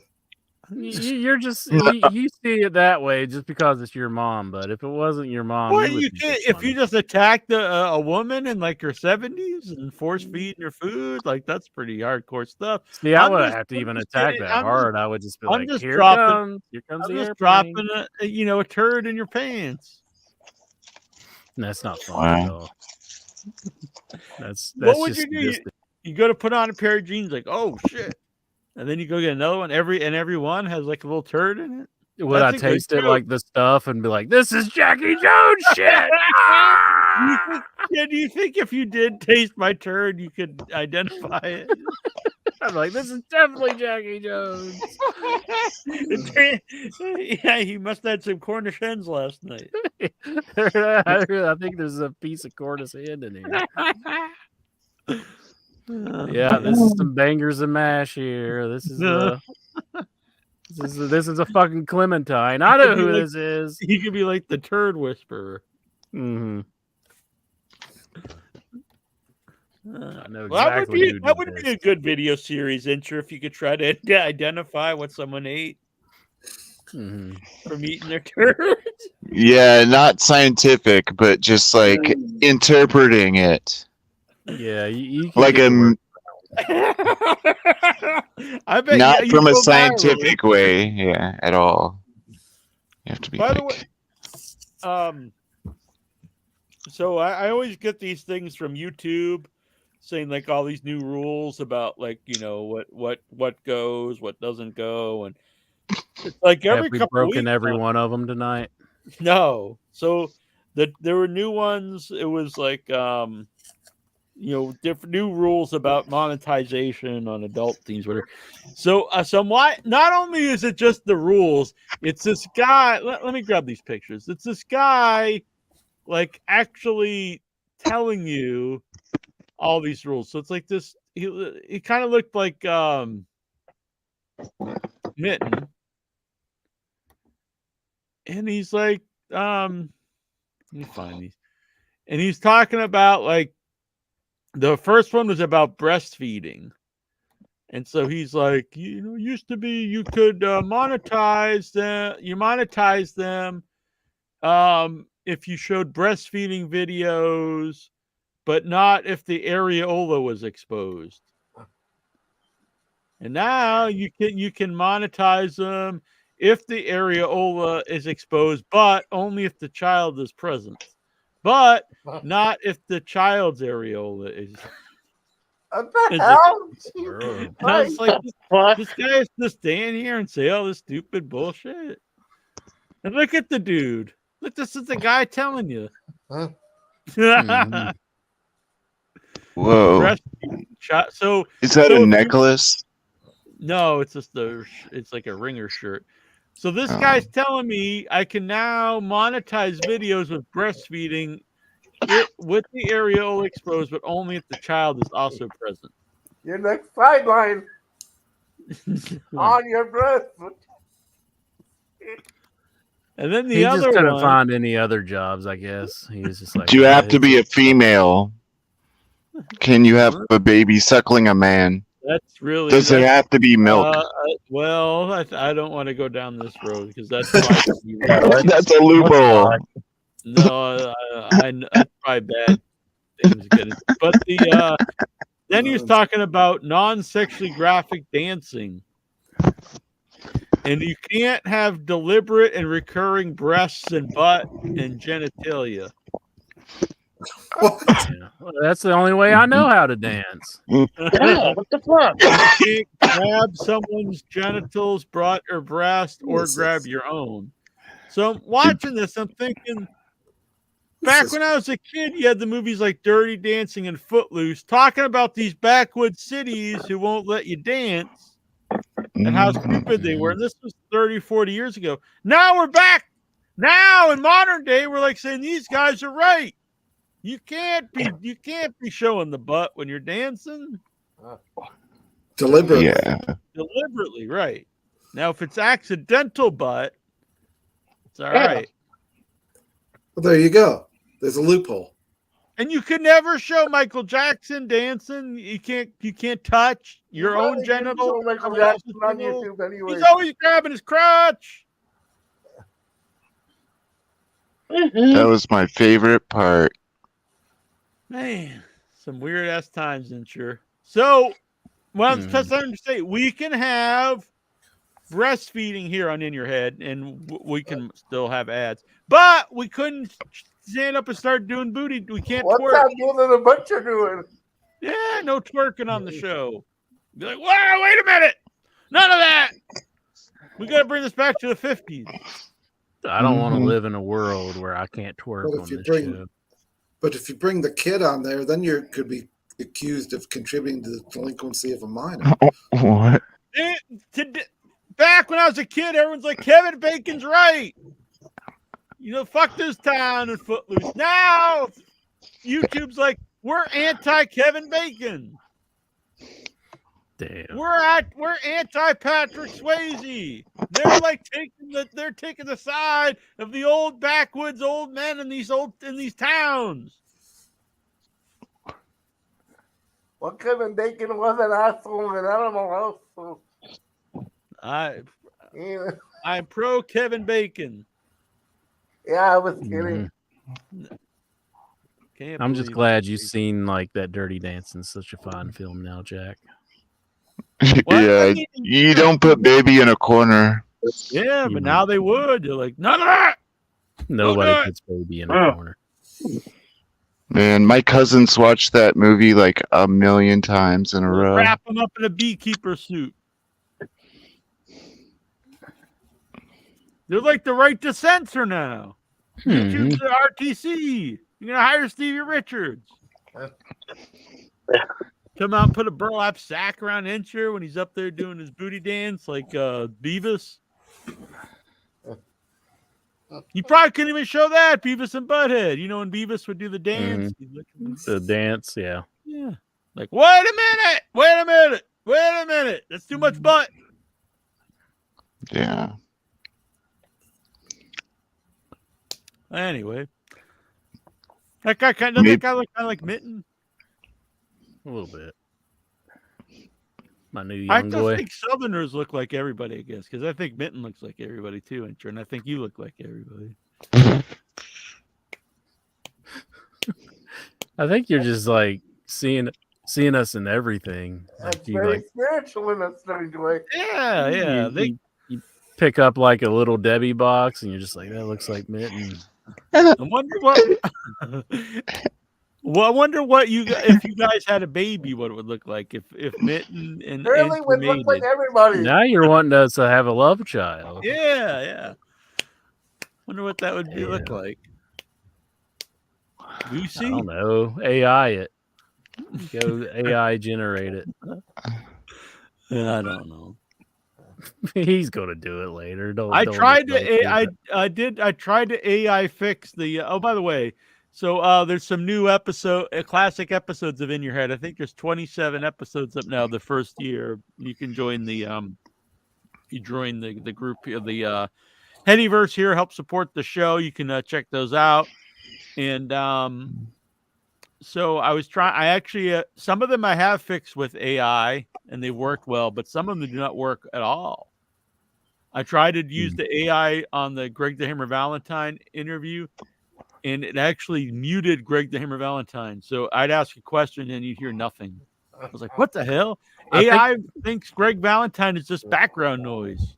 He was really low from what I remember. Like, I think I had to boost his audio on like every answer. Yeah, so I fixed it. It sounds way better than it used to. I did a lot of different things with it, so I think it's pretty good. And they also really messed with the General Adnan LKC interview. So that was another one I had to do. Different. Really? They made him sound like he was like some guy from Kentucky or something. Like Really? Wow. when you use that AI stuff on people with like distinct voices, it doesn't know what to do. It tries to make everyone sound like the same. Mm-hmm. So it get very strange results with this AI thing. But anyway, there's a bunch of episodes up. 3 new ones I posted this week. Ron Hex interview, so you could go and check out the interview with the man who created the Andre's Big Song, Greg the Hammer Valentine, and General Adnan LKC. The Adnan LKC one I put up for free, so anyone can check it out. Not only are the interviews there, but the entire episode, which right now aren't really currently available anywhere. So they're remastered. You can check them out. Join the Headyverse. Help support the cost of the show. You also get the emojis. You get archives of the Jackie Jones Show. And if you become producer, you get your name here on the show, like our friends El Santos World and Brian Matthew Clutter. Bam. So a shout out to our members, Incher, the Headyverse members just joined today. Anastasio Theodosiadius. Yeah. Tazo. Craig Jolly. Craig Jollies. Stephen Boutlars. Steven. He's always a good man. And our Hall of Famer, Steven Simmons. Yes. Steven Simmons, who would choose a Skyline chili over his own home brand. And Mikey B, and Mikey B, yeah. Mikey B, Mikey B, yeah.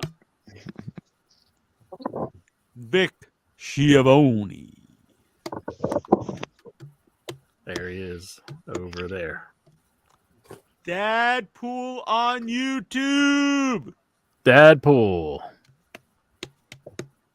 He's a good The man. Geek Get Away. Tony TGD, the Geek Getaway. Tech Dingoes. Tech Dingoes. He's like the Dingo Warrior, but he's the Tech Dingo. Yeah, it's like Techno Team 2000 with the Dingo Warrior. Mm-hmm. And our producers, Brian Matthew Cluttar and El Santos World. If anyone out there would like to be a sponsor and get us to full on HD, send me an email. It costs a lot. It's not going to cost $1,000, but it does cost more than currently up there. But if you would like that, we'll put a logo up here for your product or your website, or you can just do it out of the kindness of your own heart. Put also up on the website itself. And you can watch In Your Head in full HD. Full HD. All right. But if not, you can watch us in standard definition like that. But it's still. I'll wear sexy clothes. Hell yeah. Yeah, Will not show butt, breast, or genitalia. Okay. Deliberately. All right. I had a good time, Incher. Vic I had Schiavone fun. versus Ghost. Goosey! And Ludite. He's the man. Hope y'all have a good Thanksgiving. Yeah. Oh, yeah. Canadians who were, blasphemers and, celebrating Satan up there in Canada. No, we do that on Halloween. What do you do on Canadian Thanksgiving? What do you do? Apologize to the Indians. Oh, really? Oh. Yeah. No, I don't know. I think people say miss you, but we don't have the story. Like, you guys have a story?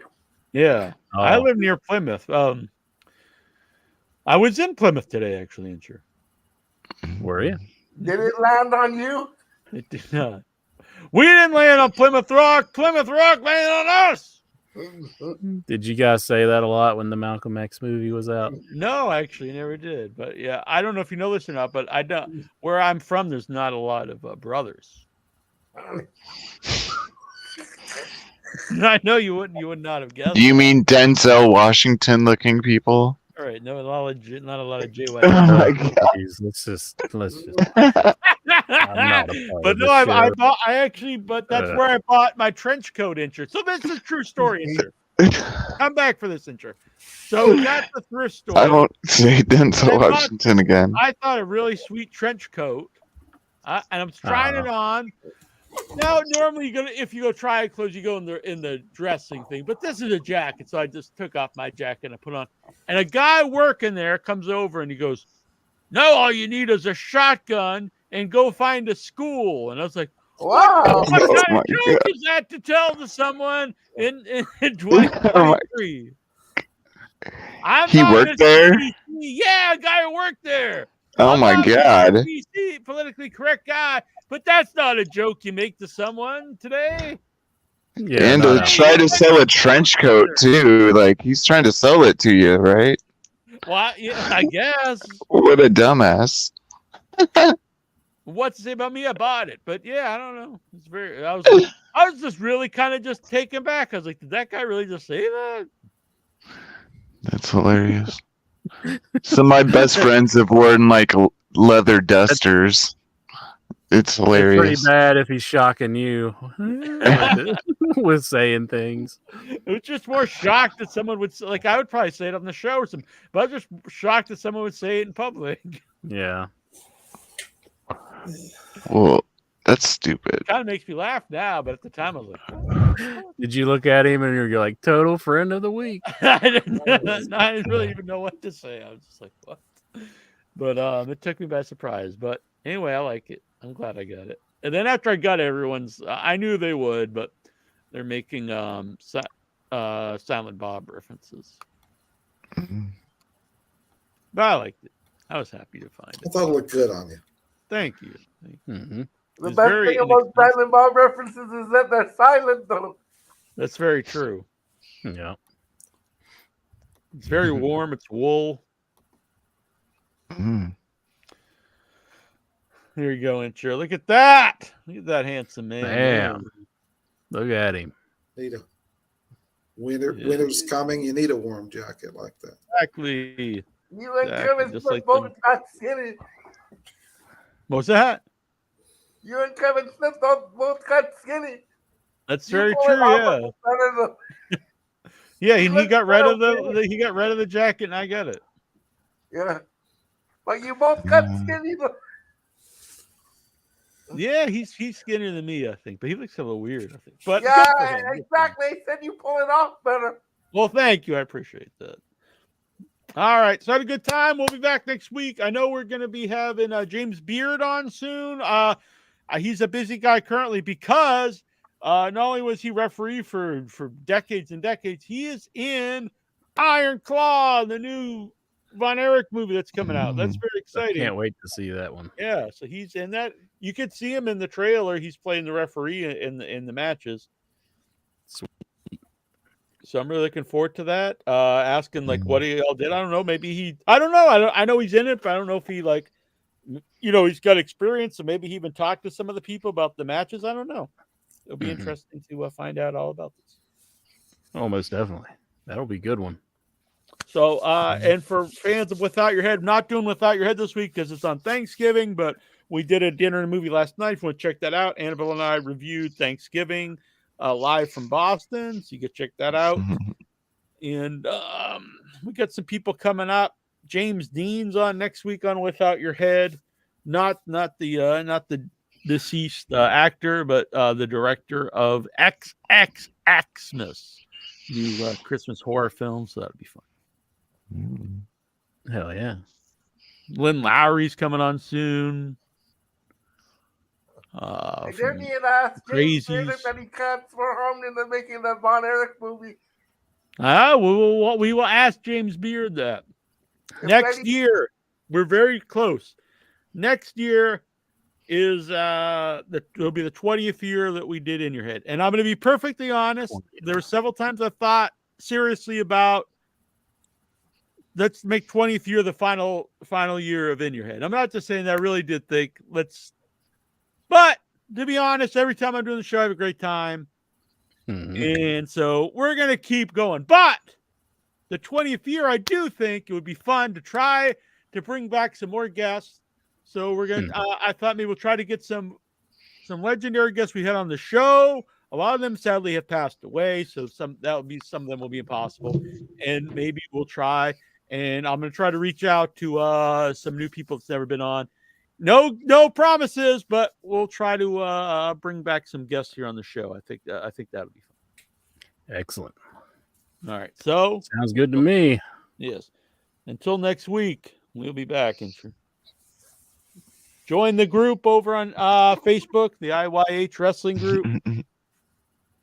We're going to start giving out numbers. It's my favorite time of the year when we give out numbers. It's fun giving out numbers. Yeah. So don't be a bitch. And start zooming in like these fine people. We're going to try to only give out numbers to people who are man enough or woman enough to or brave enough to video into the show. I think that's where we should go. What do you think, Incher? Sounds good to me. All right. Or at least we'll allow it even if you have like a picture up. Maybe you don't want to be seen, but you got to be heard. All right. We got to hear you. Yeah. All right. Let's play this song and get out of here, boy. Everybody have a good Thanksgiving. And Incher, I'm very thankful to have met you years ago on the internet and become friends and do the show. It's been a wonderful experience. 20 years of my life with the Inchman. 20. Sometimes we argue, but at the end of the day, we're good friends. And I think it comes through on the show and we have a good time and a lot of great memories doing the show, meeting up, going to festivals, and just through the community we built as well with the Headyverse. Excellent. Most definitely. It's been a good time.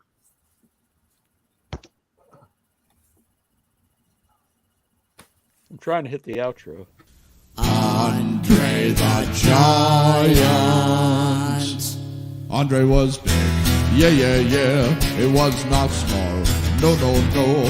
Andre could drink and he could fight. Drink, drink, drink. And a fight, fight, fight. Andre was big. Yeah, yeah, yeah. It was not small. No, no, no. Andre could drink and he could fight. Drink, drink, drink. And a fight, fight, fight. Andre the Giant. Andre was big. Yeah, yeah, yeah. It was not small. No, no, no. Andre was great. He was not bad. A great big heart and a great big man. Andre was big. Yeah, yeah, yeah. It was not small. No, no, no. Andre could drink and he could fight. Drink, drink, drink. And a fight, fight, fight. Andre the Giant. From Grenoble, France. All right, guys. This is the post credits. It's like when you go see an MCU movie, you're like, I gotta stay because there'll be something will pop up. Like, here's gonna be a big spoiler. I went to see the Marvels, and you see the No, I won't spoil it. But there is a big surprise in the post credits of the Marvels, which for me was the only good part of the movie because the rest of it sucked. All right. Take care. Happy Thanksgiving. Happy Thanksgiving.